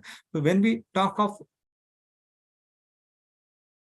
this Ayurveda drugs containing Bhrotva Chintamani Ras, there is reduction in the myocardial fibrosis, which is seen, and this article is published in Springer Index, okay, in Journal of Diabetes and Metabolic Disorders. So such kind of preclinical work and clinical work has to be done. Then this is a classic example of mice to men model. Okay, this is a product. which was studied by an orthopedic surgeon as suggested by Dr. Nirmala Rege. This paper was published in 217. Okay, we proved that an Ayurveda intervention, the clinical efficacy of Ayurveda intervention is equal to paracetamol 650 milligram, which is gold standard in OA management, because NSAIDs cannot be given for a longer duration of time.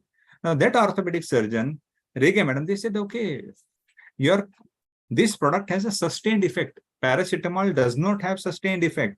You study its chondroprotective effect, because OA management is an unmet need.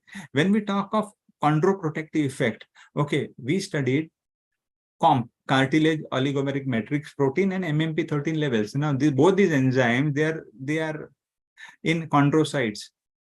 These are increase in COMP and increase in MMP13 are indicative of cartilage damage.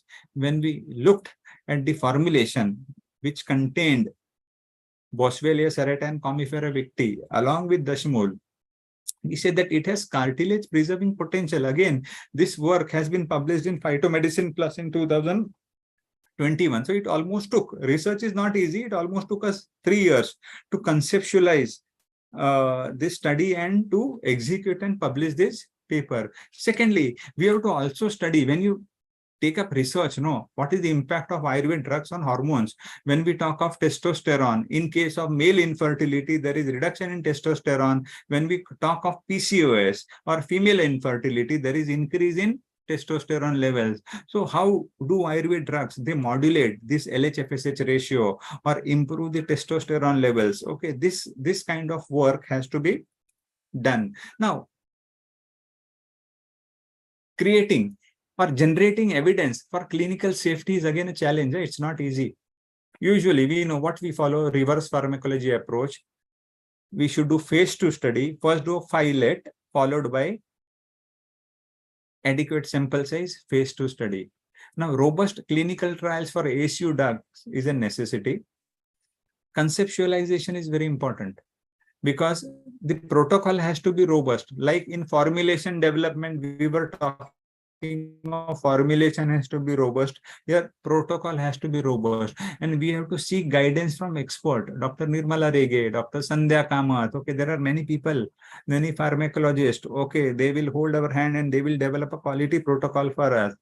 They will help us in endpoint decision, inclusion, exclusion criteria, which are the minimum investigations: hemogram, iron profile, DEXA scan, okay, alkaline phosphatase, endoscopy, which is required. Now, see why this is important, because this research industry is not doing. Industry has money. We are talking of the students. Where will they bring the money?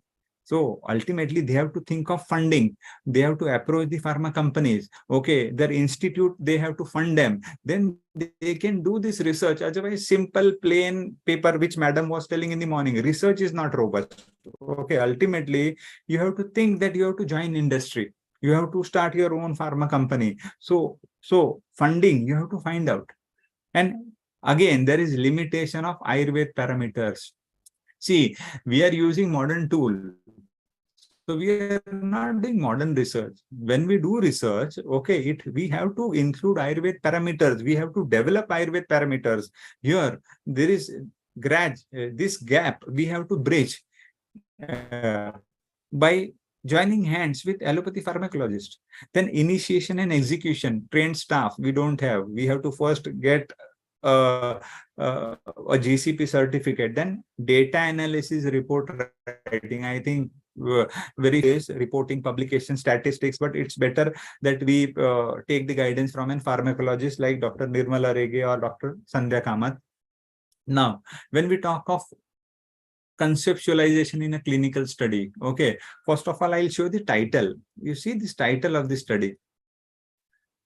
In this title, there is open label, single arm pilot study to evaluate efficacy and safety of formulation in endoscopic gastritis. Now see, this is an Ayurvedic study and allopathy indication. No, it's not so. So we had a brainstorming session in KM department. Now, what is this? Madhav Nidan says, what is Amlapitta? Avipaka klamotklesha tiktam lodgar gaurave, rutkantadaha, arochebisha amlapittam baded bishak. These are the clinical signs and symptoms of Amla Pitta. Now, when we talk of Amla Pitta, how do I correlate it? How do I correlate it? Because there are two. The recent terminology is functional dyspepsia. Basically, what is functional dyspepsia? Functional dyspepsia is a combination or prominence of postprandial distress syndrome, PPDS, or epigastric pain syndrome. What is PPDS? Meal-related symptoms like fullness and early satiation. Fullness. When we talk of fullness, it is abdominal fullness. It is nothing but Udar Gaurav. See this sutra. When we talk of early satiation, means inability to complete a meal. This is nothing but aruchi. I am not able to complete my meal. Second, epigastric pain syndrome. Meal unrelated symptoms like burning and pain. It is Rutkantadaha and aruchi.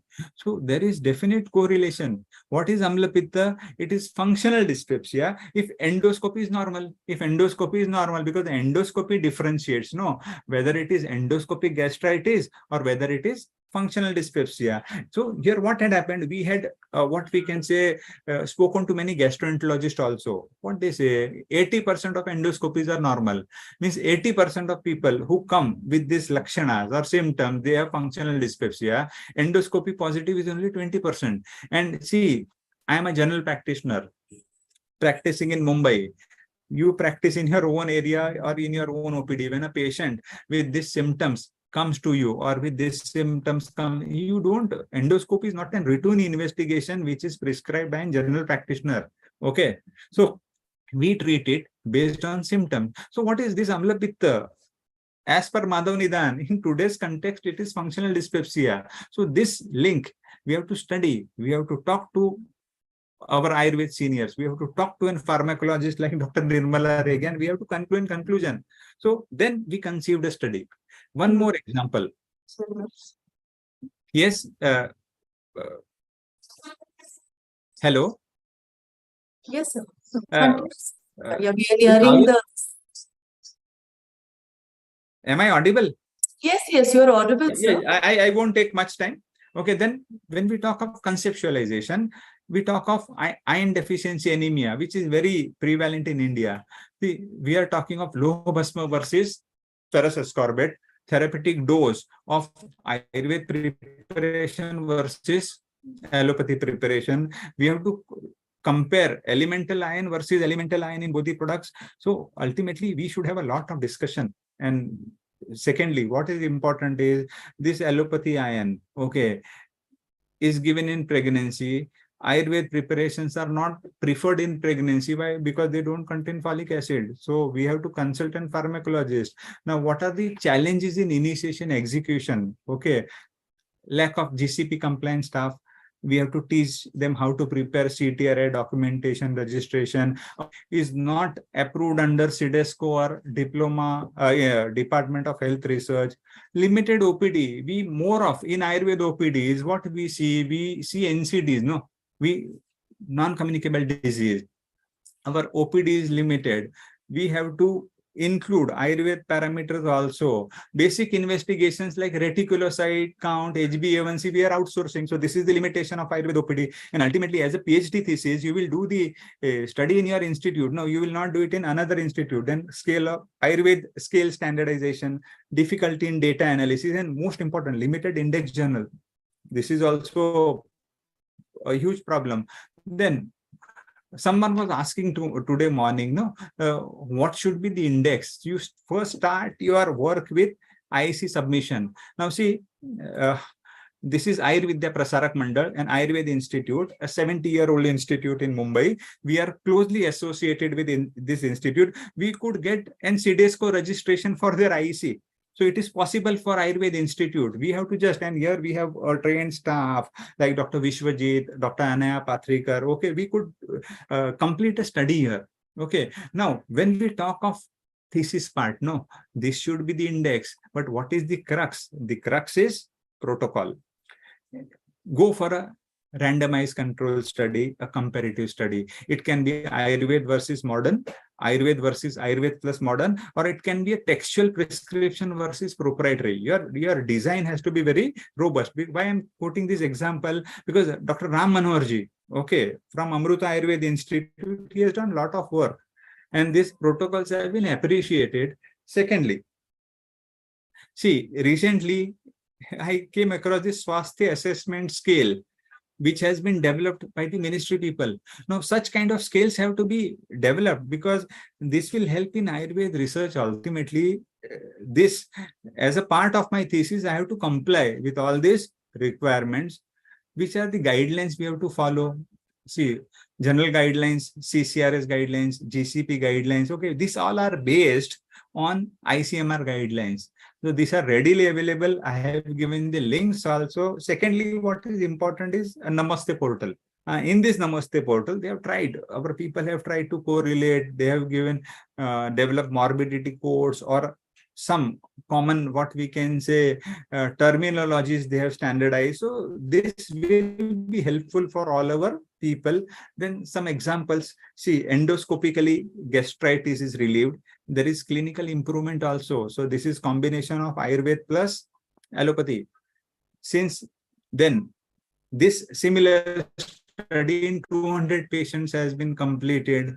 See, safety is very important. Efficacy, we know our products work, but we proved safety in 200 participants. This was very important. Reduction in Amla Pitta symptom rating scale, complete relief out of 204 participants. This was a multi-centric study. 190 participants got complete relief in Rutkantadaha, which is a cardinal symptom. Secondly, when we talk of iron deficiency anemia, there are publications available that in addition to increase in hemoglobin levels, it improves iron stores also. And we have to standardize the scale, Pandurok symptom rating scale, which is based on Ayurveda parameters.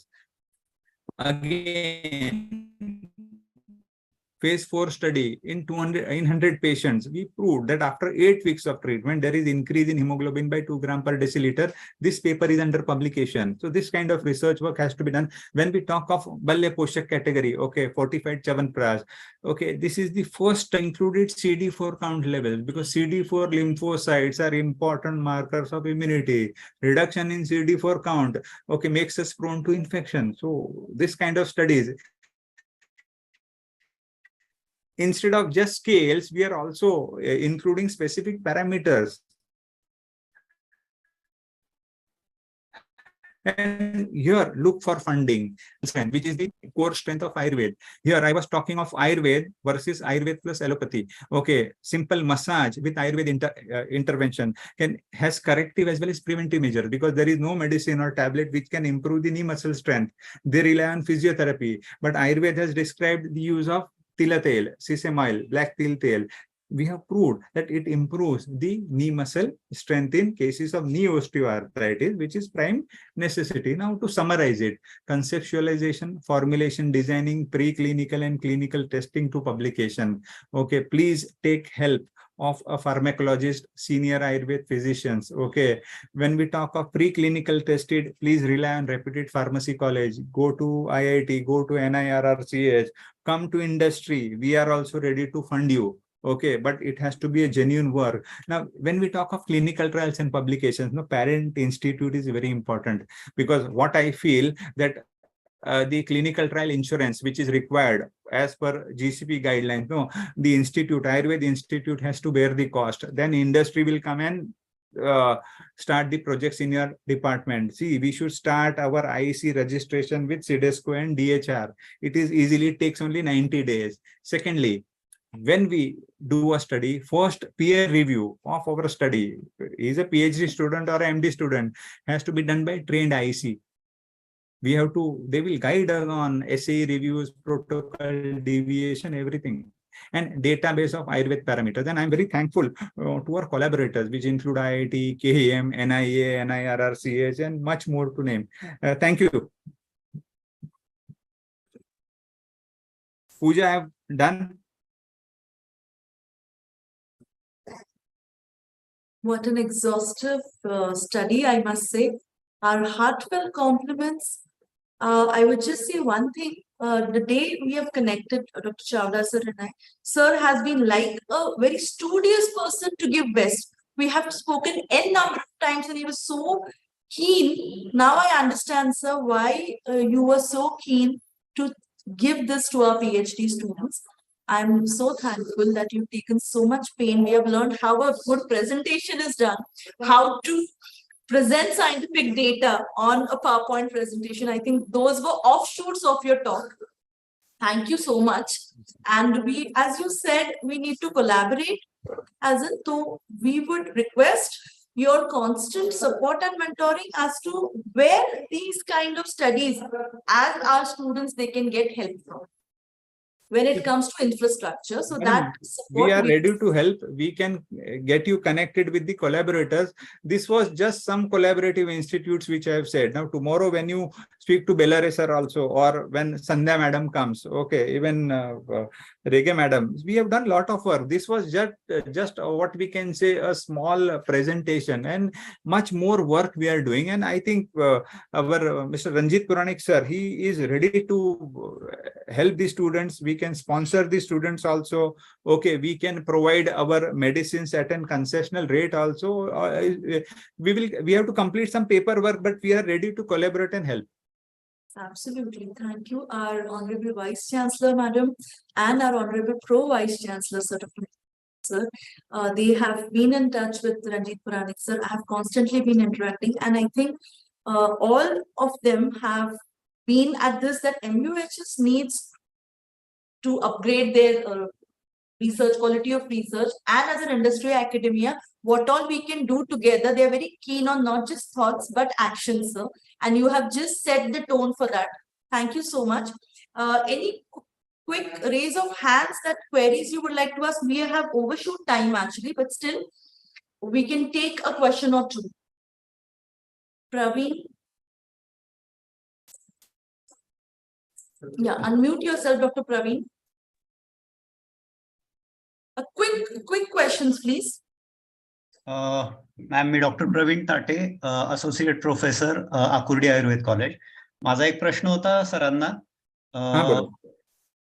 Actually drugs and cosmetics act नुसार जे classical फॉर्म्युलेशन्स आहेत, तर त्यामध्ये काही change करता कामा नये, बरोबर? Classical change formulation मध्ये काही चेंज करता कामा नये, बिलकुल. आणि जर आपण चेंज करत असू, एखादा इन्ग्रेडियंट त्यात टाकत नसू, तर आपल्याला ते क्लासिकल जे नेम दिलेलं आहे ते वापरता येणार नाही येणार, बिलकुलच नाही येणार. तर मग आपण वसंत कुसुमाकर म्हणा किंवा दशमूलारिष्ट म्हणा, याच्यामध्ये कस्तुरी दिलेली आहे, आणि बाकीच्याही बऱ्याचशा फॉर्म्युलेशन्स मध्ये काही बॅन्ड ड्रग्ज आहेत किंवा काही वस्तू मिळत नाहीत, तर असे आपण टाकतच नाही आणि तरी आपण त्याला क्लासिकल नेम देतो. तर हे कितपत योग्य आहे?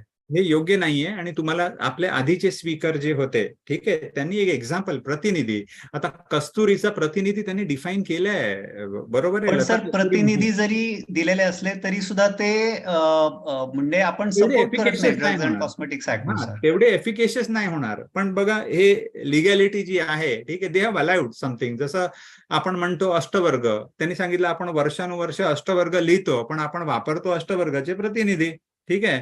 तर कुठे ना कुठे त्यांनी असं त्यांनी ऑफिशियली कुठेही अलाउड केलेलं नाहीये. ठीक आहे. हे जे कस्तुरीचं आहे ना, Kasturi, Lata Kasturi, okay, I will find out my file. I think there is a provision. I will send it to you. Okay sir, okay, thank you. Yes yes. Medha Joshi madam ना तुमच्या इथे? नाही. Okay okay, fine. I think I have visited. I will find out. I will give it to you. Okay sir, okay, thank you. Yes sir. Joshi madam, काय चिकित्सेला? Yes sir. Yes, okay. Dr. Vishwas Kadam, we take this last question. Yes. Unmute yourself. Okay, ma'am. Sir, मी dental फॅकल्टीचा आहे. Yes.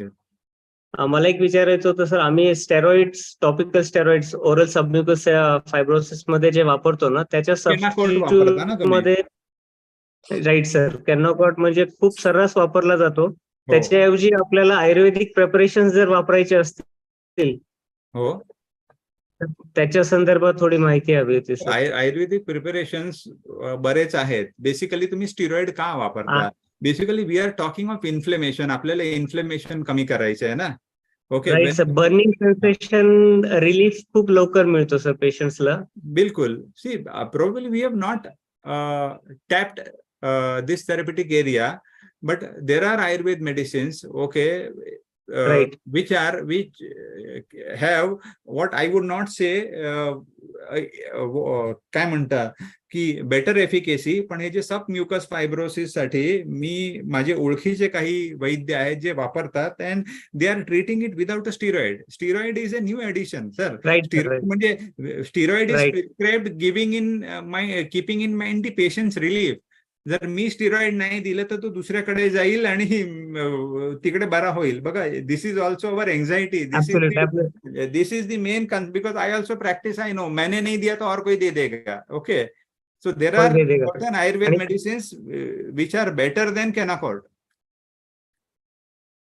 Okay, sir. Can I get the information regarding that from you, sir? Absolutely. Madam has my number and my email ID. We will communicate. Fine, sir. Fine. Thank you so much, sir. Thank you.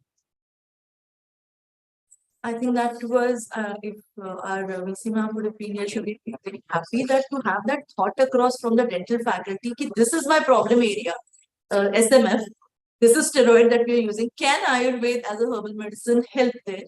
So that thinking has started. Compliments to Dr. Vishwas Kadam.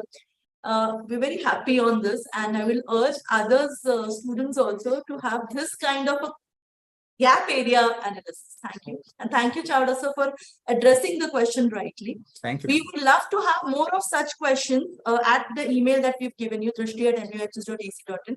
We would connect you to the concerned collaborators soon. Thank you. Thank you. Thank you. Thank you. Thank you.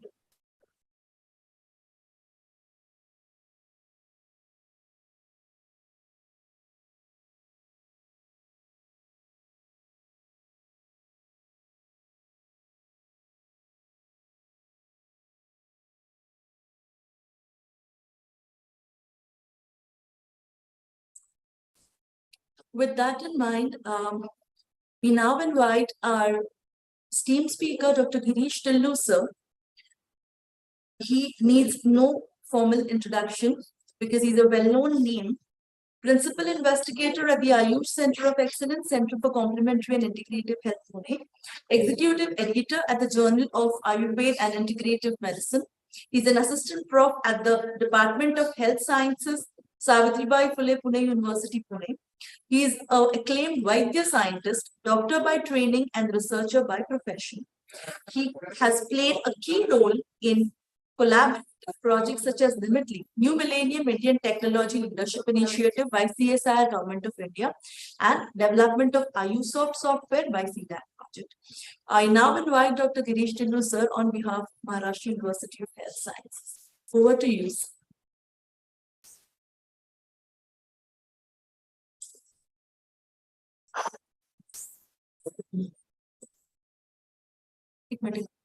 Sir, unmute yourself, please. Yes, hello, audible? Yes, okay. You're audible.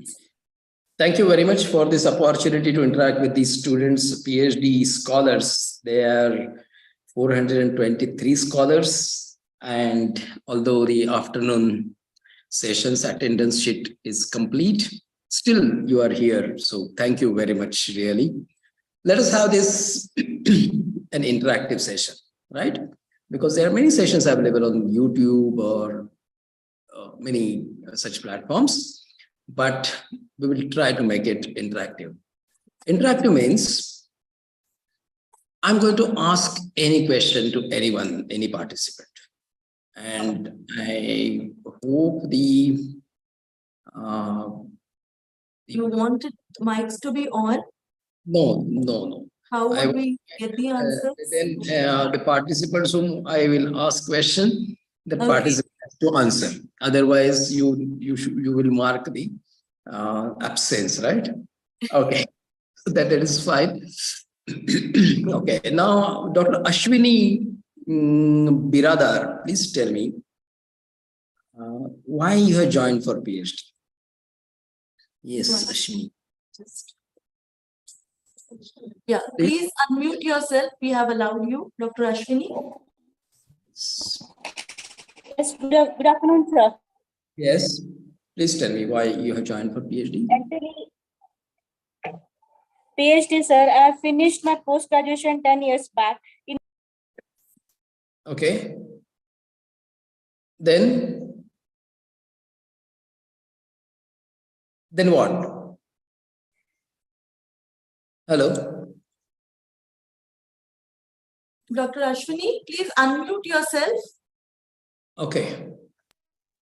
Yeah. Okay. Any other participant that you would like to ask? Okay, no problem. Fine. Let me start with this. We will make the best use of chat. Is it audible or my slide? Are my slides visible? You can go full screen, sir. Yes.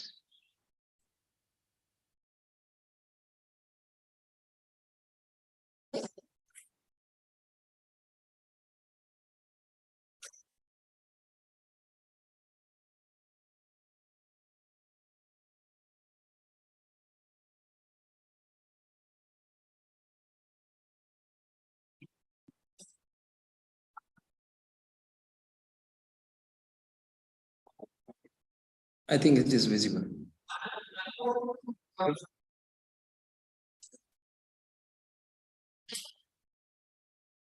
Okay, my friends, PhD gives us the opportunity to do something more than what we have actually done in our UG. Okay. Is it visible? Yes, it is visible, sir.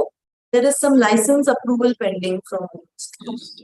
Otherwise, it's visible, sir.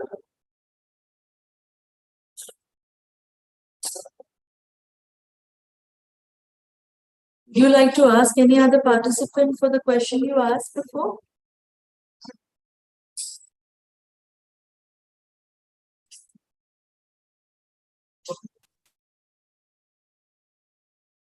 Yeah, I'm joined from another one, so there is some problem. Okay, I'm sorry. Is it visible? I suppose. Yes, perfectly visible. The topic which we are going to discuss in next few minutes is improving translational output of PhD, and this is going to be the topics. The approach what a PhD scholar really needs is let all the noble thoughts come to us from all possible directions. Hence, PhD is something which embraces various knowledge disciplines. And PhD actually in a particular subject doesn't hold any value as such, or it is not that important, because what we all get is Doctor of Philosophy. Can anybody tell me or write in the chat box why we are in Ayurveda, modern medicine, dentistry, Unani, but the highest degree what we get in philosophy? Isn't it interesting, or isn't it, or it is ironical? Why? Can somebody has thought on this? Will you please share what do you think why we get this supreme degree as Doctor of Philosophy? It is very important to note this, but I leave it to more contemplation, and we will start with this disclaimer. These are the contents of my presentation. Why PhD, why we need standardized formulations for clinical studies, pharmacoepidemiology, and why assessing quality of raw materials is important. I'm not going to repeat many things which already been discussed by earlier speaker. And hence I will skip some of the points and will not repeat. Why PhD? Can somebody will tell me why PhD?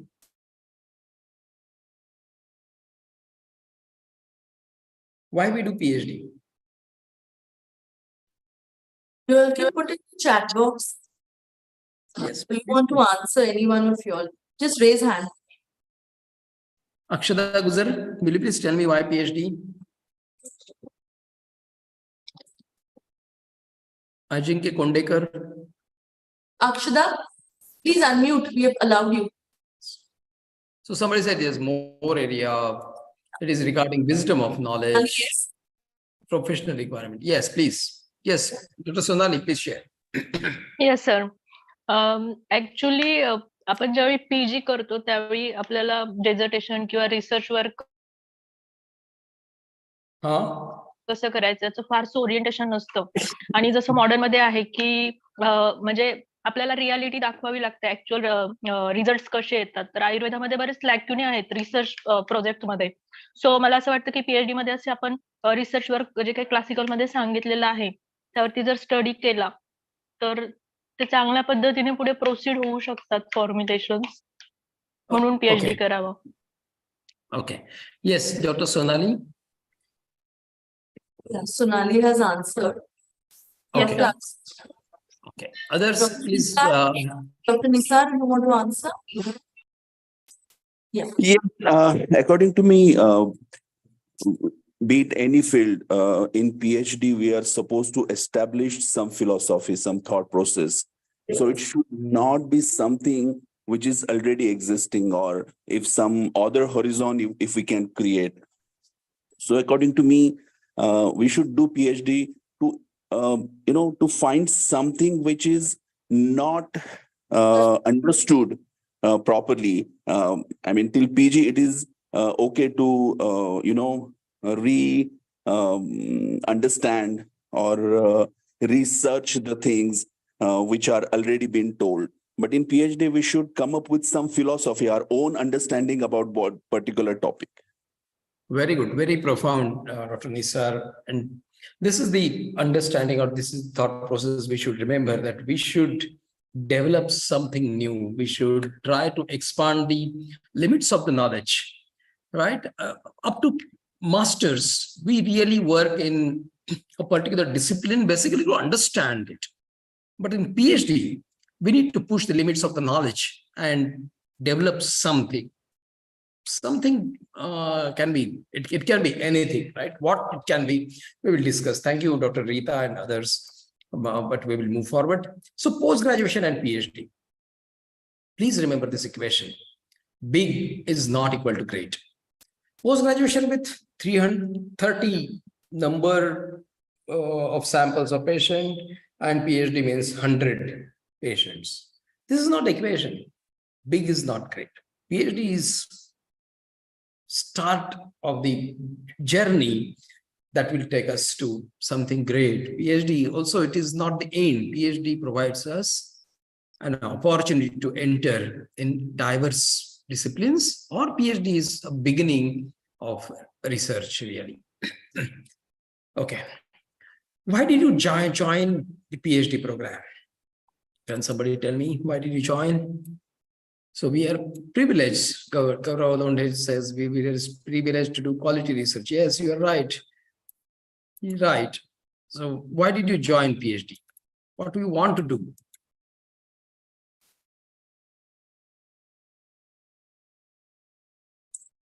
Dr. Rita, you can unmute yourself. Okay, thank you, ma'am. Sir, nowadays, while working in our clinics, hello, I am audible? Perfect, please go ahead. Then there are, sir, Ayurveda मध्ये sir बरेचशे ज्या कल्पना आहे, क्वाथ कल्पना, स्वरस कल्पना, these medications, these formulations are nowadays are not feasible. If swaras is indicated, nowadays we are not going to wild and not collecting the medicines. Then for this reason, we have to develop lots of medication and lots of work. And because of diversity, scarcity, and the plants are also distinct. So, Okay. so for Perfect. So you in one line you will say that to address the present day challenges, right? The challenges can be on any front. So there are many reasons why people join PhD. And please enlist 3 reasons according to you, why you want to join PhD? Because as somebody said, Dr. Nisar said, we need to really develop something new. Dr. Kalpak says that this session has to be according to a particular discipline. So don't worry, this is going to be a general session and it is helpful for everyone. Okay, so enlist 3 reasons why you join PhD. If you are not able to enlist reasons right now, please have your mind and enlist somewhere with you so that will keep you reminding why you have joined this PhD. Now, is PhD similar to master's project?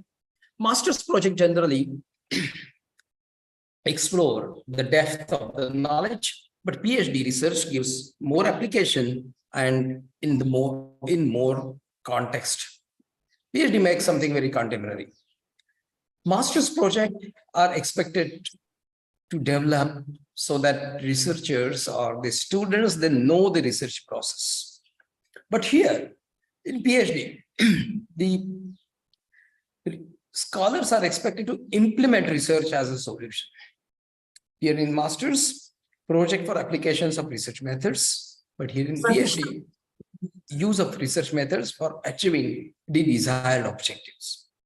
In master's, we have less expectations about research and innovation, but in PhD, entirely focused on research and innovation. Master's project just prepare a foundation on which PhD research is built further. Master's is all about self-development, but PhD is all about societal contribution. Hence, this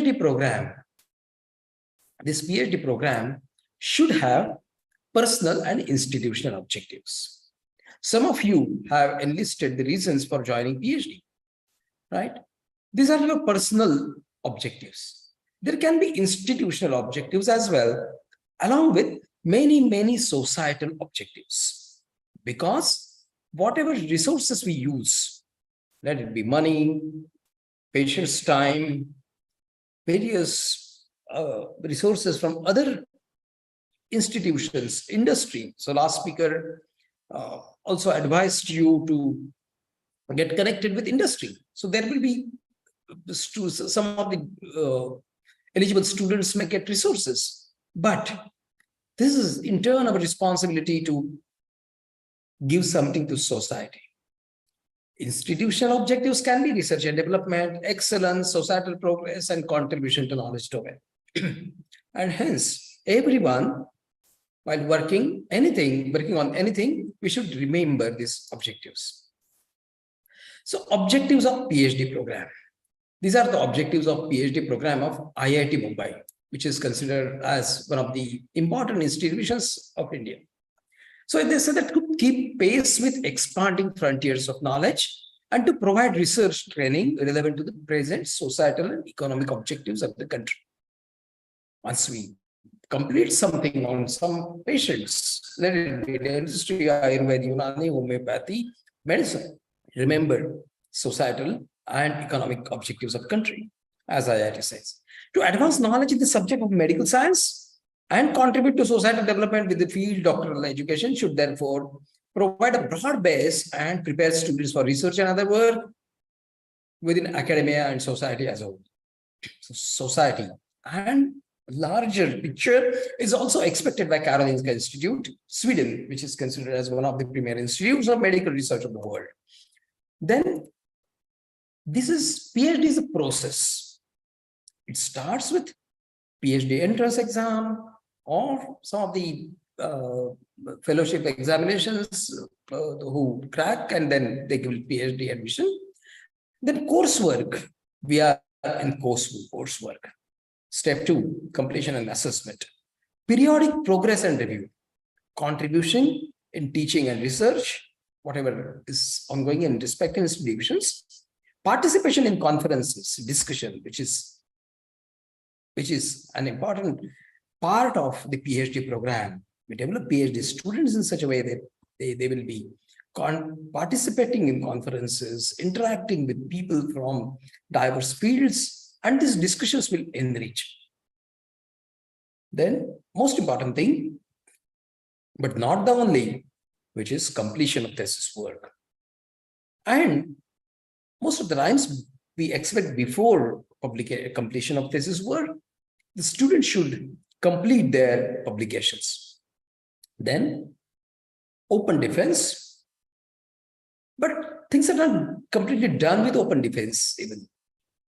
We are expected to translate the research findings for betterment of larger picture, there is society, knowledge domain, sector.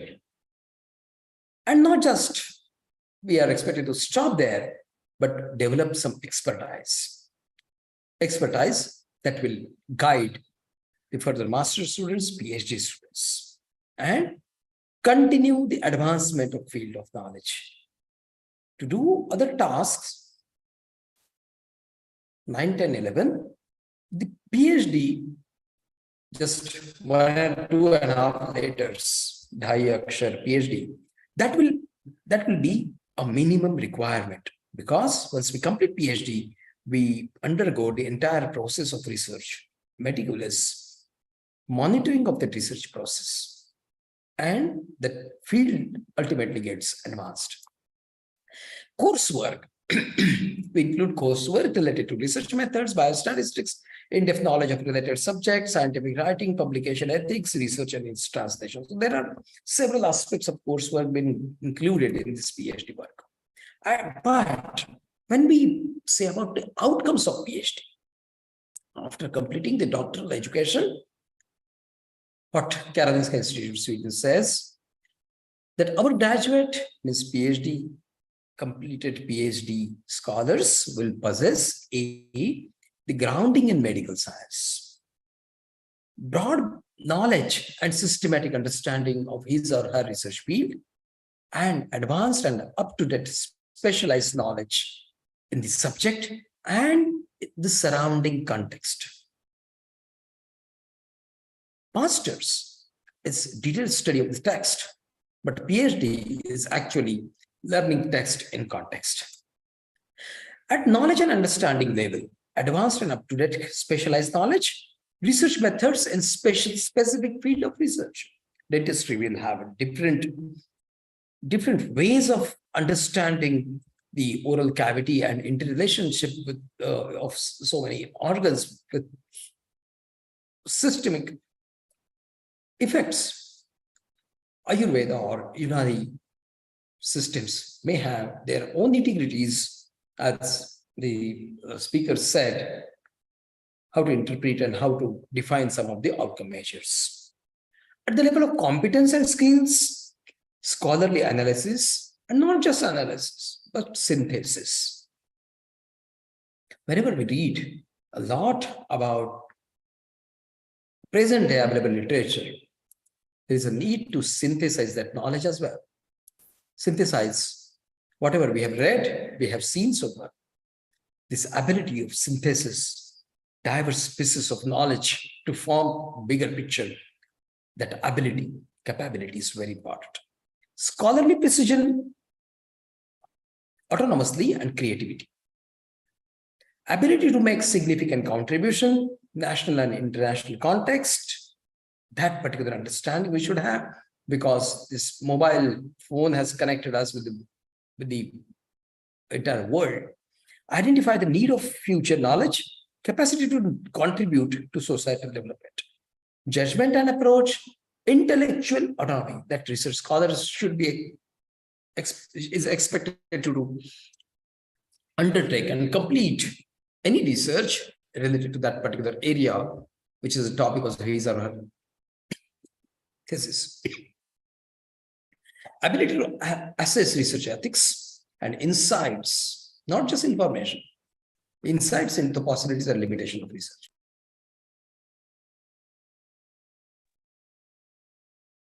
These are the expectations as outcomes of PhD. These are the scales that we need to implement for ourselves.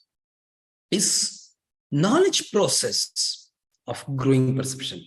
PhD is knowledge process of growing perceptions, growing acumen, growing skills and capabilities. And that needs transdisciplinary approach.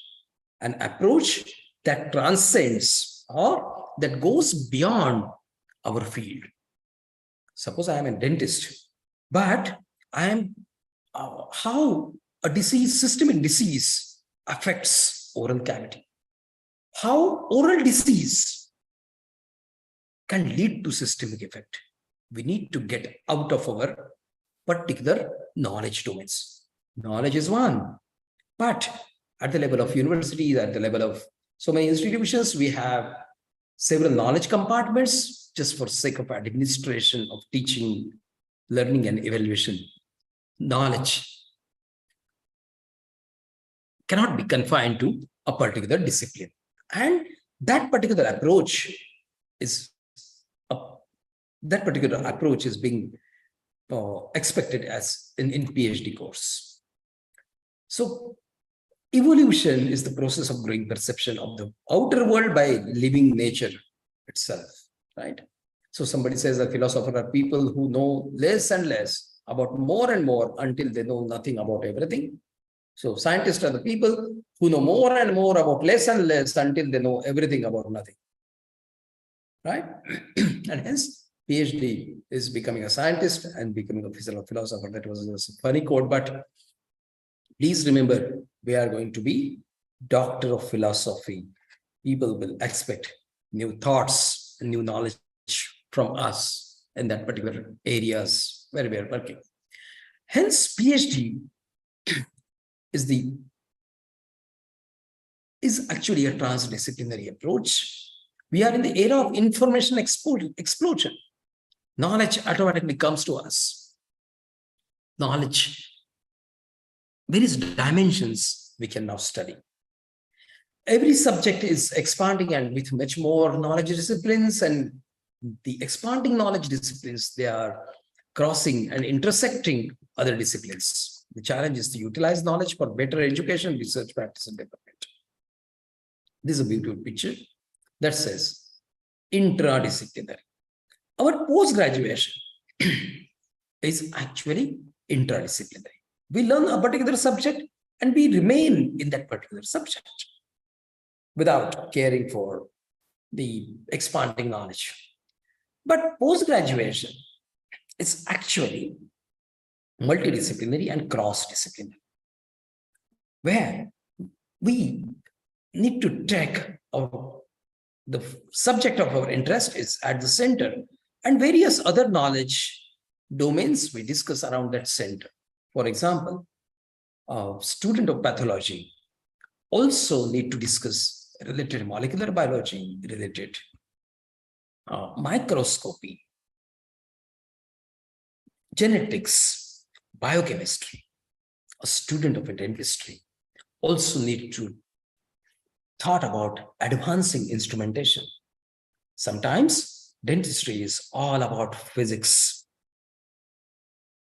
Ayurveda is all about variations, variability, and hence a particular knowledge domain, it's connected with several knowledge domains, and that particular idea we need to have at post-graduation level.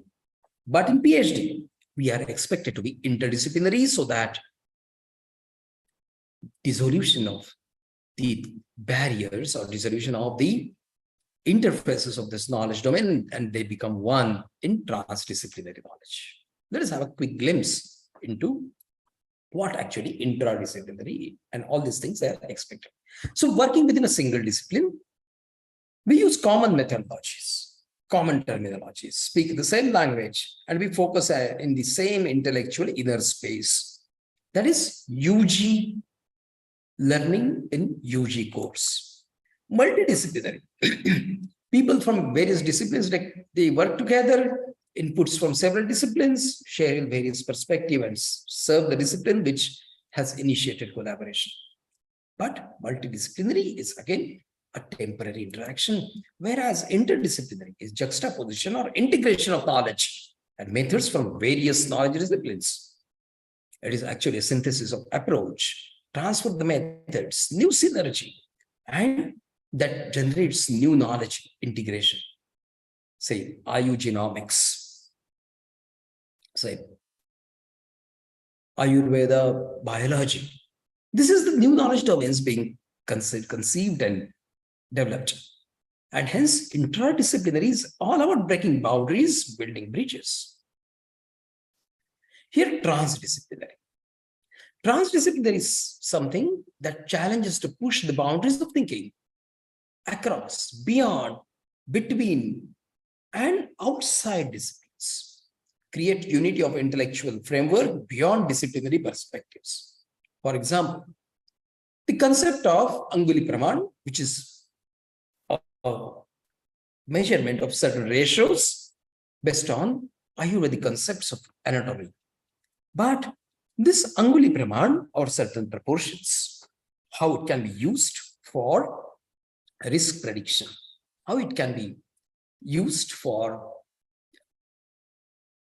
prediction, prevention of certain diseases.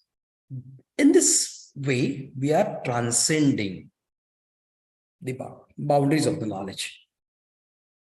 Transdisciplinary always brings a new form of learning and formation of new intellectual space. This is actually cross-fertilization because of convergence of several knowledge domains.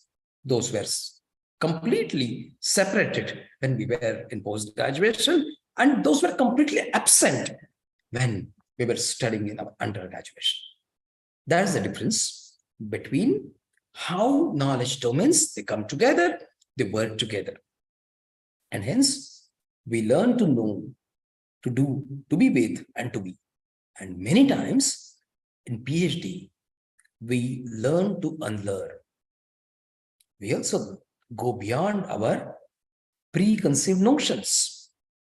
The understanding we have conceived and preserved for years, we need to get out of it. For example, what is actually Ayurveda?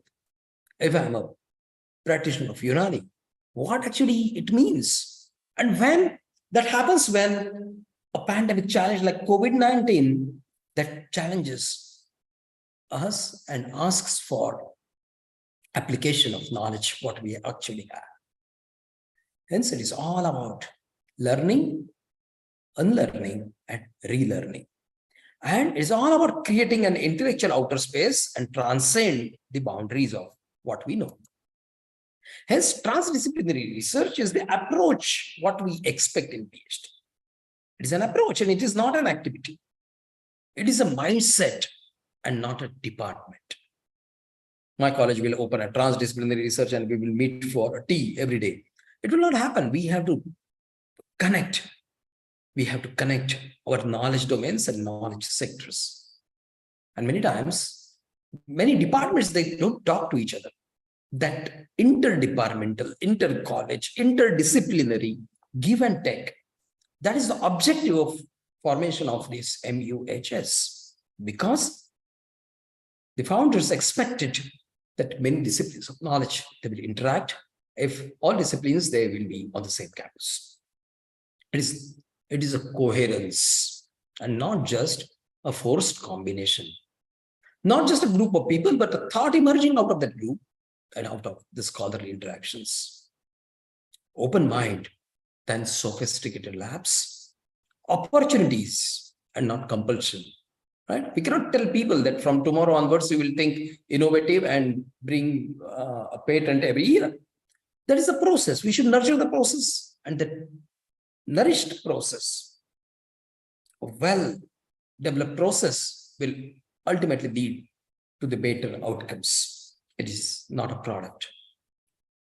Actually, medicine is a transdisciplinary science, and that includes pharmacology, anatomy, pathology, and several other disciplines. Whenever we interact with patients, whenever we take any decision, we use knowledge from several domains.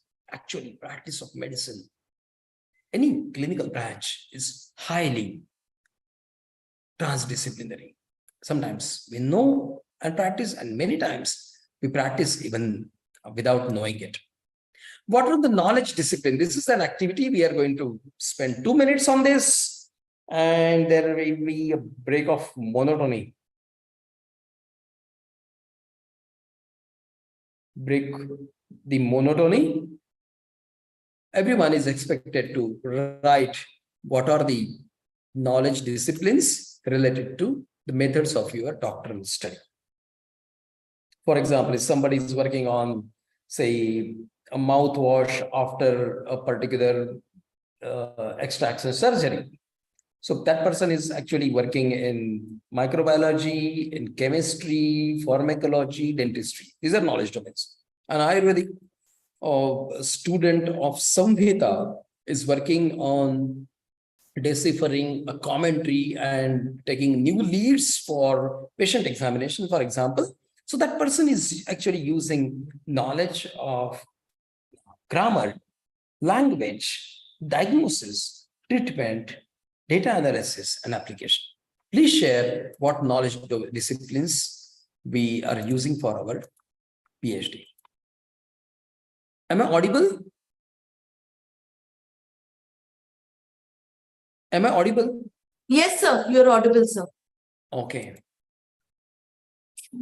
I need to ensure that I don't sleep in between. So no, you're absolutely audible, sir. Okay, perfect.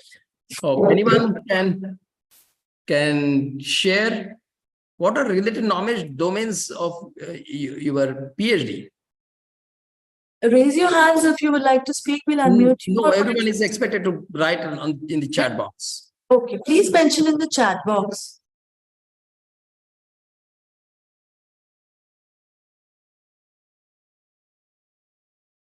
I cannot see in chat box. Are you able to see, Dr. Shweta? Are people writing in chat box? I cannot see. Yeah, yes. Yeah, it's come. It's taking time because they're long answers. Sir. Okay, just no problem. Yes, Dr. Kaushik, you want to say something? Please say. Yeah. Dr. Shrunkala, please unmute yourself. Sir, I just wanted to say, convey to ma'am that the chat was disabled basically. So we are able to write now. No problem. Thank you. Okay, no problem. Yeah, we have enabled the chat. Okay, perfect.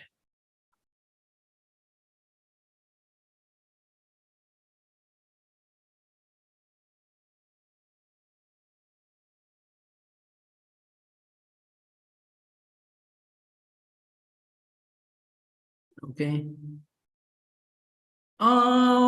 Ashwini, the education, information, communication are common to every knowledge disciplines. You have to say that what knowledge disciplines you are working with.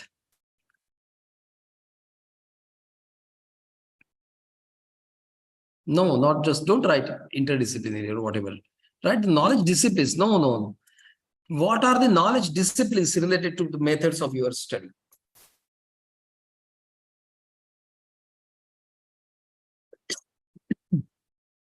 So, Dr. Praveen, it is Ayurveda and you are working with drugs, so that there can be analytical chemistry, there can be, say, biophysics, etc.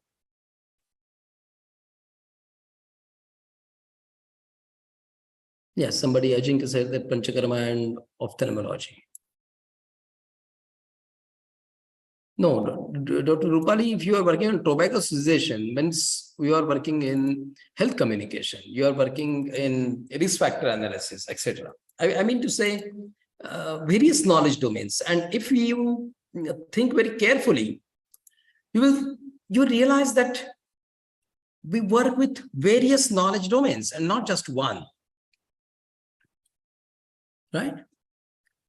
Okay, let's move forward because otherwise Dr. Shweta will shout at me because I have not completed the given syllabus. Okay, what are the proof of herbs used in Ayurveda are safe? A question asked in ethics committee. There are many questions, and not just about Ayurveda, but some similar question can be in dentistry, whether some new treatment is actually a good treatment or just a fancy so that doctors, they want to implement certain treatment for several reasons. There can be any question related to any intervention, not just about Ayurveda, but we need different methods and study models. And those different models that we discussed in the subject that we communicated in 2003, 20 years ago, in JAPI, Journal of Association of Physicians of India, that is Ayurvedic pharmacoepidemiology. We can say that it is not just about Ayurveda, but it can be implemented for any medical discipline as well. Usage of safety record and records, then data useful, adverse effect reactions, drug interactions, dosage adjustment, pharmacoeconomics, novel beneficial effects. Many times, many of our treatment, they can have novel beneficial effects as well. Discovery of quality of life studies, patterns of drug use, drug interactions likely due to concomitant administration, fulfillment of ethical and cultural obligations. And hence, this is the pharmacoepidemiology that we conceive to breach evidence gap. Because whenever we discuss about new chemical entity, studies on a new substance that was unknown for the humankind, then there's a different assumption. We start as if it is a toxic material. But in case of established practices for years, traditional knowledge, we can actually implement other aspects and provide the proof of safety, effectiveness, and efficacy. Many times, the clinical outcomes, because people, they are many philosophers and thinkers, they say that the medicine is getting into more and more reductionist science. It is all about reductionist outcome. And hence, patient-reported outcomes. Clinical extensive assessment along with biomarkers is also very important in clinical outcomes, and pharmacoepidemiology includes this approach. Whether the study can be an experimental, should we do always a clinical trial, or can we implement observational methods which are closer to real life scenario? This is very important. Research methods and study designs, whether we implement double-blind clinical trial for Ballatak, considering or marking none, considering all these aspects, the specific usage of or implementation of research methods. Adverse drug events, predict, prevent, manage. We should not restrict it to scriptures, but not ignoring to expanding knowledge domain. And hence, there can be many ways of experimental and observational studies. Is a matter of study design, and hence I will not go into details. But experimental studies, they involve the investigator and intervening the same way to affect the outcome. Clinical trial is an experimental study example. Experimental study provide most convincing evidence. But observational studies that investigator can initiate by observing the existing practices, scenario, group of people, events, and so many things. It is epidemiological studies. I'm sure we will also have some core sessions of epidemiology, cause-effect analysis, and several concepts such as bias, confounders, variations, variability. And many of these can be really observed in various study designs. Those are called as observation studies. Ultimately, we need to assess the cause-effect relationship. I'm not going to details of various aspects, but we discuss. The present model of evidence is a triangular model or hierarchical model that emphasizes that evidence from consensus of experts, what they say. More than that, the data coming from case studies, correlation studies, and comparative studies is important. Then, at least one design experimental study, well-designed controlled trial, systematic review, meta-analysis, and nowadays another type of review that is being discussed is umbrella review. So it is not just evidence from an expert's opinion, but that is supported with data. And hence, this is the model that is very useful for new chemical entities or NCEs, because this model emphasizes on randomized controlled trials. This is actually a reductionist paradigm, and it gives more emphasis on experiments and minimal involvement of community, socio-economical, or socio-cultural aspects. But this model is changed for a long time, and another new model that is proposed, that is circular model. This model is actually a collage of several study designs, where RCT, randomized controlled trials, is one of the designs, and it is suitable for traditional knowledge. It provides holistic perspective, experimental and observation, consider existing community sociocultural knowledge. This is a very good paper authored by my guide, Professor Rama Vaidya, Observationist Therapeutics, Scope, Challenge, and Organization. I'm sure Dr. Shweta will send you many related papers in order to read them and have a better understanding. This paper is applicable or discusses every clinical design. There are various clinical research methods. I'm not going to details in this, but why we need standardized formulation for clinical studies? This is the topic which I'm told to complete.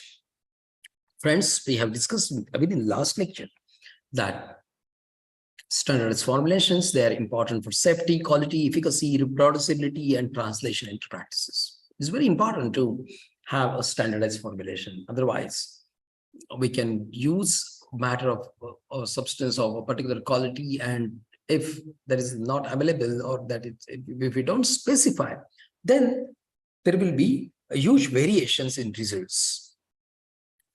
And hence, there are guidelines being used by many journals.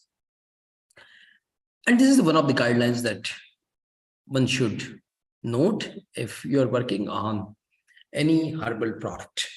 This is the guideline, recommendations for reporting randomized controlled trials on herbal interventions, explanation and elaboration. Because this guideline, they're used by the researchers, used by reviewers and editors if we submit our paper to a journal. These guidelines are also reviewed or also being used by researchers. Those review our grant application, project proposals, and maybe various guidelines, etc., what we actually generate. And this particular guidelines, they specify certain aspects of herbal medicinal product.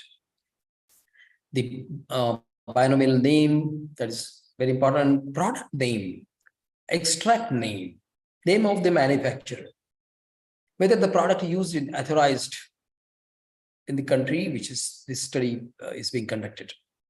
This is not, we cannot say this is the coded formulation. It's not accepted anymore. We need to specify what does it contain.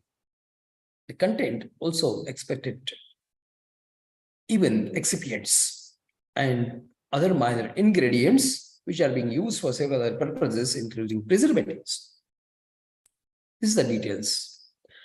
Characteristics of herbal medicine formulation: the part of plant use, the type of product use, raw, fresh, dry, type of extract, type of concentration of solvent used. That is also very important. We cannot say that this is hydroalcoholic extract. Alcohol can be of so many types, and extraction proportion can be of so many types. We need to precise and tell explicitly. And the herbal drug to extract ratio, from how much raw drug we got the extract and what was the quantity of the extract. That proportion is expected to be reported in every study or every paper or every document, including postgraduate dissertations and PhD thesis. Method of authentication of raw material, lot number of raw material, and a voucher specimen is expected to be deposited in authorized herbarium. And that receipt is also very important. and where it is kept and deposited along with reference number. Dosage regimen and quantitative description.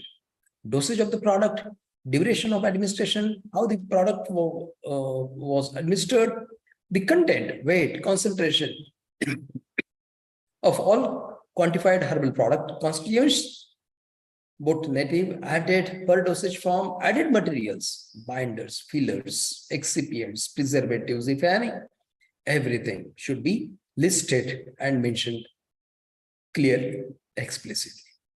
For standardized product, the quantity of active biomarkers, constituents per dosage form. Hence, paper, if you want to communicate your research paper, all those things, they are actually very important to be documented. Along with this quantitative description, product chemical fingerprint, methods used such as SPLC, who performed it, in which laboratory, whether or not sample of the product was retained, where the sample is kept or deposited.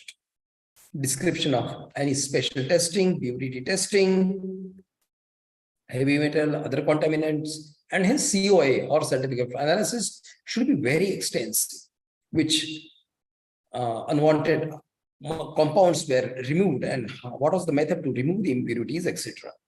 Standardization, what are the products and how it was actually standardized using this standard. There are so many things that are expected to be documented. I think we will have some time for questions. Please feel free to ask or post your questions in chat box. I will stop here because there are so many things that we can discuss later. Thank you very much. If you have any questions, I will be happy to answer if I can. Thank you very much.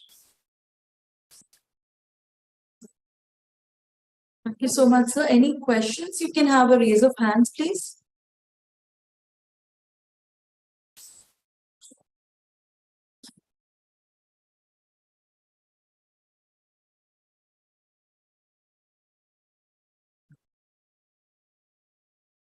Or unmute yourself. I know this is a tea time, but fine. We'll have tea after some time. Yeah. No problem. Sir would always be available on Gmail as per his convenient time. All the questions related to pharmacovigilance or safety epidemiology, I think sir would be more than happy to answer, and he has a vast experience in a lot of domains, not just related to herbal drugs. It will be nice to have an interaction with sir sometime later too. Right. So for any questions you can connect to sir. We'll be sharing the Gmail addresses later. Yes. Thank you so much, Dr. Tillu sir, on behalf of Maharashtra University of Health Sciences. It was a pleasure having you on board, sir. Thank you. Thank you very much. Thank you, sir. Thank you.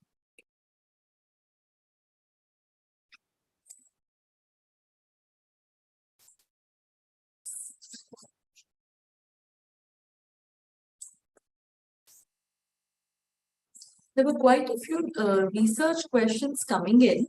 We are trying to compile them and get back, and we'll also be giving you a Google form quickly at the end of the session today where you can think of interdisciplinary ideas, what you must have thought today, so we can work on them together before you submit your synopsis for interdisciplinary research. We'll be happy to help. Yes, with that we come to our next speaker, Dr. Vaishali Gambhire. She's a colleague. She has done her MPharm and PhD. She's currently working as assistant professor at the University Research Department of MUHS with more than 16 years of diverse experience in quality control, teaching, research, and formulation in the pharmaceutical sector. It's a great co-faculty to have. She's guided 15 PhD students. She's herself completed her PhD. So I think she knows the pain of completing a PhD and also helping you all in complete your PhD. 22 research publications today. Welcome, Dr. Vaishali Gambhire, ma'am. Over to you.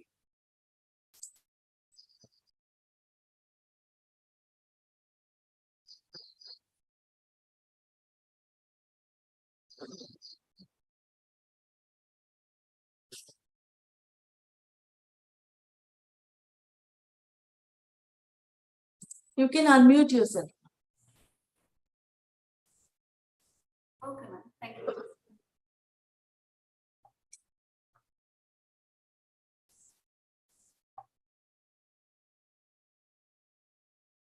Thank you, madam. Good afternoon to one and all. At the outset, I would like to thank Dr. Mrinal Patil, madam, Dean Academics, Dr. Parag Puraskar, HOD University Research Department, coordinator of this workshop, for giving me this opportunity. Being the last speaker of the day, I'll try to keep my presentation as simple and concise. So before starting with my presentation, ma'am, can I share my screen now?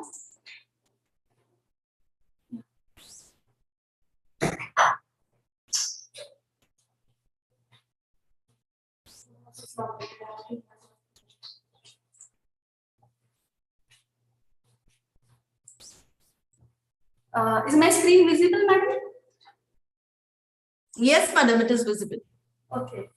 So before starting with the session, I would just like to explain the thought process involved in this presentation. So when we are planning for the sessions, we were talking about the quality parameters of the traditional or classical dosage form as well as the advanced dosage forms. So I made some research that the audience which we are going to have here, I know they are from the diverse background, from different faculties. And again, I thought from the researcher's point of view, as from the point of view of a PhD scholar. So as a PhD scholar, or when we are doing PhD, what we are basically thinking of at the beginning, or what is that entire process is. So basically we have to, being a PhD scholar, we have to think upon some research question, we have to frame a research question, then we have to go for some research plan, and finally the research publications. These are the three basic requirements which a researcher has to work upon, right? So I try to keep my presentation mainly practical oriented, as our Honorable VC ma'am said in the morning in her welcome address, that through this orientation, we are trying to give some practical overview, which will help you in conducting your research or selecting your research question or setting the research plan or going for the research publications. Now talking about the title of my presentation or the topic, advanced dosage form, though the word advanced is here, but I tried to, the idea behind it was, when I did some research on the type of research projects which are undertaken by the PhD scholars from a variety of faculties, it was observed that most of them are from the formulation development, wherein the researcher may go for development of some new dosage form, sorry, not dosage form, the formulation, which may contain a single plant extract or some herbal product. We can say single component, or it may be some multi-component polyherbal type of preparation, or sometimes it is the traditional classical formulation which is converted into some modern dosage form in order for the sake of convenience of handling and administration. So basically the idea behind this session is since morning you have been listening to the variety of speakers and the sessions, mainly talking on standardization, characterization, quality control, safety efficacy, pharmacovigilance, regulatory guidelines, and now I'll be summarizing some practical, what you can say, overview of the different type of quality parameters and how those can be done. Okay. So let us begin with the session. So this word quality, it comes from the quels, a Latin word which means of what kind. So quality is basically the denominator of product or its acceptability by the consumers and the regulatory authorities. Now, as a PhD scholar, we are here the regulatory authorities will be the university and the publishers where you are going to apply, where you are going to send for the publication of article. So it is basically the degree to which a set of inherent characteristics that fulfill the customer requirement. So when we talk about the quality parameters or quality assessment, it involves three things: quality of the ingredients that go and components within the product, and finally the performance of the finished product. So what we do here, basically, we see the physicochemical makeup of the finished product and the performance of the finished product. So performance in terms of its release from the dosage form, or its pharmacological effect, or some toxicological effects. So while assessing quality parameters, what we do basically, it is the study of or the identity which we confirm, then the purity and the content of the assay. So as per the API, that is Ayurvedic Pharmacopoeia of India, and different monographs and testing protocols. So basically when we are assessing quality of any product, description of that product, like the organoleptic properties and all, then the identity. So in identity, we may go for the pharmacognostical profile of the drug.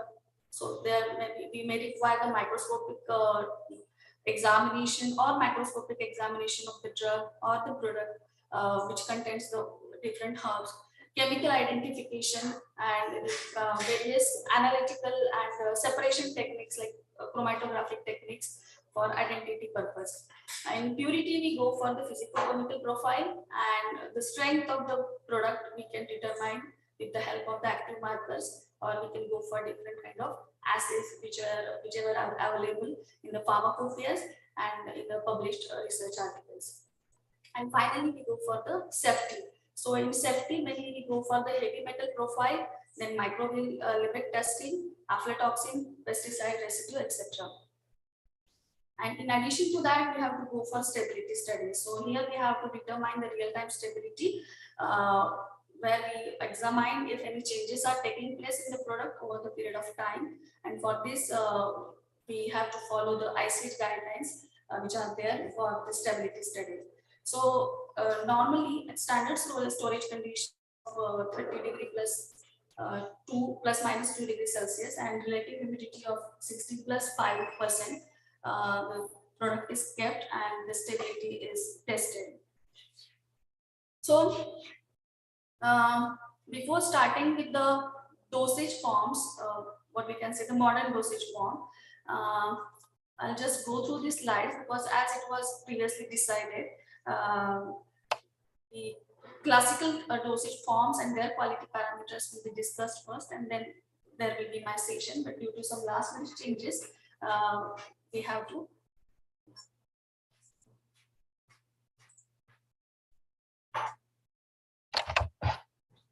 So due to some last minute changes, the session is held tomorrow.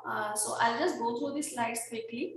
So here are some common analytical parameters for different categories of ASU, that is Ayurveda Siddha Unani formulations as defined in the pharmacopoeia. So for metallic preparations like Basma, Sindura, Mandur, etc., we have some common parameters, analytical parameters like applicable organoleptic characters, then identification, particle size determination, loss of drying, that is for the moisture content, then the total ash, and then for different herbal formulations, again we have a similar type of common analytical parameters.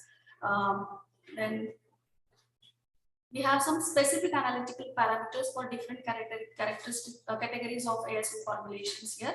So for raw material, again we can go for microscopic and macroscopic characters, powder characteristics. This is basically for identity of the herb which you are using in the product development.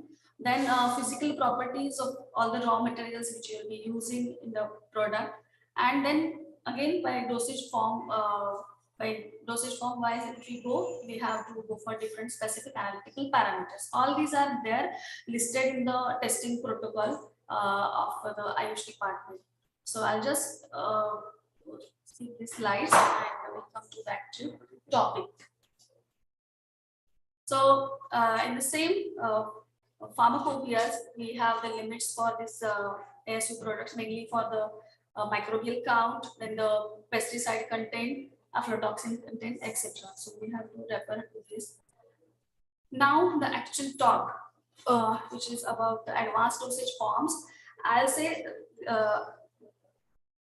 I'm talking on this type of dosage forms because many times the single component of polyherbal preparations are made by researchers at GPG or maybe PhD level, and they are converted into some modern dosage form for the sake of convenience of administration as well as handling.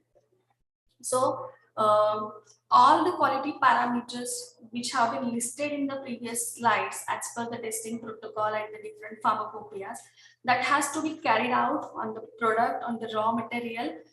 After that, if you have converted your formulation into any such kind of advanced dosage forms, you have to go for some additional quality parameters. So we'll start with the tablets. So there are some, now most of this test, these are as per Indian Pharmacopoeia. So in case of tablets, the basic quality parameters are PET uniformity, then friability, hardness, content uniformity, disintegration test, and dissolution test. So here weight uniformity is, so when we talk about quality, it is basically the reproducibility or when we are compressing the tablet, we have to see that all the tablets are having the similar weight or not. So weight uniformity is the important parameter here. Friability of the tablets mainly checks the effect of shock and abrasion on the final dosage form. Hardness is basically the non-compendial test, but it is important to test the mechanical strength of the product, and it is also called as the crushing strength. Then the content uniformity, here we want the consistency and reproducibility. The product should have similar weight as mentioned in the label or as per the formula. Then the disintegration test, where we examine the disintegration, whether it is taking place as per the pharmacopoeial requirement or not. And finally, the dissolution test, which is basically for testing the release of the drug from the dosage form. So in weight uniformity, we have to carry out the weight variation test, where the uncoated and film coated tablets, this is as per the first table is as per the Indian Pharmacopoeia, and the other one is as per the United States Pharmacopoeia. So the average weight of the tablet, and we have to see the percent deviation. The procedure I'll just brief in short. Here we have to take weight of 20 tablets. Means we have to select the tablets randomly, 20 tablets, and then those are weight, the total weight, and then we have to go for weighing each of the single unit. And then we check the deviation in the weight in terms of percent deviation. So here are the limits as per the IP, and in the another table it is as per the USP. So based on your weight of your tablet which you have formulated, you have to see whether it is passing the weight variation test as per IP or USP or not. Then friability, for friability, which is basically to test the strength of the tablet, and we subject the sample, randomly selected sample of 20 tablets to the friability test using the Roche friabilator. And it should be always less than 1% for the batch to be passed.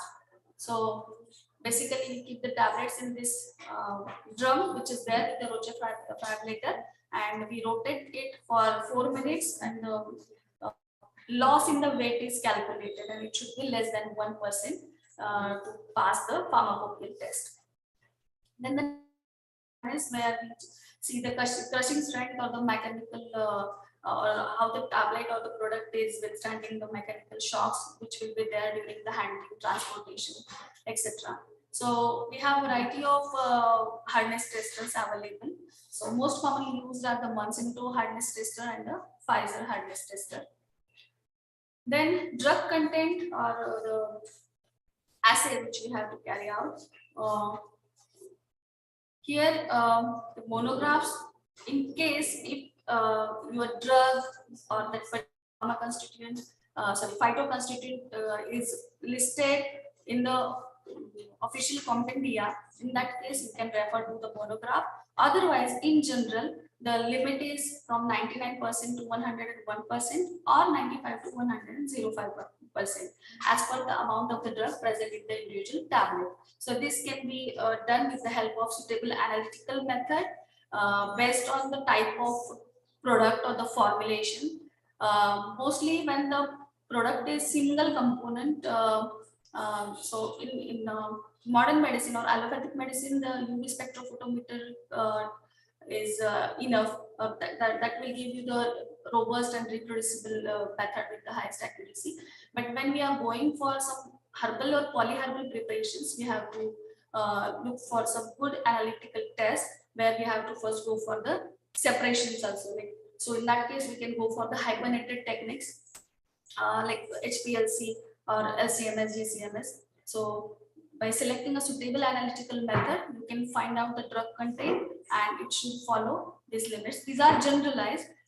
So unless otherwise specified in the pharmacopoeia, you can refer to these ranges, or if your the drug or the phytoconstituent or that particular there in the pharmacopoeia, then you can refer to the monograph. Then the content uniformity test. So whatever the method we have developed for the analysis of the phytoconstituent or that polyherbal preparation that we can use, and we have to find out that every tablet contains the amount of drug substance which is intended with little variation. So here what we do, we go for selection of 30 tablets randomly, and 10 tablets are assayed, and then we have to see whether they are aligned. The drug content is between 85% to 115%. So if more than one tablet deviates from this limit, then we go for another 20 tablets, and then we consider the results obtained with the 30 tablets. So not one tablet should have the limit of 75 to 125%. So this is how the content uniformity test is carried out. This is the acceptance criteria depending upon the weight of the active ingredient in each of the tablet. So how you are going to interpret your result, that will be based on this table. Then disintegration time.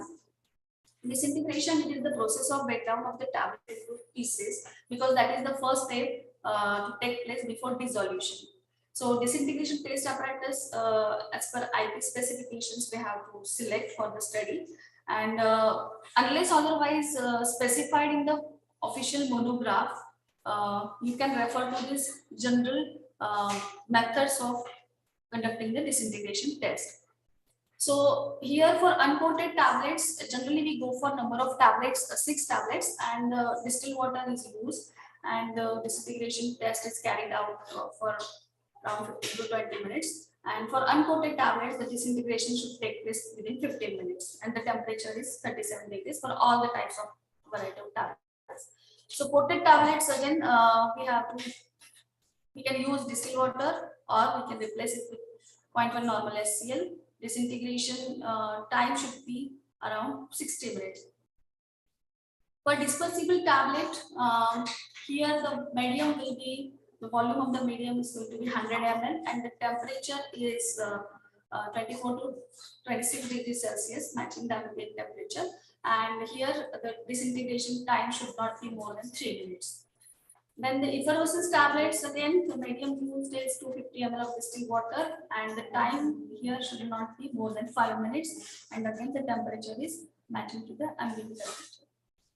For enteric coated tablets, as enteric coated tablets are not expected to disintegrate in the acidic environment, we have to carry out the disintegration test in 0.1 normal SCl for minimum 2 hours. And it should not show any disintegration or any release of the drug or breaking of the coating. And then we have to replace it with the 6.8 pH phosphate buffer, and then we have to run it for 60 minutes. So when we carry out the disintegration study for enteric coated tablets using the 6.8 pH phosphate buffer alkaline medium, so in that case it should not go beyond 60 minutes. So these are some general guidelines. Okay, so whenever you are developing any such formulation, in most of the cases, if you are working on some herbal or polyherbal type of formulations, so there are least chances of having the monograph in the official compendia. So in that case, you can refer to the general guidelines so that you can come up with some good data for the quality parameters. The next one is the dissolution test, which is one of the important tests because it is one of the marker, we can say, marker of the performance of the product.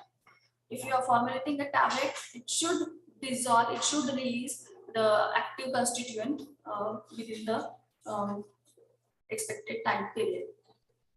So here for dissolution test, we have USP dissolution test apparatus. The most common types are type 1, that is basket type of dissolution test apparatus, and the type 2 is USP dissolution test apparatus is the padded type of apparatus. So here we have to go for minimum 6 number of tablets. So we carry out the dissolution test in 3 stages. The first stage we use the 6 number of tablets, and here we have to see that each unit is not less than D plus 5%. So here D is the amount of dissolved active ingredients specified in the individual monograph.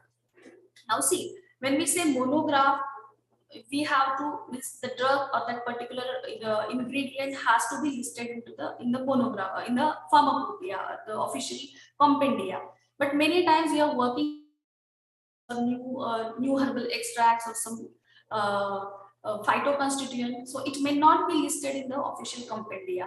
But we can refer to this general test of dissolution, and we can see the performance of, or we can record it on the basis of this particular dissolution test, which is there in IP as well as USP.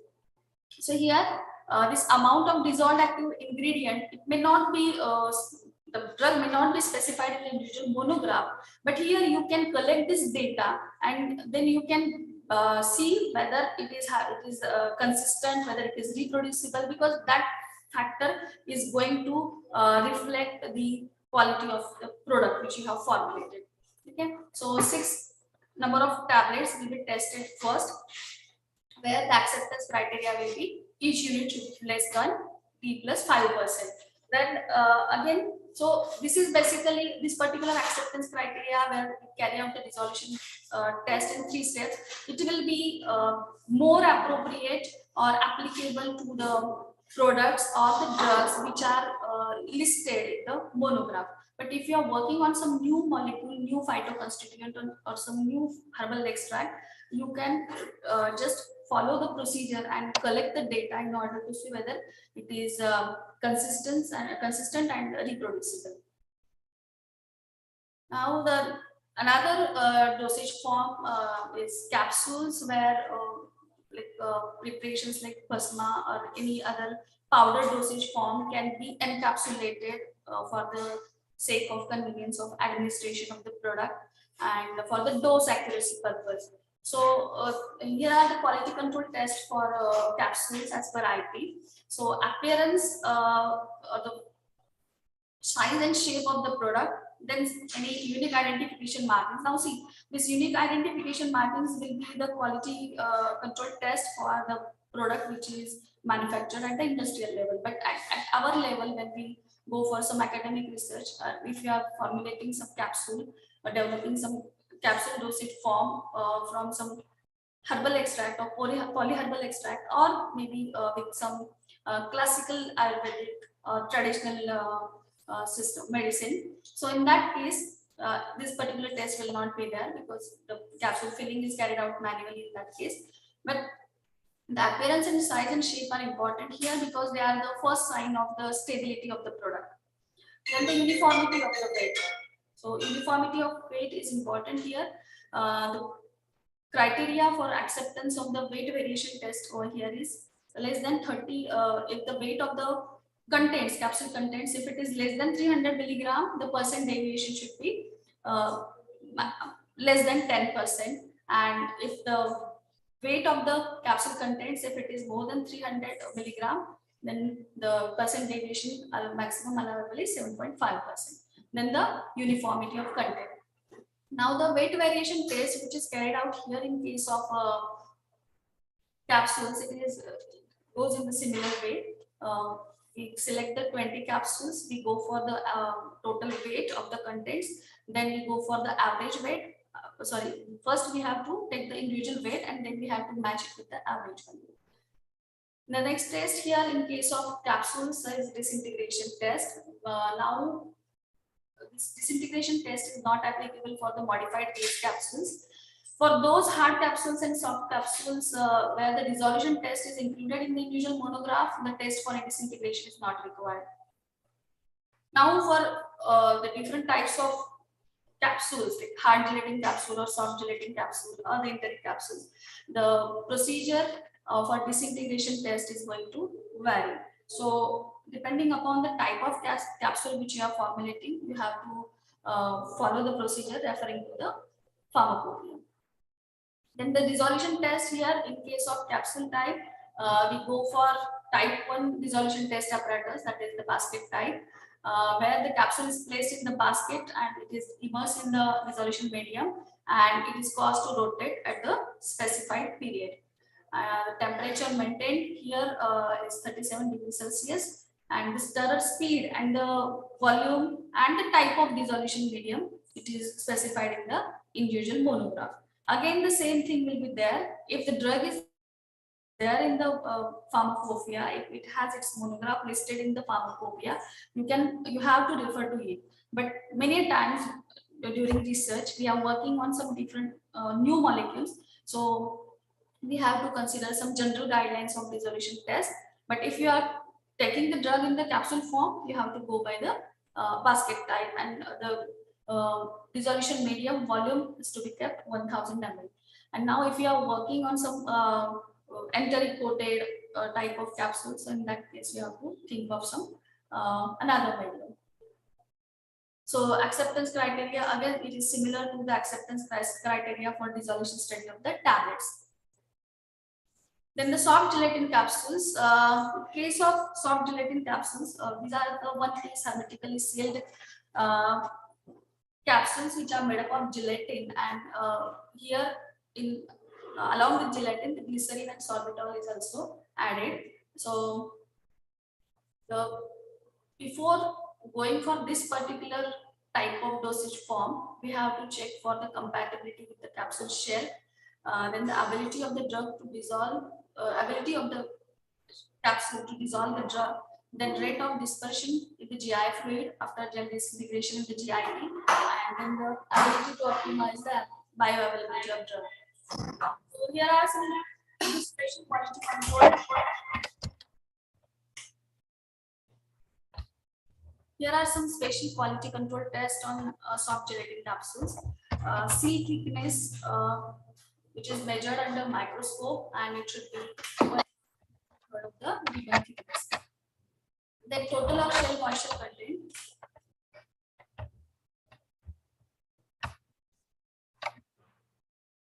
Then the capsule fragility or rupture test we have to go for, where we determine the force required to rupture the capsule. Then determination of freezing and high temperature effect. The effect of temperature, extreme temperatures are considered, and the performance of the capsule is studied over here. So this is basically one of the stability tests.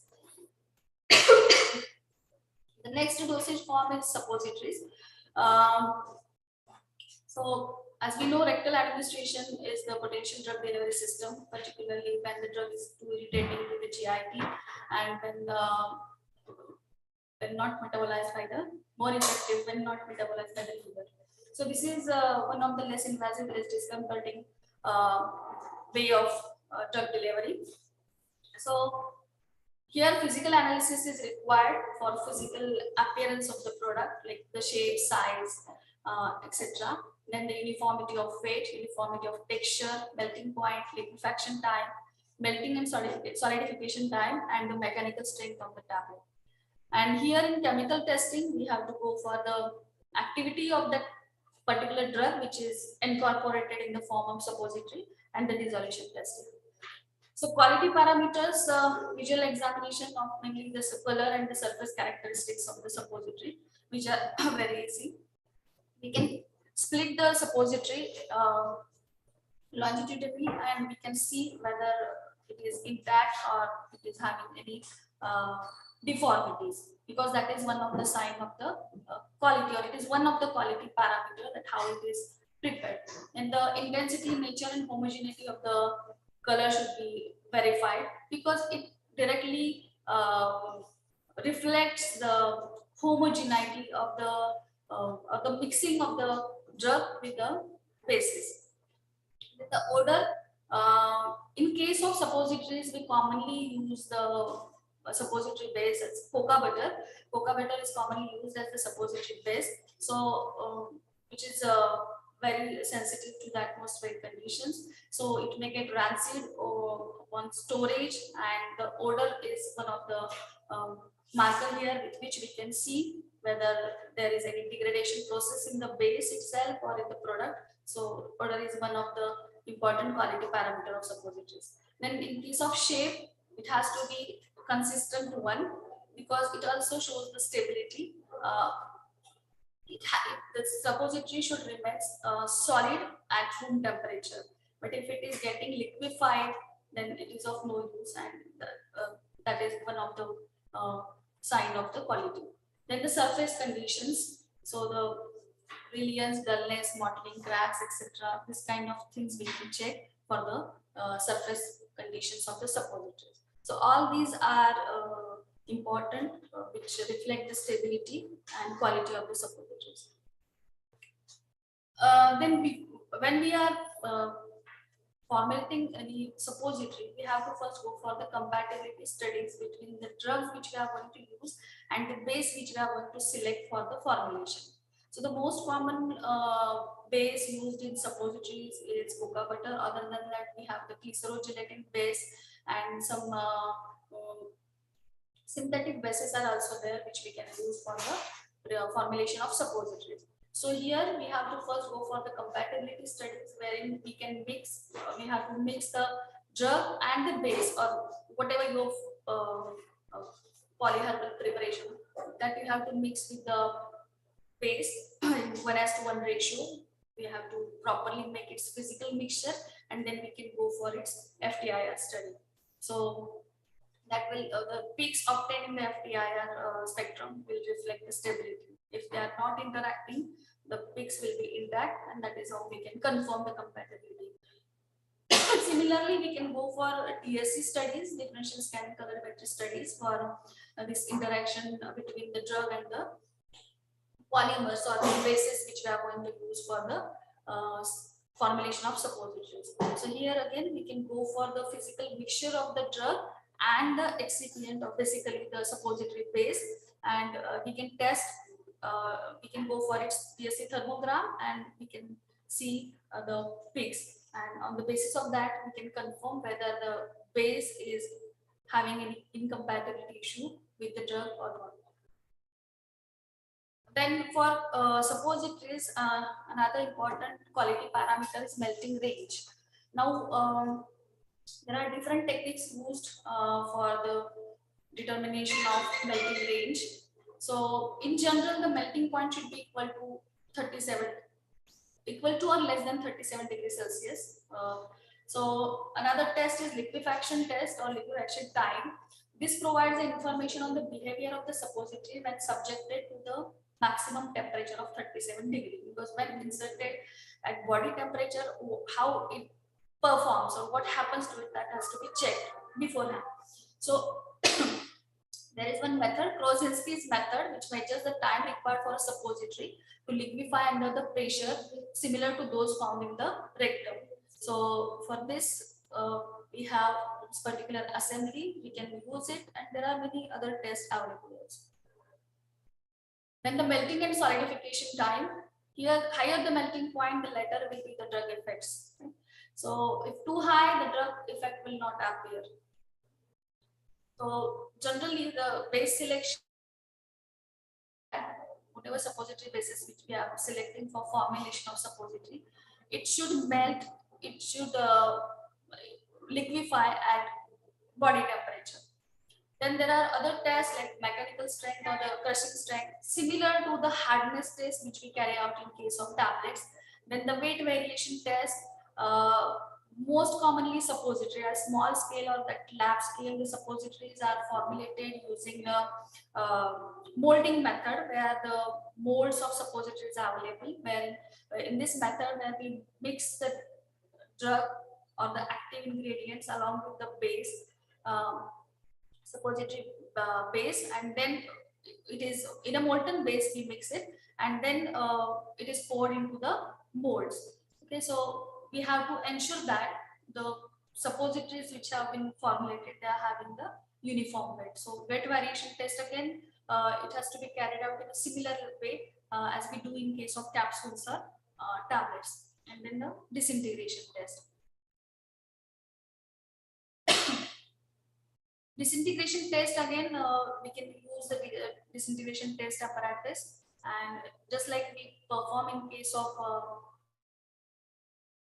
go for the disintegration test. For dissolution testing, we have this particular dissolution testing in case of suppositories. It is carried out to test the hardening and polymeric transition of the active ingredient and the suppository basis. This particular ingredient, suppository base, cocoa butter, it is prone for polymorphic transitions, and as we know, polymorphs have different physicochemical properties. So we have to see whether there is hardening of the base or there are polymorphic transitions, if any, in the suppository base and in the active ingredients. So there are again different dissolution testing methods are there. Paddle method, basket method, membrane diffusion, or we can have the dialysis method or the continuous flow method. So before planning for any of this method, we have to go for some extensive literature study. What type of method we are going to select for our product. Basic idea is we have to follow some pharmacopoeial test, because that is the standard one, and if it is not there or if it is not suitable to your product, you can simply go for the tests which are most reproducible. Because when we go for the publication of our paper, during the peer review process, it is of the methodology or what different type of test you have performed on the product, that is of prime importance. So you should always select a method based on the extensive research, literature study, and on the basis of that you should select a proper method. And in vitro dissolution study, generally, most commonly, it is done by USB type 1 or type 2 apparatus. Then the content uniformity testing. So we have to just ensure the content, each and every suppository which you have formulated has the uniform content. So we have to go for the drug content basically in each of the unit of the suppository, and then we have to see whether there is any deviation from the specified values. Then aging and aging tests are there. This is again for changing for changes over time, which may alter the physical and chemical properties of the dosage form. So that we have to see. So this particularly comes under the stability study. Then the rather most common dosage form is semi-solid dosage forms, in which we have 4 main types ointments, which are basically the dispersion of the active principles in some ointment base. Second one is the creams, which are the semi-solid emulsions, and these are emulsions, they contain both oil and water phases. Then paste, which are the preparations which contain the large amount of solid particles or powdered solids.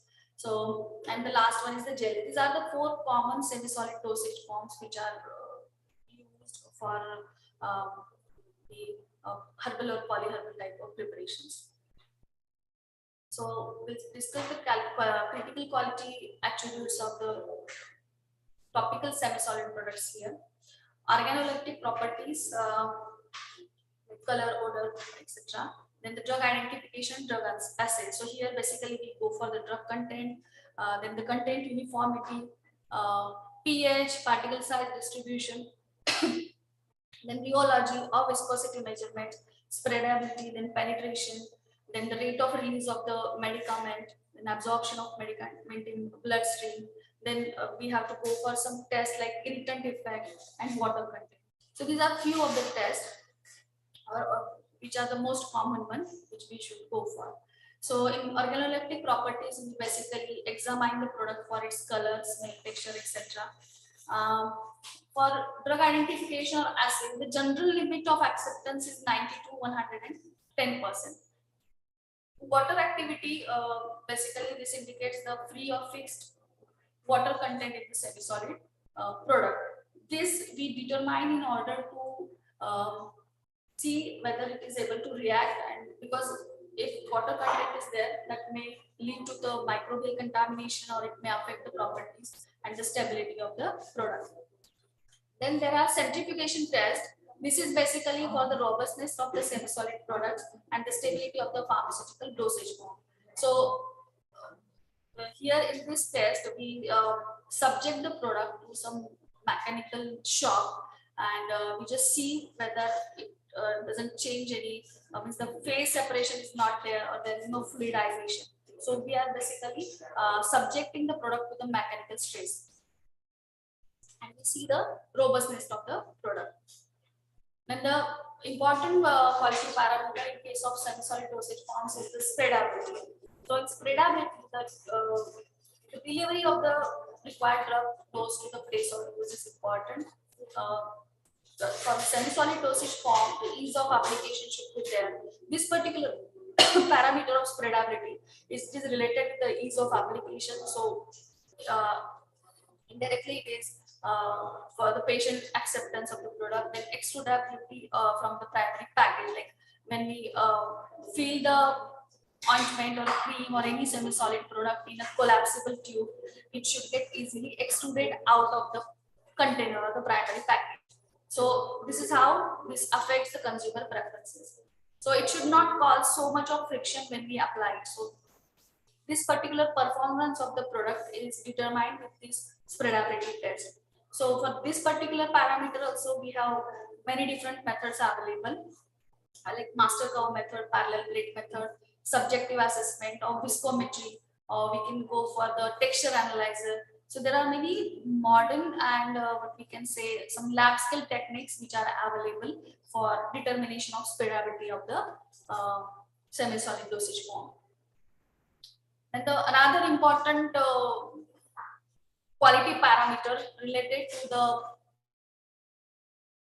product is the rate of release of medicament. So here we have to see the rate of release of the drug or the active principle from the base which we have used. It may be the ointment, cream, jelly, or any other paste type of form. So for this, the most common device over the equipment is flow through cell or the France diffusion cell. These are the two commonly used assemblies, where there is a donor compartment, there is a receptor compartment, and in this receptor compartment we keep the medium in which the drug gets released, and in the donor compartment we keep the product. Okay, and that it is separated by some barrier or a semi-permeable membrane. So we can go for some cellophane membrane, or we can go for the human cadaver skin or mouse skin, and that is how we can see the release of the drug from the product into the receptor compartment. So the passage of the semi-solid preparation to the epidermal surface to the receptor compartment is measured here. So here we need some good analytical method. So if we are using the France diffusion cell, we have to go for sampling.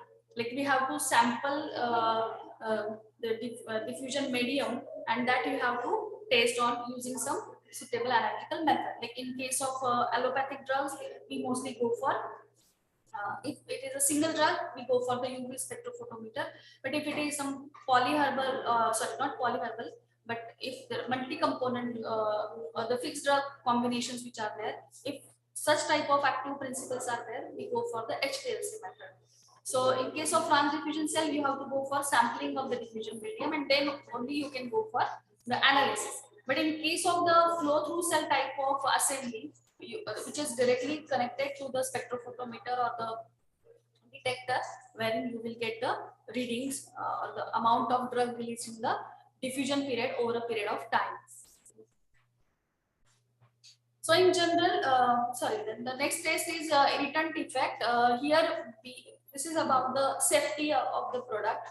So when a particular semi-solid dosage form, when it is formulated, we have to see whether it has any irritant effect on the skin or mucous membrane or in eyes, if it is to be applied to the eyes.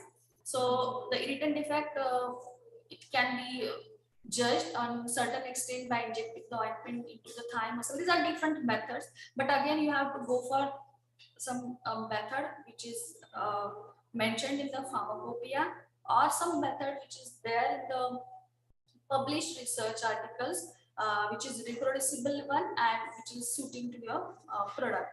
So it can be, the product can be injected into the thigh muscles or under the abdominal skin of the rats, and the reaction is noted over a period of time. So if there are any lesions, if you are giving it in eyes, so lesions on cornea, iris conjunctiva, they can be considered as the irritancy to the eyes. Similarly, in case of the skin irritation test, we can see the presence of patches. So this is a sort of qualitative test. Then there is one more test, most common, gray skin irritation test, where the known amount of test substance is introduced under 1 square inch gauze patch, and that it is applied to the albino rabbits. So I'll just not go through in details on this, but this is just one representative of the type of skin irritation test, one single example which I want to explain here. So this patch, the gauze patch with the product, it is applied to the albino rats, then where the albino rabbits, which are divided into 6 with intact skin, and there are 6 with abraded skin. So in both the cases, we want to see the effect of the product on the skin of the study animals, and then it is secured with the adhesive tape, and entire trunk of the animal is wrapped, and then it is observed for 24 hours. And when after removal of the patches, if there is any erythema or edema formation, that is checked. So this is how, now this will give you some score based on the observation. So this is the trace skin irritation test, and the observations can be categorized. The trace code will be given for the skin irritation effect of the product. And similarly, we have the trace eye irritation test. So it will be in case of 6 albino rabbits, where the few of the animals will be untreated and the others will be treated with the product, and any signs of ulceration or opacity in the cornea, inflammation will be checked. Then the next one is the consistency test. For a good semi-solid dosage form, it should have a uniform consistency or homogeneity. It should be free from any lumps or aggregates, or it should be free from any particles or grittiness. So this kind of test, consistency test, which is also known as penetrometry, where we use the penetrometer to see the consistency of the product. So there are 3 methods, different methods of preparing the test sample. So we can take 3 containers. Now this particular test, it will be mainly for the products which are manufactured at large scale, but we can modify it based on our product. We can apply the test to our product also to test its consistency. Then one more type of pharmaceutical product, which is pharmaceutical dosage form, which is most commonly used mainly by the students of dental faculty, or maybe by the students of pharma faculty, where they develop some herbal gargles and mouthwashes with some plant extracts or the combination of plant extracts. So here again we have to go for the quality parameters. The general quality parameters which need to be tested are like appearance and the fragrance. Ideally, a gargle or mouthwash should be the clear homogeneous solution. So we never see the gargles in the form of emulsion or some suspension type of preparation. So basically it has to be in the solution dosage form. So when we say solution type of dosage form, it has to be clear where there is no solid content. So that we have to ensure through the examination of the appearance and the fragrance. Fragrance is important here for herbal gargles and mouthwashes. Then the pH, then homogeneity, that is what the clarity of the solution. Then the viscosity. When we say solution, it has to be, it should have least viscosity. It should not be the viscous product. So that we have to see. The viscosity measurement should be there. Then the solid contents, if any, that we have to see. Then we should go for, now when we are talking about gargles and mouthwashes, they are basically for some antimicrobial activity. So in that case, we should go for the antimicrobial activity or determination of minimum inhibitory concentrations. So for this type of test, we have the procedures mentioned in the pharmacopoeias. So we can refer to those tests and we can conduct using our product in order to see the microbial activity of the product or the drug and the minimum inhibitory concentration. Then the stability of the product has to be tested as per the standard guidelines of ICH. Then the pharmacological activity or toxicological studies are again one of the important quality control tests here. In pharmacological activity, many times we use some drugs which are having some anti-plaque effect or some particular pharmacological effect. So for that purpose, we have different models available or animal studies can be conducted. So we can go for suitable model or study method to determine the pharmacological activity. For toxicological studies, again, we have different tests mentioned in the pharmacopoeias and again published in the research articles. We can refer to the suitable method.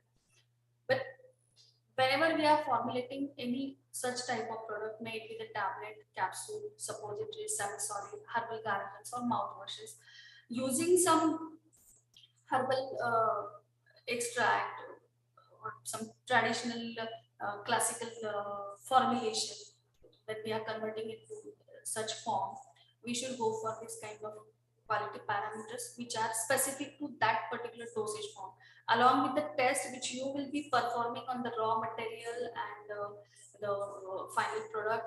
Okay, so this has to be carried out and result should be interpreted properly. Now the last topic from my talk is the novel herbal drug delivery system, where I'll just talking about some major type of novel approaches. Basically, these are some novel approaches of drug delivery where which are basically there to address the limitations of the conventional systems, conventional dosage forms. So we have novel drug delivery systems which are mainly for the allopathic drugs or the synthetic molecules. Other than that, we have another area like novel herbal drug delivery systems in which particularly we have 2 to 3 types of vesicular systems which are of prime importance and they have good scope in this particular area. So I'll just introduce microspheres. These are the discrete spherical particles ranging in average particle size from 1 to 50 micron. Then nanoparticles, which are the submicron sized particles. These may be the polymeric particles. These may be the polymeric nanoparticles or some lipid-based systems like solid lipid nanoparticles or the nanostructured lipid carriers, etc. Then we have liposomes, which are again the multiparticulate or colloidal carriers having the submicron size range and they are formed spontaneously when certain lipids are hydrated in aqueous media. Then we have neosomes, which are basically made up of some non-ionic surfactants, again multilamellar vesicles having submicron size range. Then proneosomes are also there, which are the water-soluble carrier particles, which are coated with the surfactant. and when they are hydrated, they convert into the neosomal preparation. Then we have the ethosome.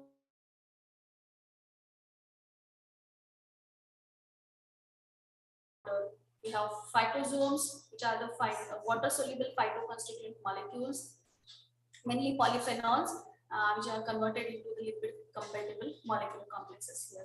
Then transferosomes, which are specially optimized particles or vesicles that can respond to an external stress by rapid and energetically inexpensive shape transformations. So these are some novel approaches for herbal drug delivery.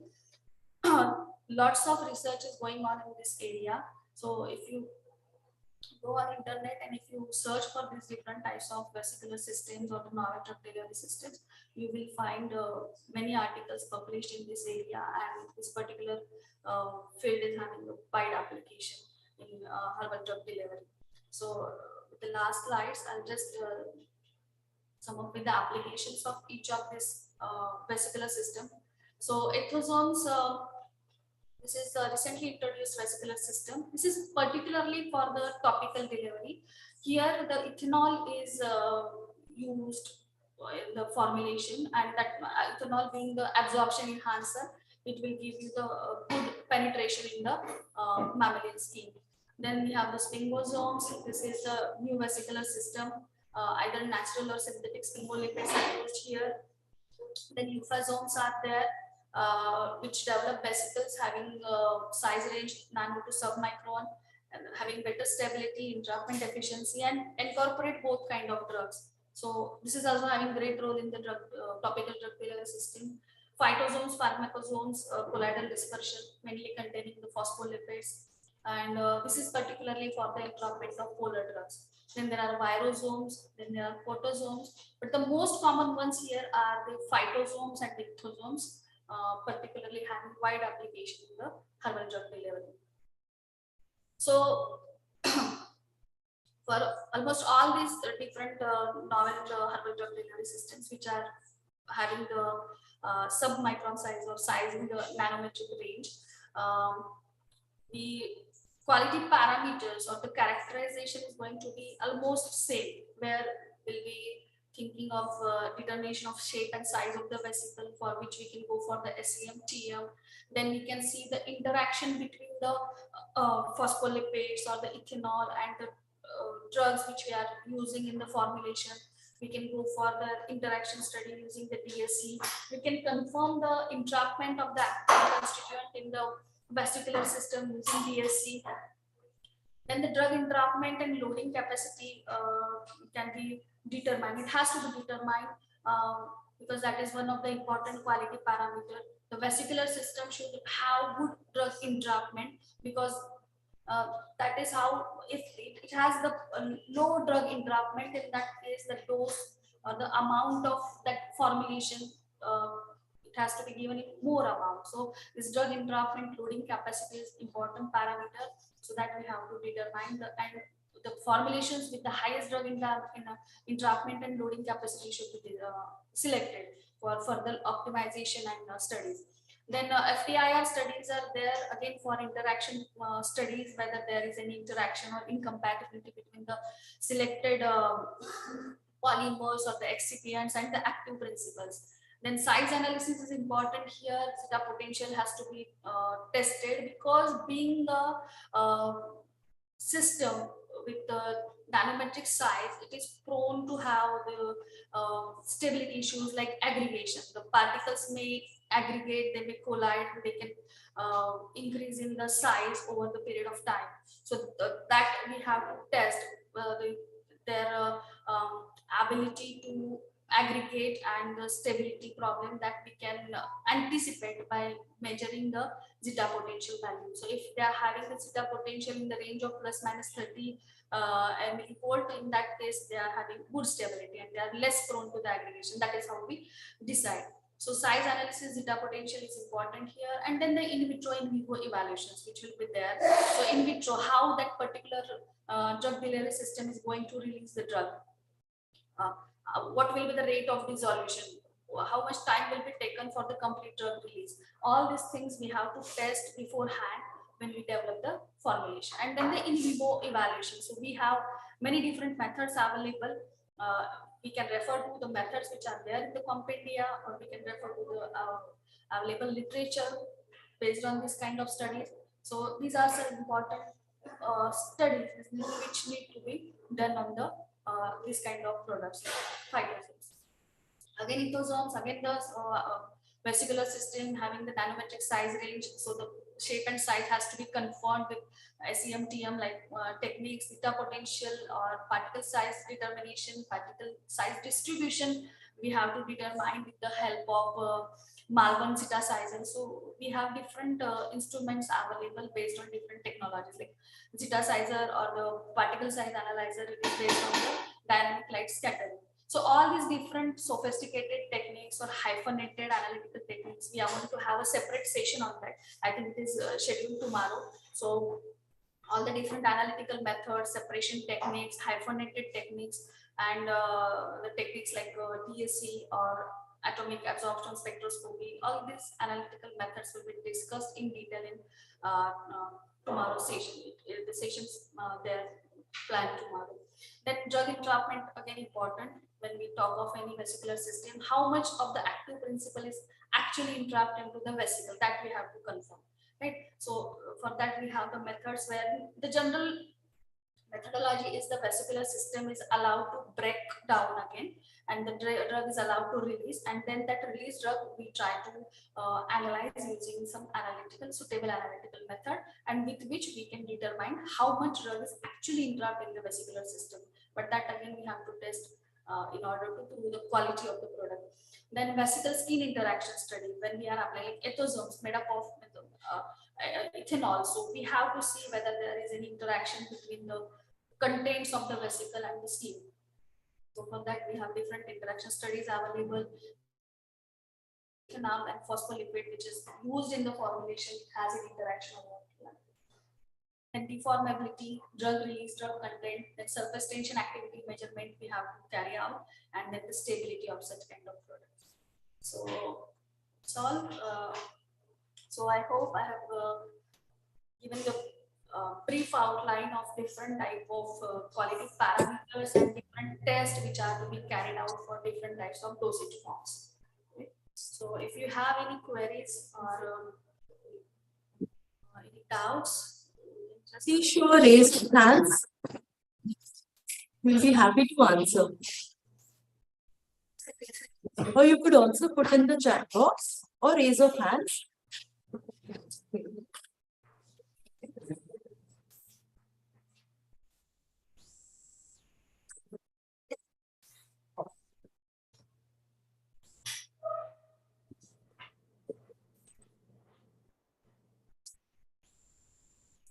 I think it's been a fantastic session. Yes, we see a raise of hand, Dr. Manisha. Yeah, please unmute yourself. You're allowed.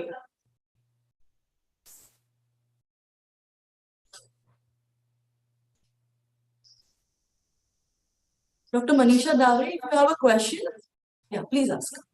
Chat box close हुआ है ma'am. अच्छा, we are having. नहीं उसमें it is open. It is open, yeah. We are seeing the sessions. Okay. और attendance भी नहीं है वो link. Yeah, you will Please get send link, ma'am. Right now, we are asking for your questions related to the speakers. Okay, inputs. okay. Yeah. Okay, okay.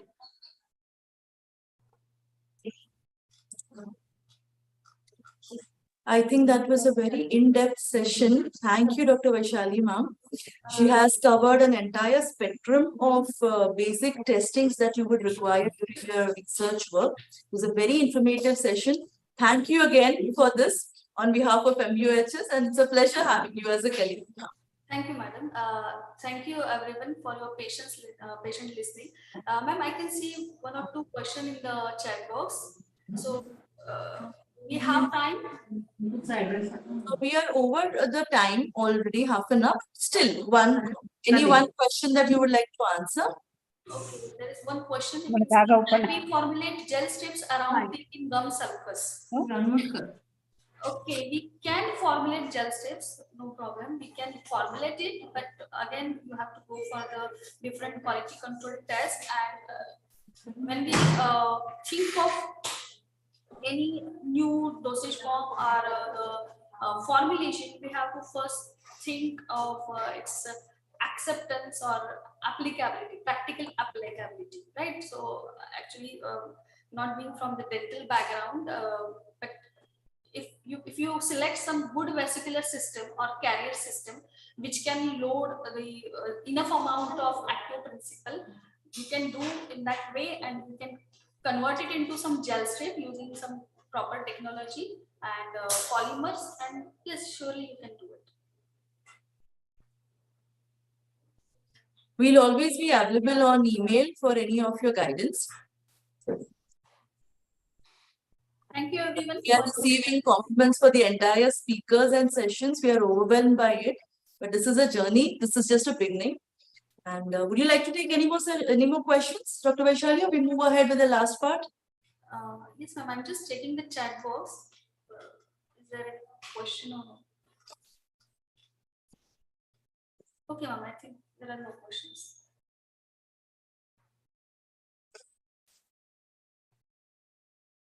If anyone has any specific query related to some your project or some product development, I'm happy to help.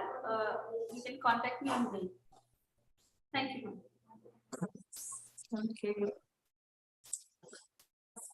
That was a fantastic session, and I think all the sessions we have received excellent feedback, and we'll also love to have some suggestions tomorrow as to what else we can do from the university to help you improve your research outcomes. Now we'll quickly we'll be leaving you in another 2 minutes.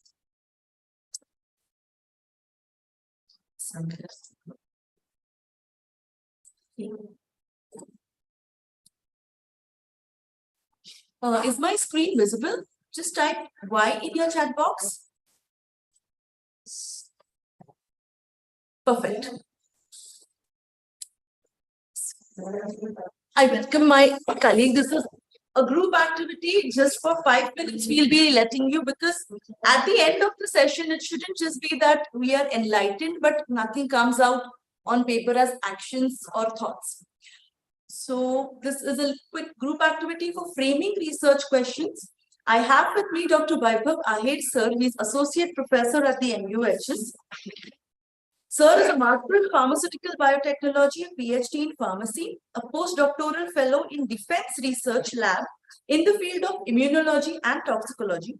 He is a postdoc research experience in University of Arkansas for Medical Science, USA. And he has worked in the area of radiation health. So happy to have no sessions here, but a lot of thought has been put in this entire module. Right now, a Google form will be given to you. This group activity is for framing research question for 2 minutes. Just for 2 minutes, think about what research area would you like to work upon? What research topic आप सच में काम करना चाहेंगे for PhD? Don't think about what funding कितना लगेगा, guide को अच्छा लगेगा या नहीं, इस पे पहले काम हुआ है या नहीं, ये मैं कर सकता हूँ या नहीं. Just think, okay, for PhD or for any good research for my PhD, this area I would like to work. Think about it. We have given a Google form. We'll be putting it in the chat box. Tomorrow morning when you all come, there are just 4 to 5 questions in the Google form. As a group activity, we need those honest answers from your side so that we can decide.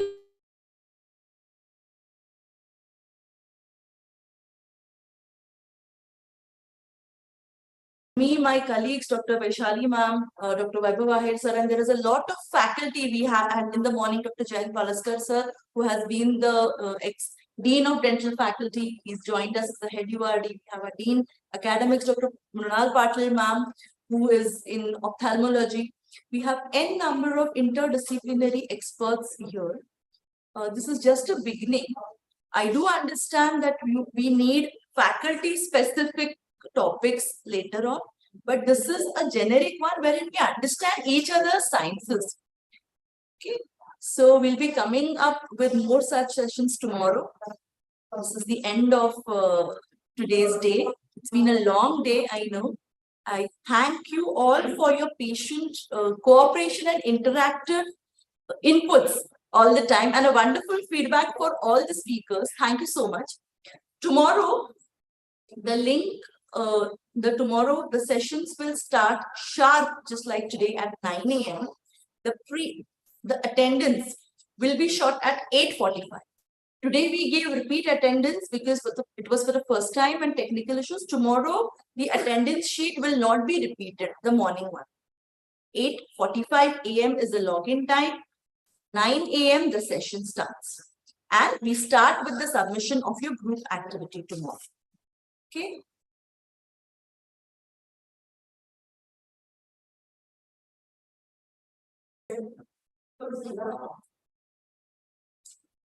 Okay.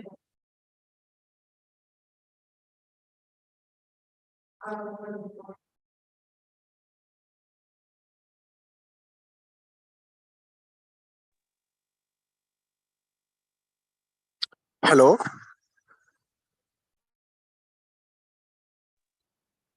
Hello. Hello.